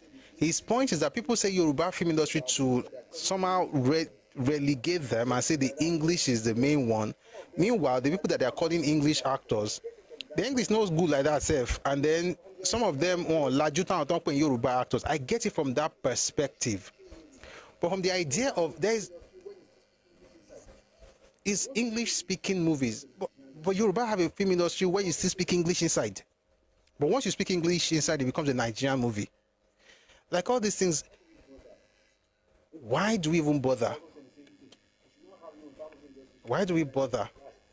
I've heard an elder also say the same thing. We should not have Yoruba movie industry. We should have a Nigerian industry. Why? Why? It's like saying that the Welsh, if Welsh make movie, it has to be British for it to make sense. It is British without saying, like it's already Nigerian. And the one who are always acting as if they are doing Nigeria a favor. Have you noticed that there are certain people that their movies made in their native languages are not selling like that? Why do you think EBBOs are trying to come out hard with movies in the language? Why do you think? I don't know if you watch this movie. What this movie with Mokeme, Chidi Mokeme, and Iniedo. Iniedo was. You guys have watched. I'm sure you have watched it on Netflix. Iniedo and this lady, this fair lady. The name begins with S. The name of the movie begins with S. See poisoning. You are poisoning yourself. See what is writing. I'm sorry, but this causes even more divide amongst Nigerians. This is your mentality is the problem. This is the problem. And we went to school. What Papa was talking about in 1966 is what this person is still saying here. Is going to cause division. How come the whites can do it? God bless you, Gary. Jerry is Shantytown. Thank you. The whites can do it, but it's going to cause division. Your brain is. Are they better? Are they smarter than you? I did not know you before Nigeria. Like we're not the same. What's all this nonsense? It will cause division. We are not even together in the first place. What are you dividing?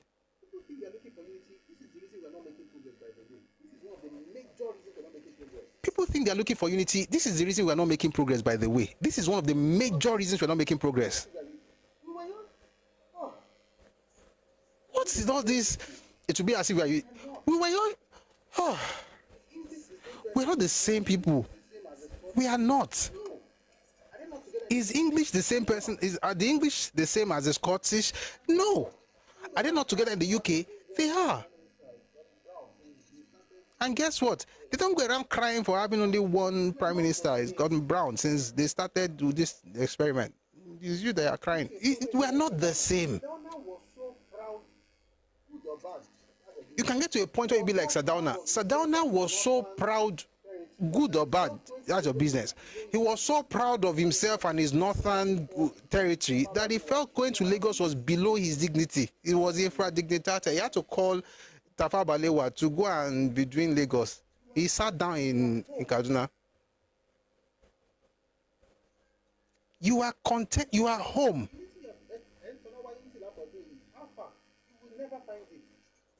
And the unity you are unity doing Alpha, you will never find it. How old is Nigeria? How old is Nigeria? You know, let me tell you something. There's some ethnic groups in Nigeria, sincerely, their identity is younger than Nigeria. Or some, their identity is just like 5 years older than Nigeria.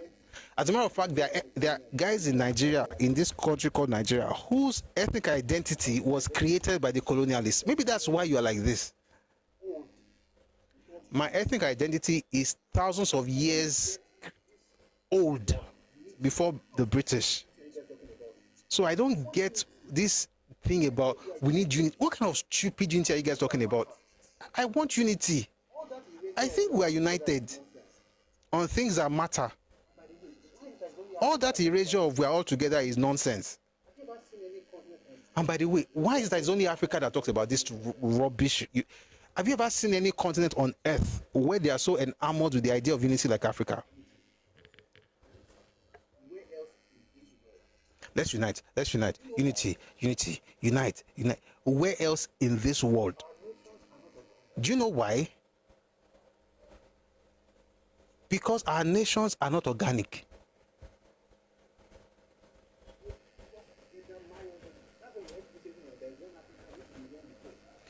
They put us together, marry everybody. That's why you hear people say things like that. One Africa, we used to be one before. There was Akebula. There was no Akebula anywhere.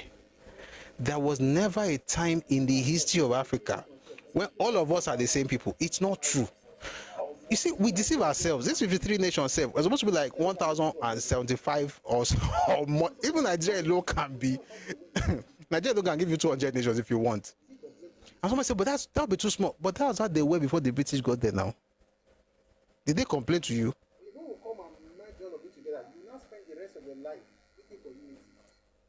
Oyibo will come and merge all of you together. You now spend the rest of your life looking for unity. Meanwhile, the Oyibo himself, he will hear Luxembourg, the place will not reach Ibadan. He will call a nation. How many people there in England? Compare England and Yoruba land. How many people there in England? But it's a nation. But you are a tribe. There's something fundamentally wrong with the mind, with some people's minds in this country. You have been reduced to thinking that you are lower than others. So a white man will stand up for his identity. He's not tribalist. But you, if anybody says it, it will affect your unity. Which stupid unity are you talking about? We are united on things that matter already. What you are looking for is not unity. You are looking for uniformity. Kubu, that's 68 million. That's the UK. I said England, not the UK. England. Let me tell you what's wrong with the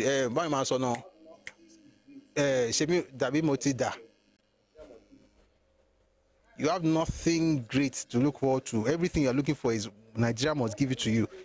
Why are you enamored? Nigeria is a blessed country. But why can you not think like the way they would think in the UK? Like, are they better? Do they think? No, and these people are not. They're not better. Oh, maybe people don't know this.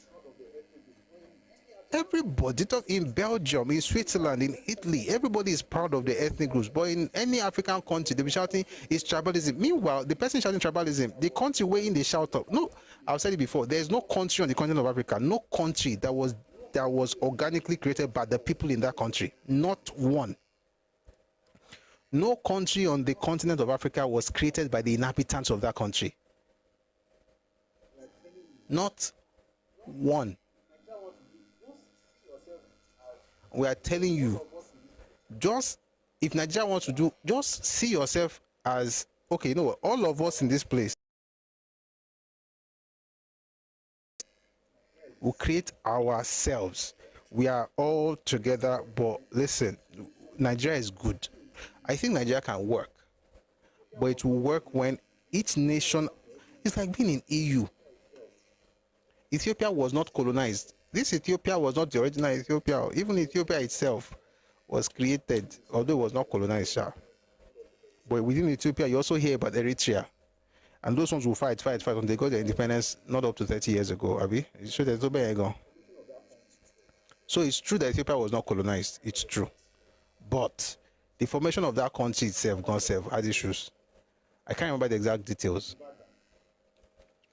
Northern Ireland population is less than 2 million people. You know, to Badan. And I'm trying not to mention Lagos State. You know, to Badan. Badan is way more than that. Badan is about, the last time I checked, I think it's about 3-point-something million. About 3-point-something million. Then the metropolis is about 6 million. But when you go to the UK, that's why when you go to Europe, all of them are nations. You are killing yourself to enter Luxembourg of just over 1 million people. But it's a nation. But no, it's wildlife. You just hear that there is Yoruba is a nation, or even your own place is a nation. Belgium is 8 million people. Lagos will swallow many countries in Europe. There are nations on this earth that are not as big as Ife. EU has 24 official languages. Are they not united? What is this unity you're always crying about? Are they not united? Is it not better for them to have 24 languages and develop than you be shouting we are united with one language, but you are still where you were in 1960, crying like a baby? What's all this? Let's unite on purpose, not on identity. We cannot unite on identity because I'm not you, you're not me, we are not we, you are not is me is not you. Me, everybody doing your own. Don't be shouting unity. Which unity are you looking for? How come these guys do not have that kind of unity that people are always talking about? But they are progressing. And you guys say you want something that happens in Sena climbs. We are trying to tell you why Sena climb is Sena. According to you, you are still shouting unity. That's how some of them will be shouting. They're looking for strong men that will collapse tribe for the country to survive. Tribe. That's the Mogalu, by the way. Writing rubbish with all due respect. For the tribe, for the nation to rise, the tribe must die. Let your own tribe die. No. Let's go back to this. In fact, I'm sorry, I can't read Papa's book straight out here unless I'm on my own. But yeah, I must stop because the man is deep. All right. It says, we never, for instance, see anything wrong in a Briton being English, Scottish, or Welsh. In fact, in other words, we don't see anything wrong with an English person being Yoruba, Igbo. We don't see anything wrong with a Nigerian being TV, Idoma. If somebody does something good and I say is Yoruba, you don't have, if you have sense, you should not be calling me a tribalist for saying that because the person is Yoruba. So he says, we never, for instance, see anything wrong in a Briton being English, Scottish, or Welsh. In fact, we always describe them as such. We rarely refer to them as British. We give full publicity to England, Scotland, and Wales' international soccer teams and to soccer contests between England, Scotland, and Wales as international football matches. Yoruba versus Kanuri international football match. Before the British, that is what it was. It was international. Whenever England plays cricket matches with Australia or India, it is great news here in Nigeria. At home, however, we resent and decry with all the bitterness that our spleens can manufacture the formation of football teams on linguistic or ethnic basis on the grounds that they are tribalistic and inimical to Nigerian unity. The English people, the Scottish people, and the Welsh people celebrate annually and with great fanfare and glee their respective patron saints' day of St. George, St. Andrew, and St. David. Of course, the Irish have St. Patrick. In the United States, American citizens of Irish origin or whose grandparents were of Irish origin continue to celebrate St. Patrick's Day with unparalleled public jollity. Here in Nigeria, we cheerfully accept invitations to functions arranged in connection with these annual events. Yet, we regard it as a crime against Nigerian unity for a linguistic group to celebrate its own national day. What harm, may we respectfully ask, do the members of a linguistic or ethnic group do to the members of other groups by the mere celebration with festivity and pomp of their national day? We are inclined to think that a good deal of the unreasoning resentments to which we have referred are due to the psychological mechanism known as projection. Baba said this in 1966. It's what they are still doing today. Projection only.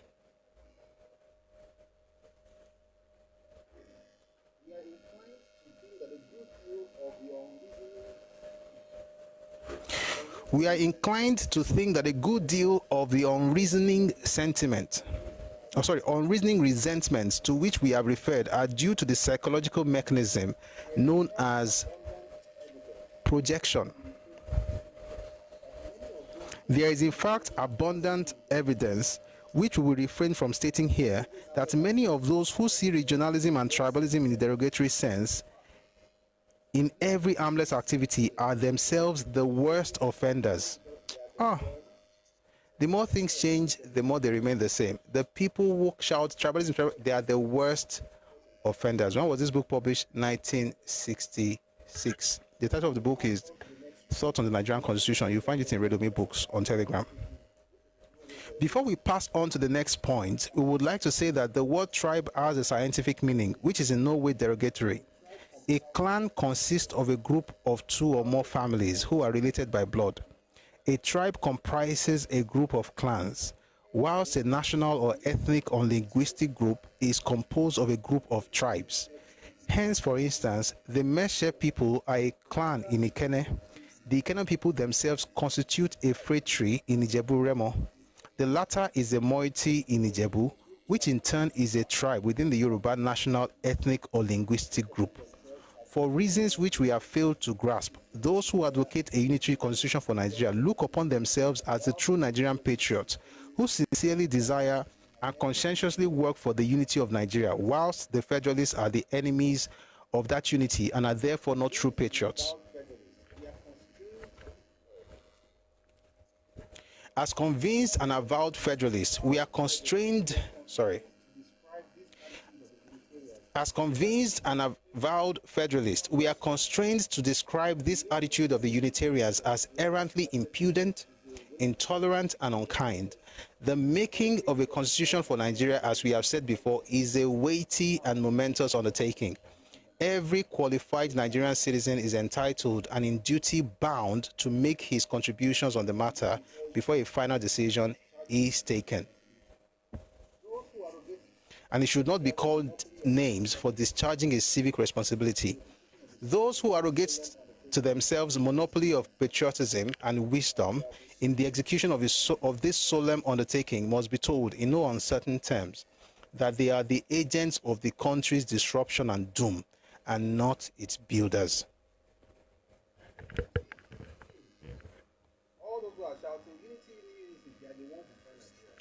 You see, all those who are shouting unity, unity, unity, they are the ones destroying Nigeria.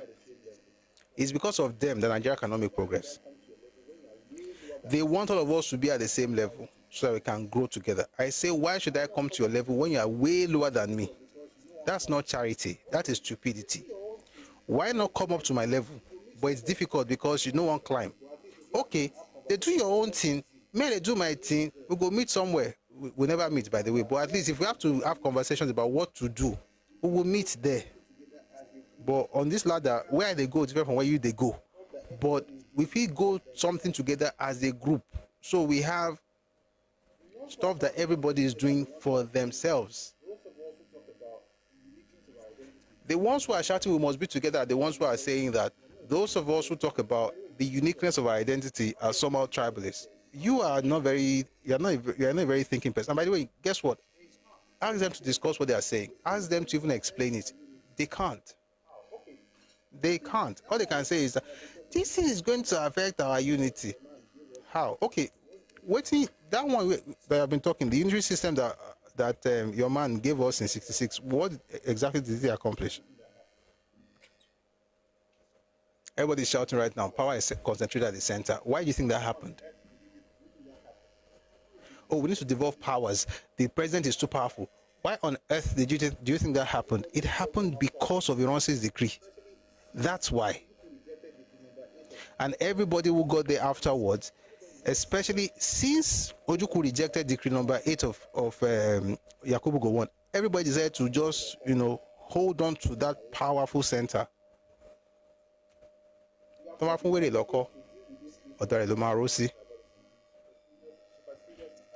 We have taken some space to deal with this issue of regionalism and tribalism and the supercilious attitude of the Unitarians, because the former have been and are still being used mischievously to becloud and bedevil matters of vital interest to our nation, and the latter is becoming a real cancer in our body politic. A piece of advice is apposite here. We must rigorously discipline ourselves into realizing before it's too late that we will never succeed. I want to read this slowly.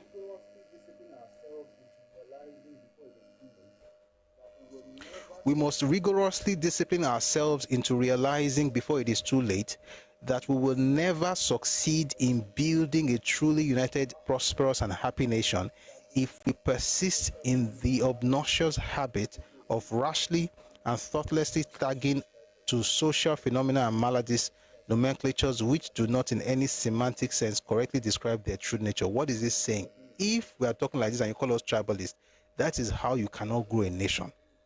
Because what you are doing is to just look for any tag on a group that you don't, on an idea that you don't like, or let me even say you don't understand. But my question is this: what's your problem with your home and your identity that you're not so proud of it?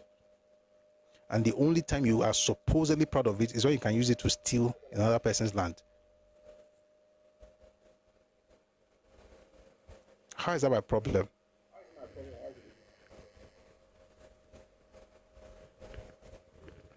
How is it my problem? Why should it be my problem? Omega Chinedu. The day God was sharing wisdom, you and your parents were there after they said Omega. In other words, they finished sharing the wisdom before yourself, your parents first, and then yourself and your parents appeared. Because that's the only reason you're going to type what you just typed in my comment section. When God was sharing wisdom, your parents missed it. They had said Alpha, Beta, they got to Omega, they finished, your parents now came. That's why you're called Omega Chinedu. I'm never going to delete what you wrote, because you're not worth me stretching my hands to press anything.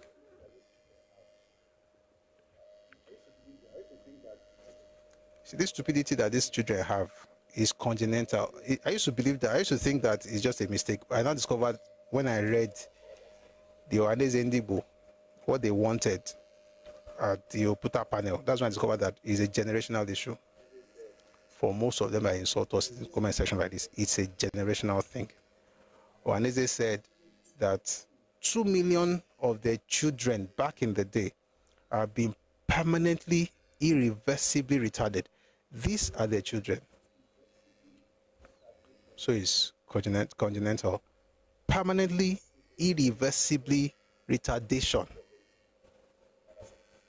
So if you see them come here and insult, it's a product of their genes. The father gave it to him.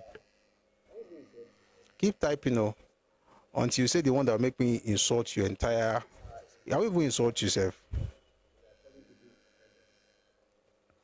You are a nomadic people, but you are calling people herders.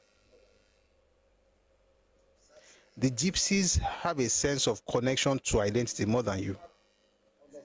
And that's saying something. That's saying a lot. If gypsies have understanding of identity more than a group, it means that group, what's a tough one here?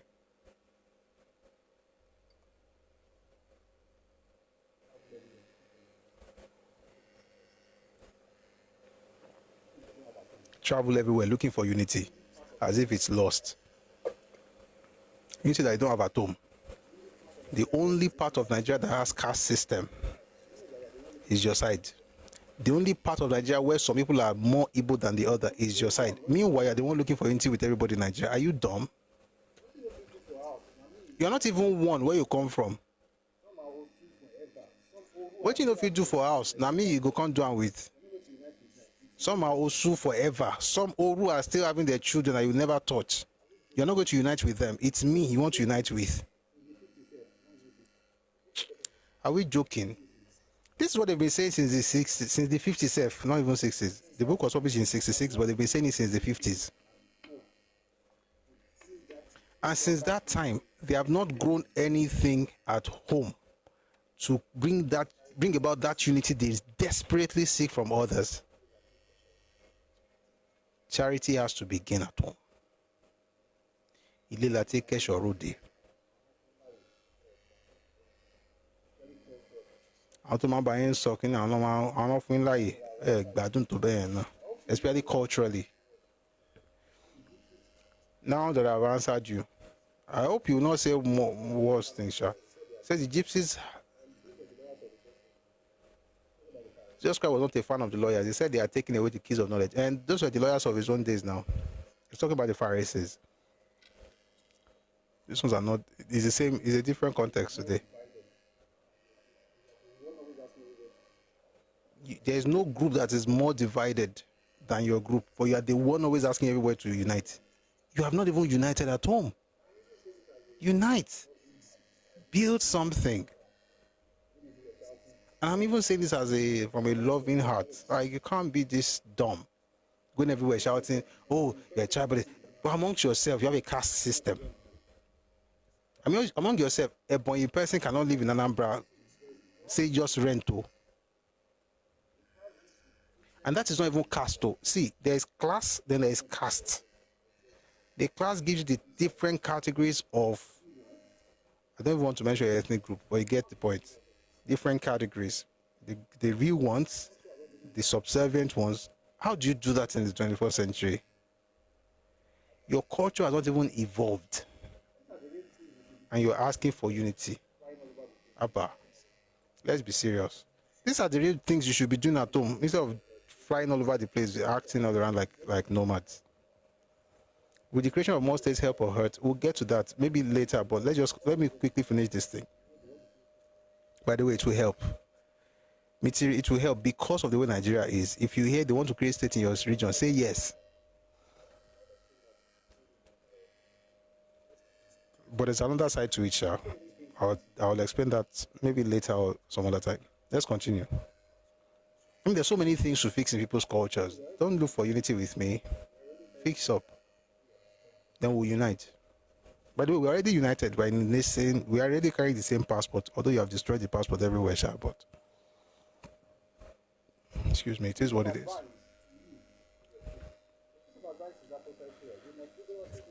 A piece of advice to you and your ilk.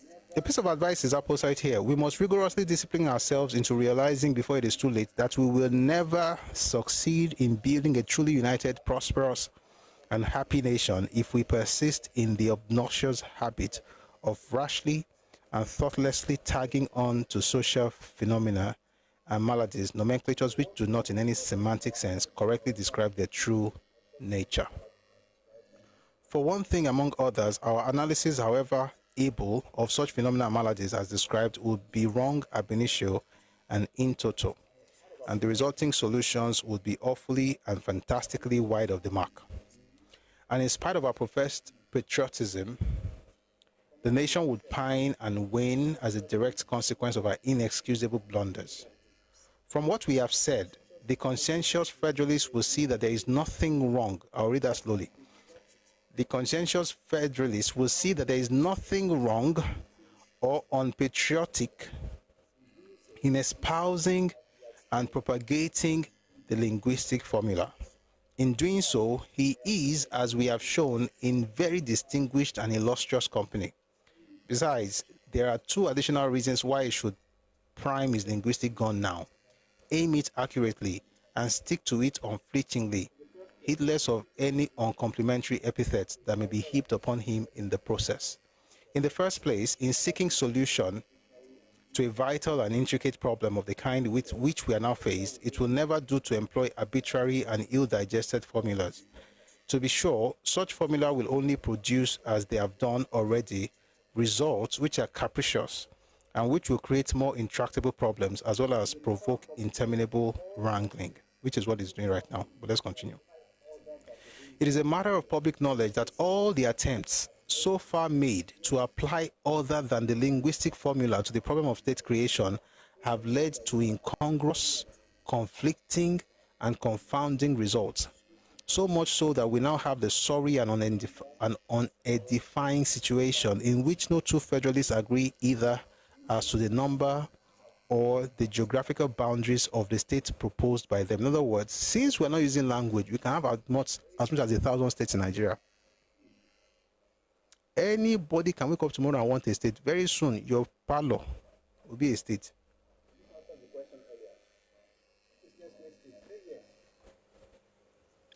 And this answers the question earlier. If they say let's create states, say yes. Because, listen, if we say don't create states and people say they want to create more states, more and more states, don't say no. You know why? Whatever money they get, they will share it among the number of states. So if you have 2 states in your own region and some people have 10 states, they will get more than your region.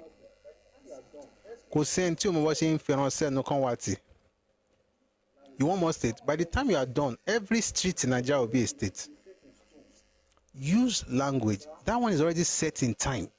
Everybody already knows it is set in stone. Yoruba area, they speak Yoruba language. Of course, you have minorities. And by the way, there's an argument for minorities in this book as well. But the basics or the rule will be that, okay, you're using linguistic as the basis of state creation, especially for the big groups. For the smaller groups, there's another way that he explained it. We're going to get there. I don't want to run ahead of myself. But this thing where, oh, doesn't really matter. We're all one Nigeria. Okay. We now create one state now. Inside the state, they're all fighting because Orowo Yerawo. And it's not about even that they don't understand the same language. It's about the fact that they have different goals. Imagine you having the same state with the Igbo person. Folks in Anioma, that there's somebody sent me a message, don't talk about it again. I'm like, if people throw threats like that, it's just to, ask them exactly what the question is. When you threaten and say, if you do like this, I will do something to you. I'm like, you can't do anything to me. You can hurt yourself, by the way. In truth, folks from that area are saying, we don't want, this is a king, I'll play it tomorrow. I hope I remember. We don't want the Southeast involved in the Anioma state creation. That's what they are saying. Oh. The woman chief earlier that I was listening to earlier, I'll play that one tomorrow again. Please remind me, everybody, please. In fact, let me write it down. But still remind me, but let me write it down. This is the best way to remember stuff.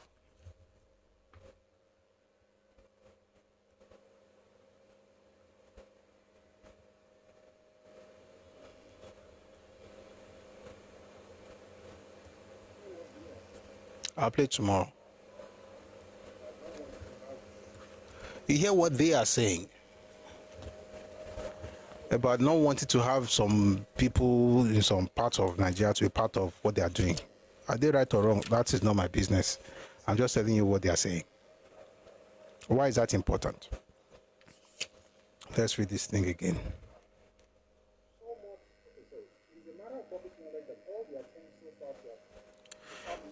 It is a matter of public knowledge that all the attempts so far made to apply other than the linguistic formula to the problem of state creation have led to incongruous, conflicting, and confounding results.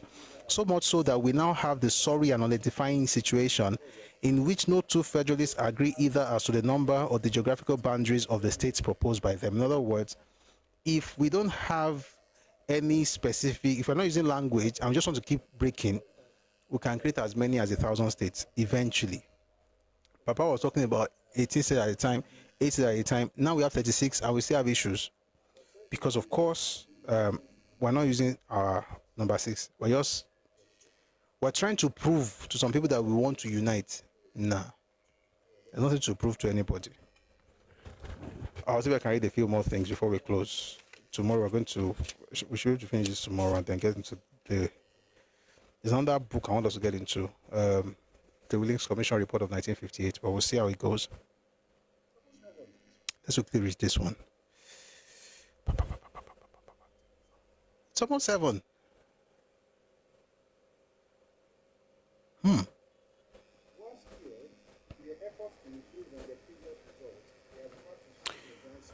Worse still, in their efforts to improve on their previous results, they have had to shift their ground so much and so often that they have in the process done great disservice to a great cause. The simple explanation for this unsatisfactory situation is that the other 4 formulas set out in the second paragraph of this section, that is items 2 to 5, are inherently defective. No matter how we may manipulate them, most of the states created on their basis will still contain minority linguistic or ethnic groups, side by side with majority ethnic groups. In that case, instead of settling this aspect of our constitutional problem once and for all, the seed for future agitation and discord would have been sown afresh. 1966. 59 years. In the second place, our study has shown quite unequivocally that the linguistic formula offers the only sound, scientific, and well-tested basis for the organization of our country into constituent states. As we have already seen, this is the formula that has been used with supreme and enviable success in advanced multilingual countries.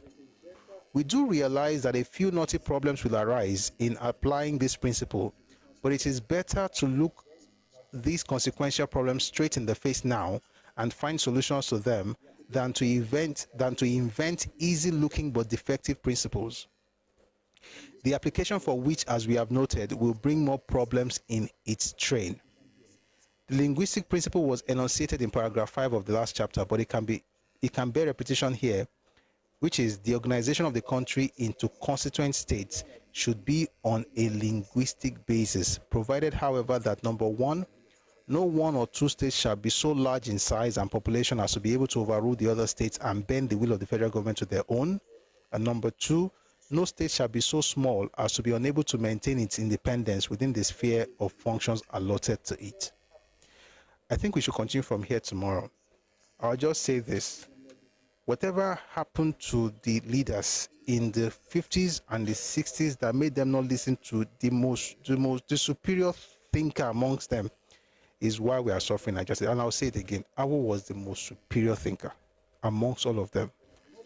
Not because he's Yoruba. Well, maybe because he's Yoruba. But more than that, it's not even about identity. It's about product. It's about the process, about the results, the things he wrote. We've read the other books. I read Renaissance Africa by Zeke. He published it in 1937. I read it. Odyssey. We read it. All this. It is well. In 19, it was talking about how we should have all together one Africa. No Yoruba, no Igbo. Even in 37. That's terrible. The point is this. I think that if we do not reorganize Nigeria based on this, we may not be getting out of these doldrums anytime soon. That, for me, is the saddest part. It's not really about superiority of thought. I just said that because it's true. But, I mean, it was a jab at every other person, but the real truth is this, or the real point is this. If we do not go back to this, I don't see any.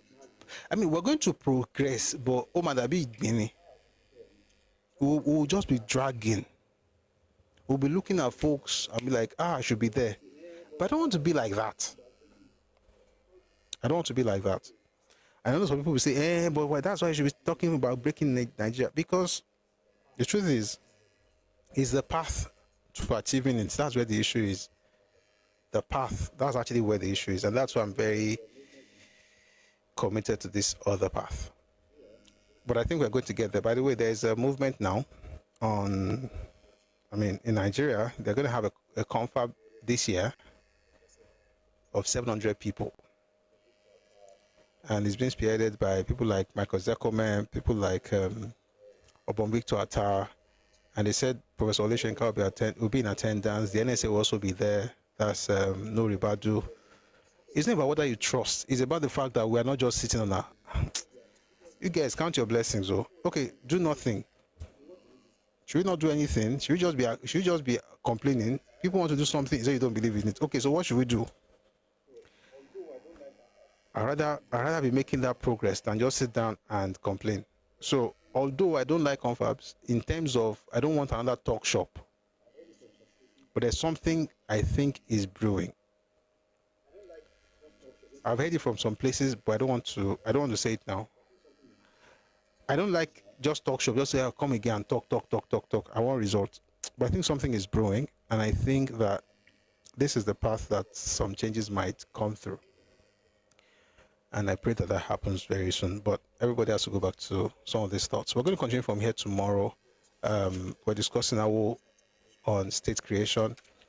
You'll be shocked when we get to the point where we're talking about the states: northern states, western states, eastern states, southern states, northeastern states, mid-northern states, Lagos states, Delta states, mid-eastern states, upper Delta states, and Niger state. Some of those states contain about 13.6 million, some of them contain 0.9 million. I just want to ask if there's any politician. Okay, actually, no. I know some politicians who think like this in Nigeria today. They don't reach 5. that I know. Maybe there are more that I don't know. Thank you, just becoming. Thank you for putting out that. In fact, thank you. I saw it. I just forgot. Thank you for putting out the address. Let me write on YouTube as well. I don't know many. I don't know, but I don't know more than 5 politicians who are able to think things through and actually put things down like this. So it's a blessing to be able to read the past thoughts. We're going to stop here for now.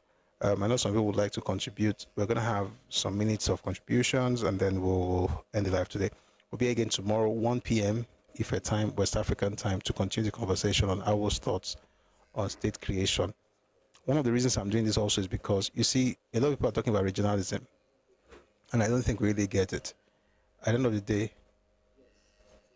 this one shouldn't take long to conclude that there are frameworks in place from the past confabs.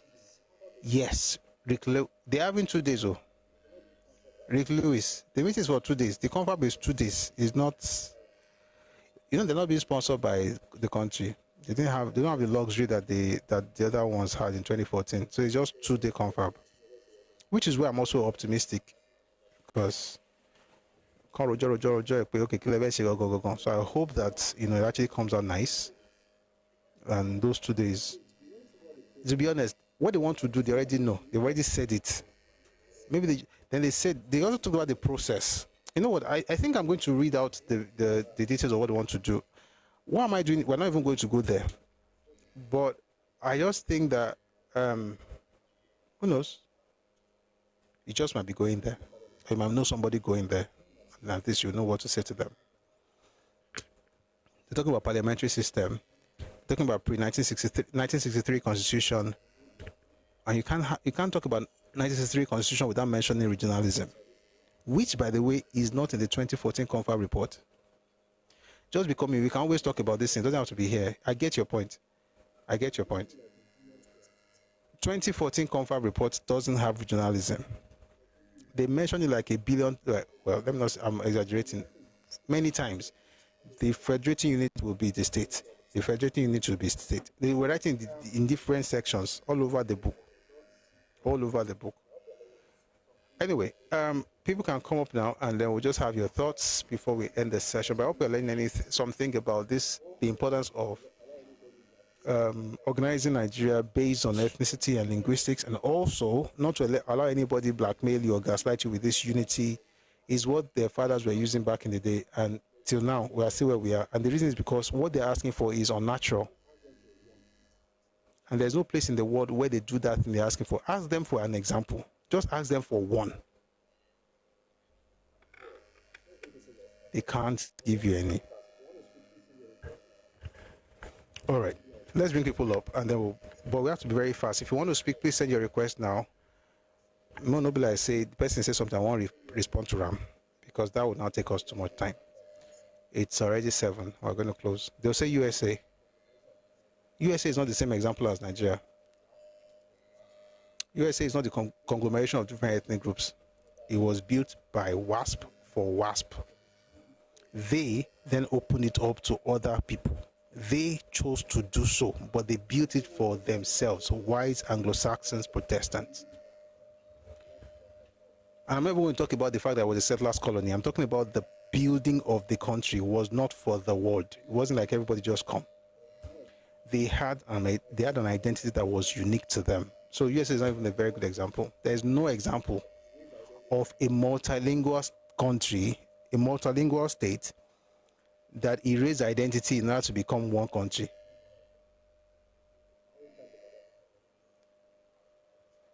Paris events, maybe not though. We can always chat about that later, but not here. All right, let's bring people up. There's nothing, even if people link here, you can't read any link unless you want to copy it. Let's have Danny. Even Canada, yes, even Canada was based on ethnicity. There's French, there's English. People think we are unique like that. We're not the first multilingual state in the world, and the ones who don't like the idea of account number, oh yeah, let me put my account number. People want to send money. All right, we have Danny. Danny, I thought I saw him just now. Excuse me. All right. 1 second, guys. Somebody's asking for account number.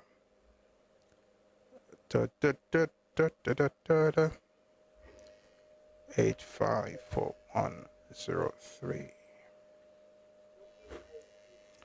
What about Turkey? Turkey has a predominant group now, Abi. Turks. There's a predominant group. Let me see.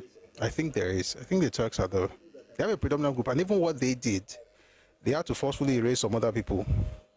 But the only people that can erase other people is those who have either you do it through military, which is what Ataturk did. And that's why you notice that every time this guy and his people write, they're always looking for a benevolent dictator that will take everything and destroy everything. So if you want to get what Turkey had, you have to do what Ataturk did. So the question is, who would be the Ataturk? And if the Ataturk is Yoruba person, that will force everybody in Nigeria to be speaking Yoruba, then it's okay. Ataturk made them change their names, though. People change their names to that culture. So there's a predominant, you have to have a predominant culture in order to do what Ataturk did. But in doing it, you have to erase the identity of the others. That thing is not possible. It's not like, never say never. I'm saying never. It is never going to work. The only way it will work is if the powerful group amongst them conquers the rest of them and enforces almost like forced assimilation. People change their names in Turkey now. Maybe people are still complaining about it today. But I'm saying all of us are together. So it's exactly what the Igbo wanted. That's what they were going to do in 1966. Unitary system. Transferring kings. Even transferring governors. Do you know that Asan Katina had a problem with the idea of being transferred from the north? One day we'll talk about it. It was like, why would he go to another part and become their governor? Imagine Ojukwu in Yoruba land. Now just funnel all the resources to the east. That thing they are looking for, where you have like a magnanimous dictator, just take over everybody and just do whatever you want to do. That thing. My point is just that as long as that magnanimous dictator is Yoruba man and their own culture will die in that process, then I'm all for it. Ask them about that. They'll tell you never, never. That's why you know that what they really want is not what they're asking for. What they want is for them to be the ones to do that to other people. Did you see the tweet? I did written another one, because the one I'm talking about is also one of those tweets I was talking about. I've read 3 of his tweets. I don't really read I don't follow him. I just read 3, and those 3 are not stating. One was when he was trying to pitch Yoruba against Abeokuta. The second one was when he was talking about Ataturk and Turkey, and one African leader who said for the nation to grow, the tribe must die. The third one was when he was talking about needing strong leaders like Lee Kuan Yew and Kagame. None of those 3 things I've read from him make sense. And I wonder, is this the person that was going to become the president of Nigeria? He was trying to become president with that kind of mindset. And I've said it several times, all the people that say that they want to have Kagame kind of leadership in Nigeria, should we have Tinubu be there for another 20 years? After all, Paul Biya in Cameroon, after spending 43 years, is trying to come back again. Sincerely, I saw that thing this morning. I was like, really? Paul Biya is trying to come back into Guinea, like, I don't even know whether it's election or appointment. Maybe keep another term after 43 years. They said they want Kagame. Kagame has been there for more than 20 years. Almost 30 years. You want Lee Kuan Yew. Lee Kuan Yew was there for almost 30 years. Let's leave Tinubu there now. He's a strong man. He doesn't care about whether you like him. He's the best leader that Nigeria has had in the last, I don't know, since this republic. Obasanjo did well, but Tinubu is going for the structure. So since he's good, let's leave him. Sorry, this thing is showing my face. Since he's good, let's leave him for another, But no, they will say no. What they want is they want somebody from the ethnic group to do that thing. That's the definition of fairness. We all know what we are doing. But I will say this: if people want to have a Kagame in Nigeria, as long as that Kagame is Tinubu, I'm in support of it. Let's leave him there for under. Let's give him like 4 terms. Deal? No, but seriously, let's give him like 4 terms. Once he finishes this one, another one automatic. Don't even touch him. Don't touch him. Leave him alone. And yes, Yoruba is the official language. Yes. And all of us are speaking Yoruba. Because come to think of it, which language is actually, apart from Hausa that's competing, which language is on outside Nigeria apart from Yoruba language? So let's have Yoruba language become the language of Nigeria. Everybody is taught in their schools in Yoruba language. I don't care whether you're in Anambra or Enugu or Onitsha. Everybody is Yoruba language. Or even Kaduna. All of us. You know what happened last year? BRICS currency, they wrote it in Hausa language, which I didn't like. They wrote it in Hausa language. Everybody's angry. But you're looking for a strong man. Now, Buhari was doing strong man for you. You're angry. People don't know. They know what they're looking for. They want a situation where they will rouse somebody up from their space to take over the space and make everything in their own image, which was what happened in 1966 January. But we're already know it's not going to work. It's not going to work. But my own advice is, if people need, again, I'm canvassing for President Tinubu because, again, to be fair, he's actually did fantastic work. Fantastic work. So please, we need strong men in power. Leave him there for, as long as possible. They can cut out this part. They should cut it now. Sheba, I'm putting caveat. The caveat is that since you say you want strong men, leave him there. Since you say you want strong men, leave him there. But if we are doing the normal thing, he serves his term, he's done, another person comes. But if you really want strong men, that strong man must be Yoruba. The language all of us should speak must be Yoruba. Your name must be changed to Yoruba language. Your own culture must die. If you agree with it, shake my hand. We'll have a deal.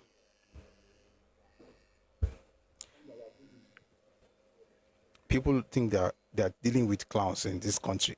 Some that we have looked into the history and we have seen what they have been trying to do since 1944. The deal is funny. No, it's unity. Why are you people doing like this? It's unity. What do you mean the deal is funny? This is unity. Like, it means that we are now together. People talk about, we're done. I'm going to close the live soon. People talk about Singapore, about Rwanda, and it just makes me laugh. Singapore has 75% Chinese. 75%. Nigeria doesn't have anything like that. There are 3 major groups in Singapore. There's the Chinese, the Indians, and the Malays. The Indians and the Malays form about 15 to 20%. But the large majority is Chinese, which is Singapore, 75%. Believe it or not, let me recommend a book. From Third World to First is a book by Lee Kuan Yew. Please read that book if you can. Please read it. Changes your mind about nation building. If that man built what he did based on Confucian ideology, where do you think Confucius is from? Ghana. It's from China. He has said it in several interviews. They're called Sino-Singaporeans. They are Chinese. China is such a big country. When we look at it, all we see is more than 1 billion people. But you know that more than 90% of China is one ethnic group. More than 90% of China is Han Chinese. In other words, the same philosophy, the same value system, the same cultural outlook, the same worldview. It's not like, see, Nigeria get problem which China cannot get. So you say, but Nigeria is just 200 million. China is over 1 billion people, but China already has the same fundamental structure. You don't. Therefore, you cannot be like China. You cannot be like Singapore. You don't have one group that's about 60 or 70% in Nigeria. If I do something, all of you will be crying. A Yoruba man, Yoruba, Tinubu just or something. It's because it's Yoruba. It's because it's Yoruba. It's also it's Igbo. It's there is no. You cannot do anything like that because there is no clear majority for any ethnic group in Nigeria. These comparisons that we do, we don't understand the fundamental structure, the fundamental differences between the nations. And they mention Kagame. They mention Rwanda. Oh, they don't have tribes. I just one question. If it's a question, no. It's a question, no. It's a question. If tribe has no meaning in Rwanda, why is the president of Rwanda supporting M23 in Congo?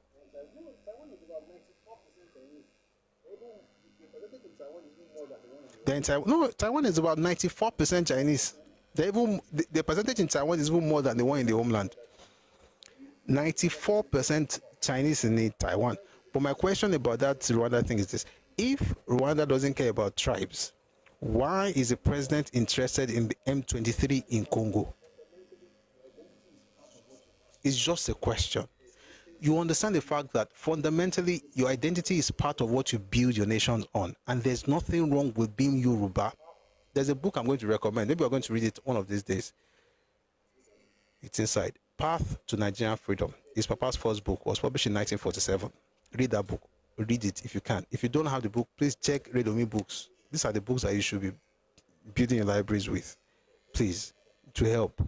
Redomi Books. Radomi. That's Redomi Global. Just change the global to books. You're going to find. Is M23 Tutsi group? Of course. Carrick's event? Yes.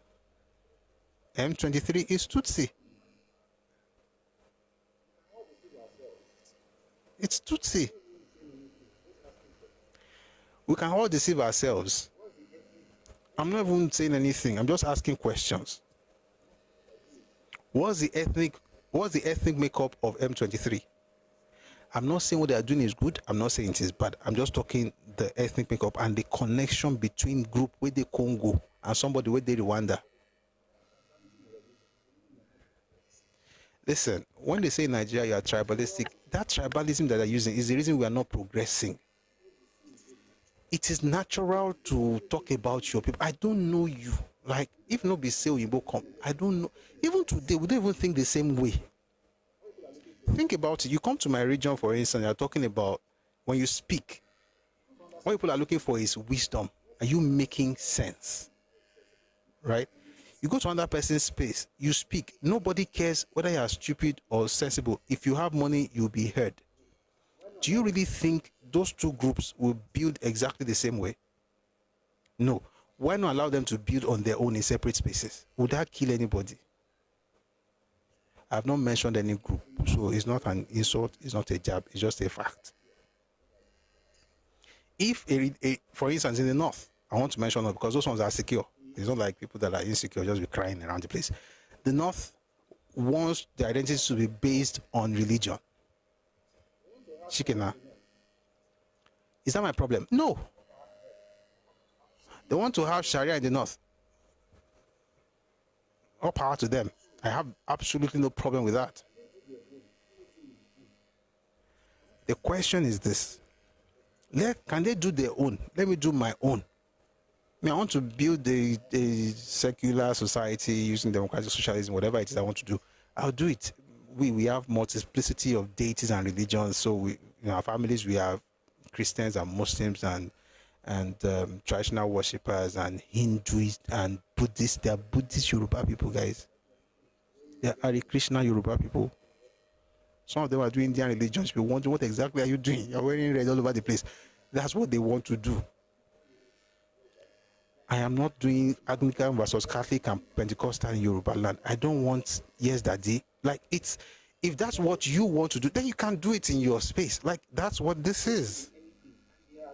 And they are atheists. They are atheists who don't believe in anything, and they are as Yoruba as anybody. But some other places, if you hear the word that you are atheist, you are done for. Your life don't finish with that. And there's some cases where they even have one religion. They don't say one is Catholic, one is Anglican, one is Clinical, one is Pentecost. They are fighting each other. They are doing yes, daddy. It's fine. I'm not against it. I like it for them, but I don't want it here. I cannot afford to be doing religious work. Be like I say, want to destroy my family with that. All families in Yoruba land, you will find even if it's not your family, maybe your in-law, somebody connected to you belongs to another religion. So your own value system, your ideology, your way of building is totally different from another person. And I'll end with this. Papa's sister married a Muslim, Chief Awolowo, and was an issue because it was crazy. Like, why would you marry a Muslim? But guess what? Eventually, he was the one who sent her to Mecca.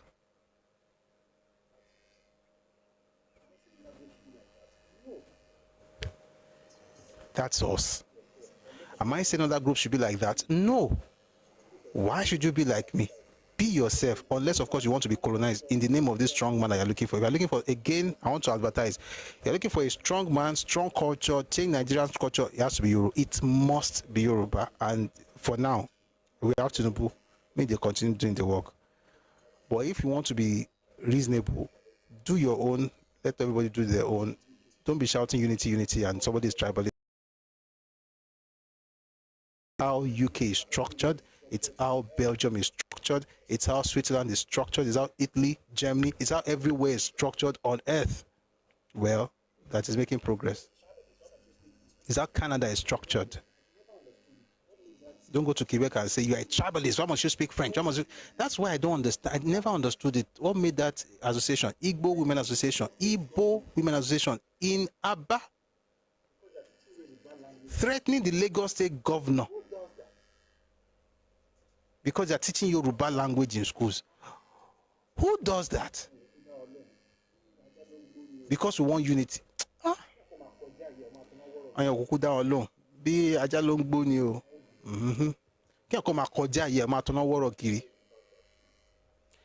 can all grow, we will progress once we acknowledge the fact that we are different and it's not a problem. I'll end by saying, I'll end before one more time. I'll end by saying this.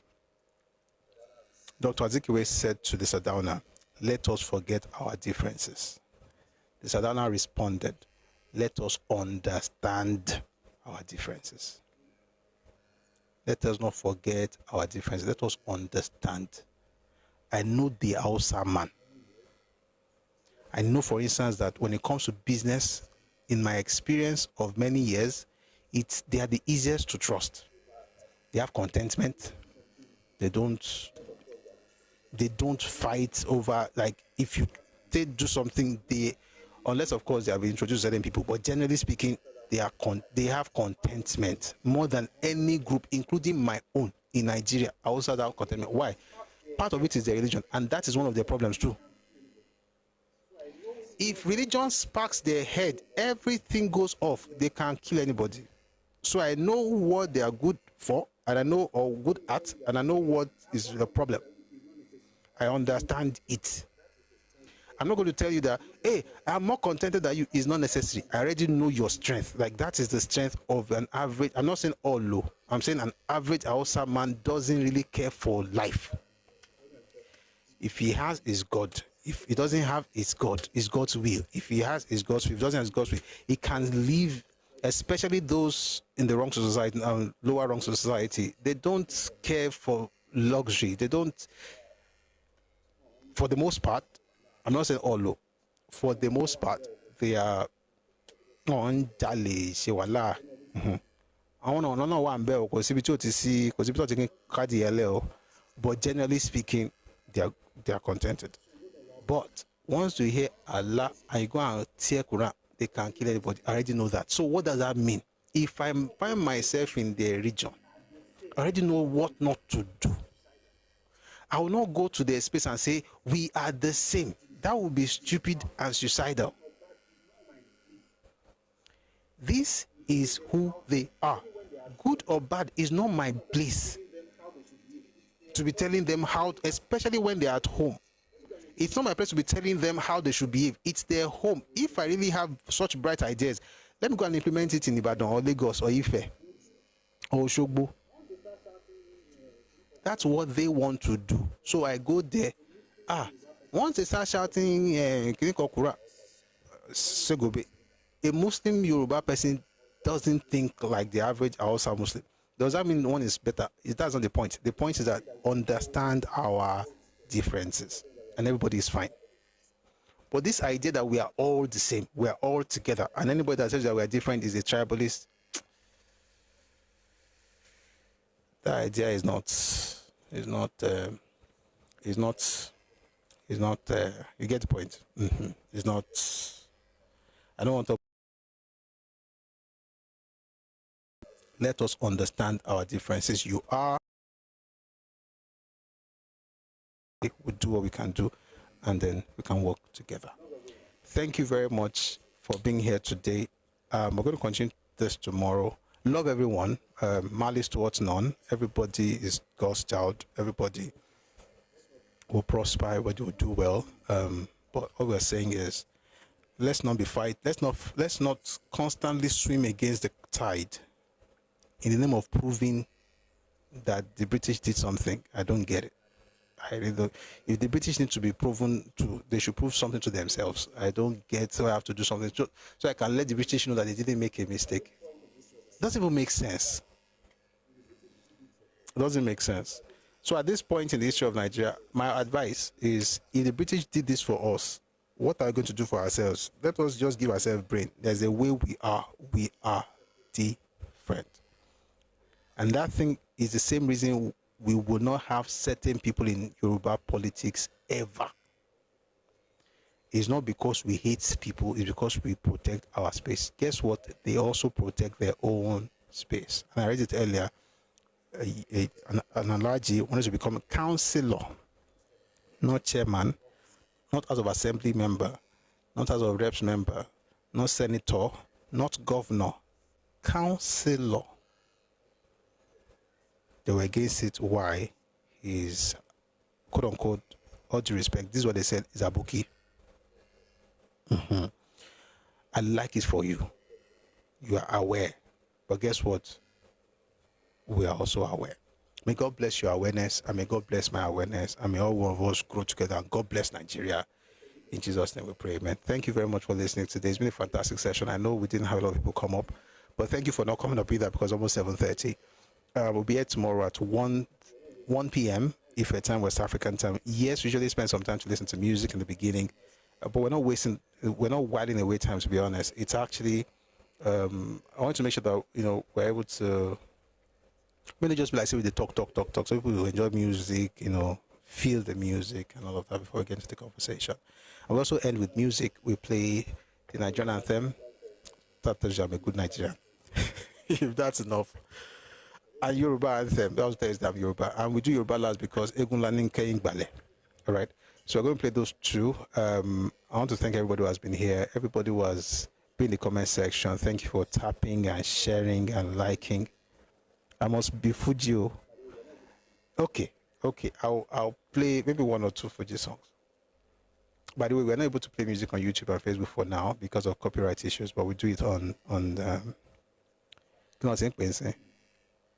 maybe what we can do is we can start playing the music, then we now end the live and start again on YouTube. But anyway, you listen to Fuji tomorrow. Thank you everybody for sharing the live. Thank you for liking. We have 27 likes on YouTube. We have to take these likes up on YouTube, but on TikTok we have 224,000 now. Thank you. Champagne Fuji only, please. Go to Champagne Fuji. Give us K1. Come early tomorrow and write it. Trust me, if you write it down, then I would there's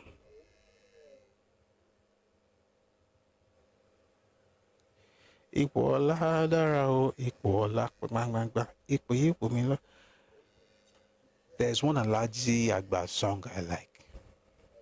I think it's his best for me. Interestingly, there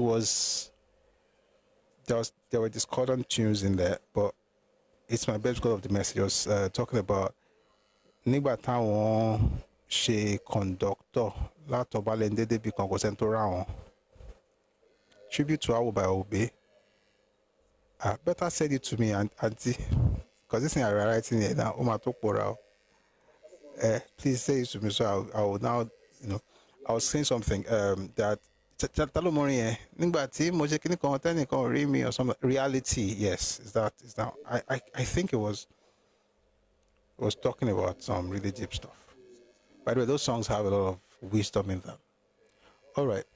Those of us who came up earlier to speak, thank you very much for sharing your thoughts. Thank you everyone for liking the live. Thank you for your comments. Thank you for engaging. And those who gave us gifts, thank you very much for your generosity. Thank you, Dr. Shogoshe. God bless you too, sir. Thank you for your generosity, whether you gave here as a gift on TikTok or you used the bank details. Thank you for your support. We'll be again tomorrow, 1 p.m. Ife time, West African time. We're going to have a fantastic session tomorrow. We're going to finish this, and then once we're done, I'll also get to Willings Commission. We've done it before, but it's important to do it again. Willings Commission report of 1958. So perhaps we'll start tomorrow after this, or we'll do it on Wednesday, whichever one comes first. But this, we still have a lot of stuff to learn from Papa's book, Thoughts on the Nigerian Constitution. Thank you very much for being here. YouTube folks, we're going to say our goodbyes now because we're about to play our anthems, the Yoruba anthem and the Nigerian anthem. So I hope to see you tomorrow. Do have a lovely, lovely evening.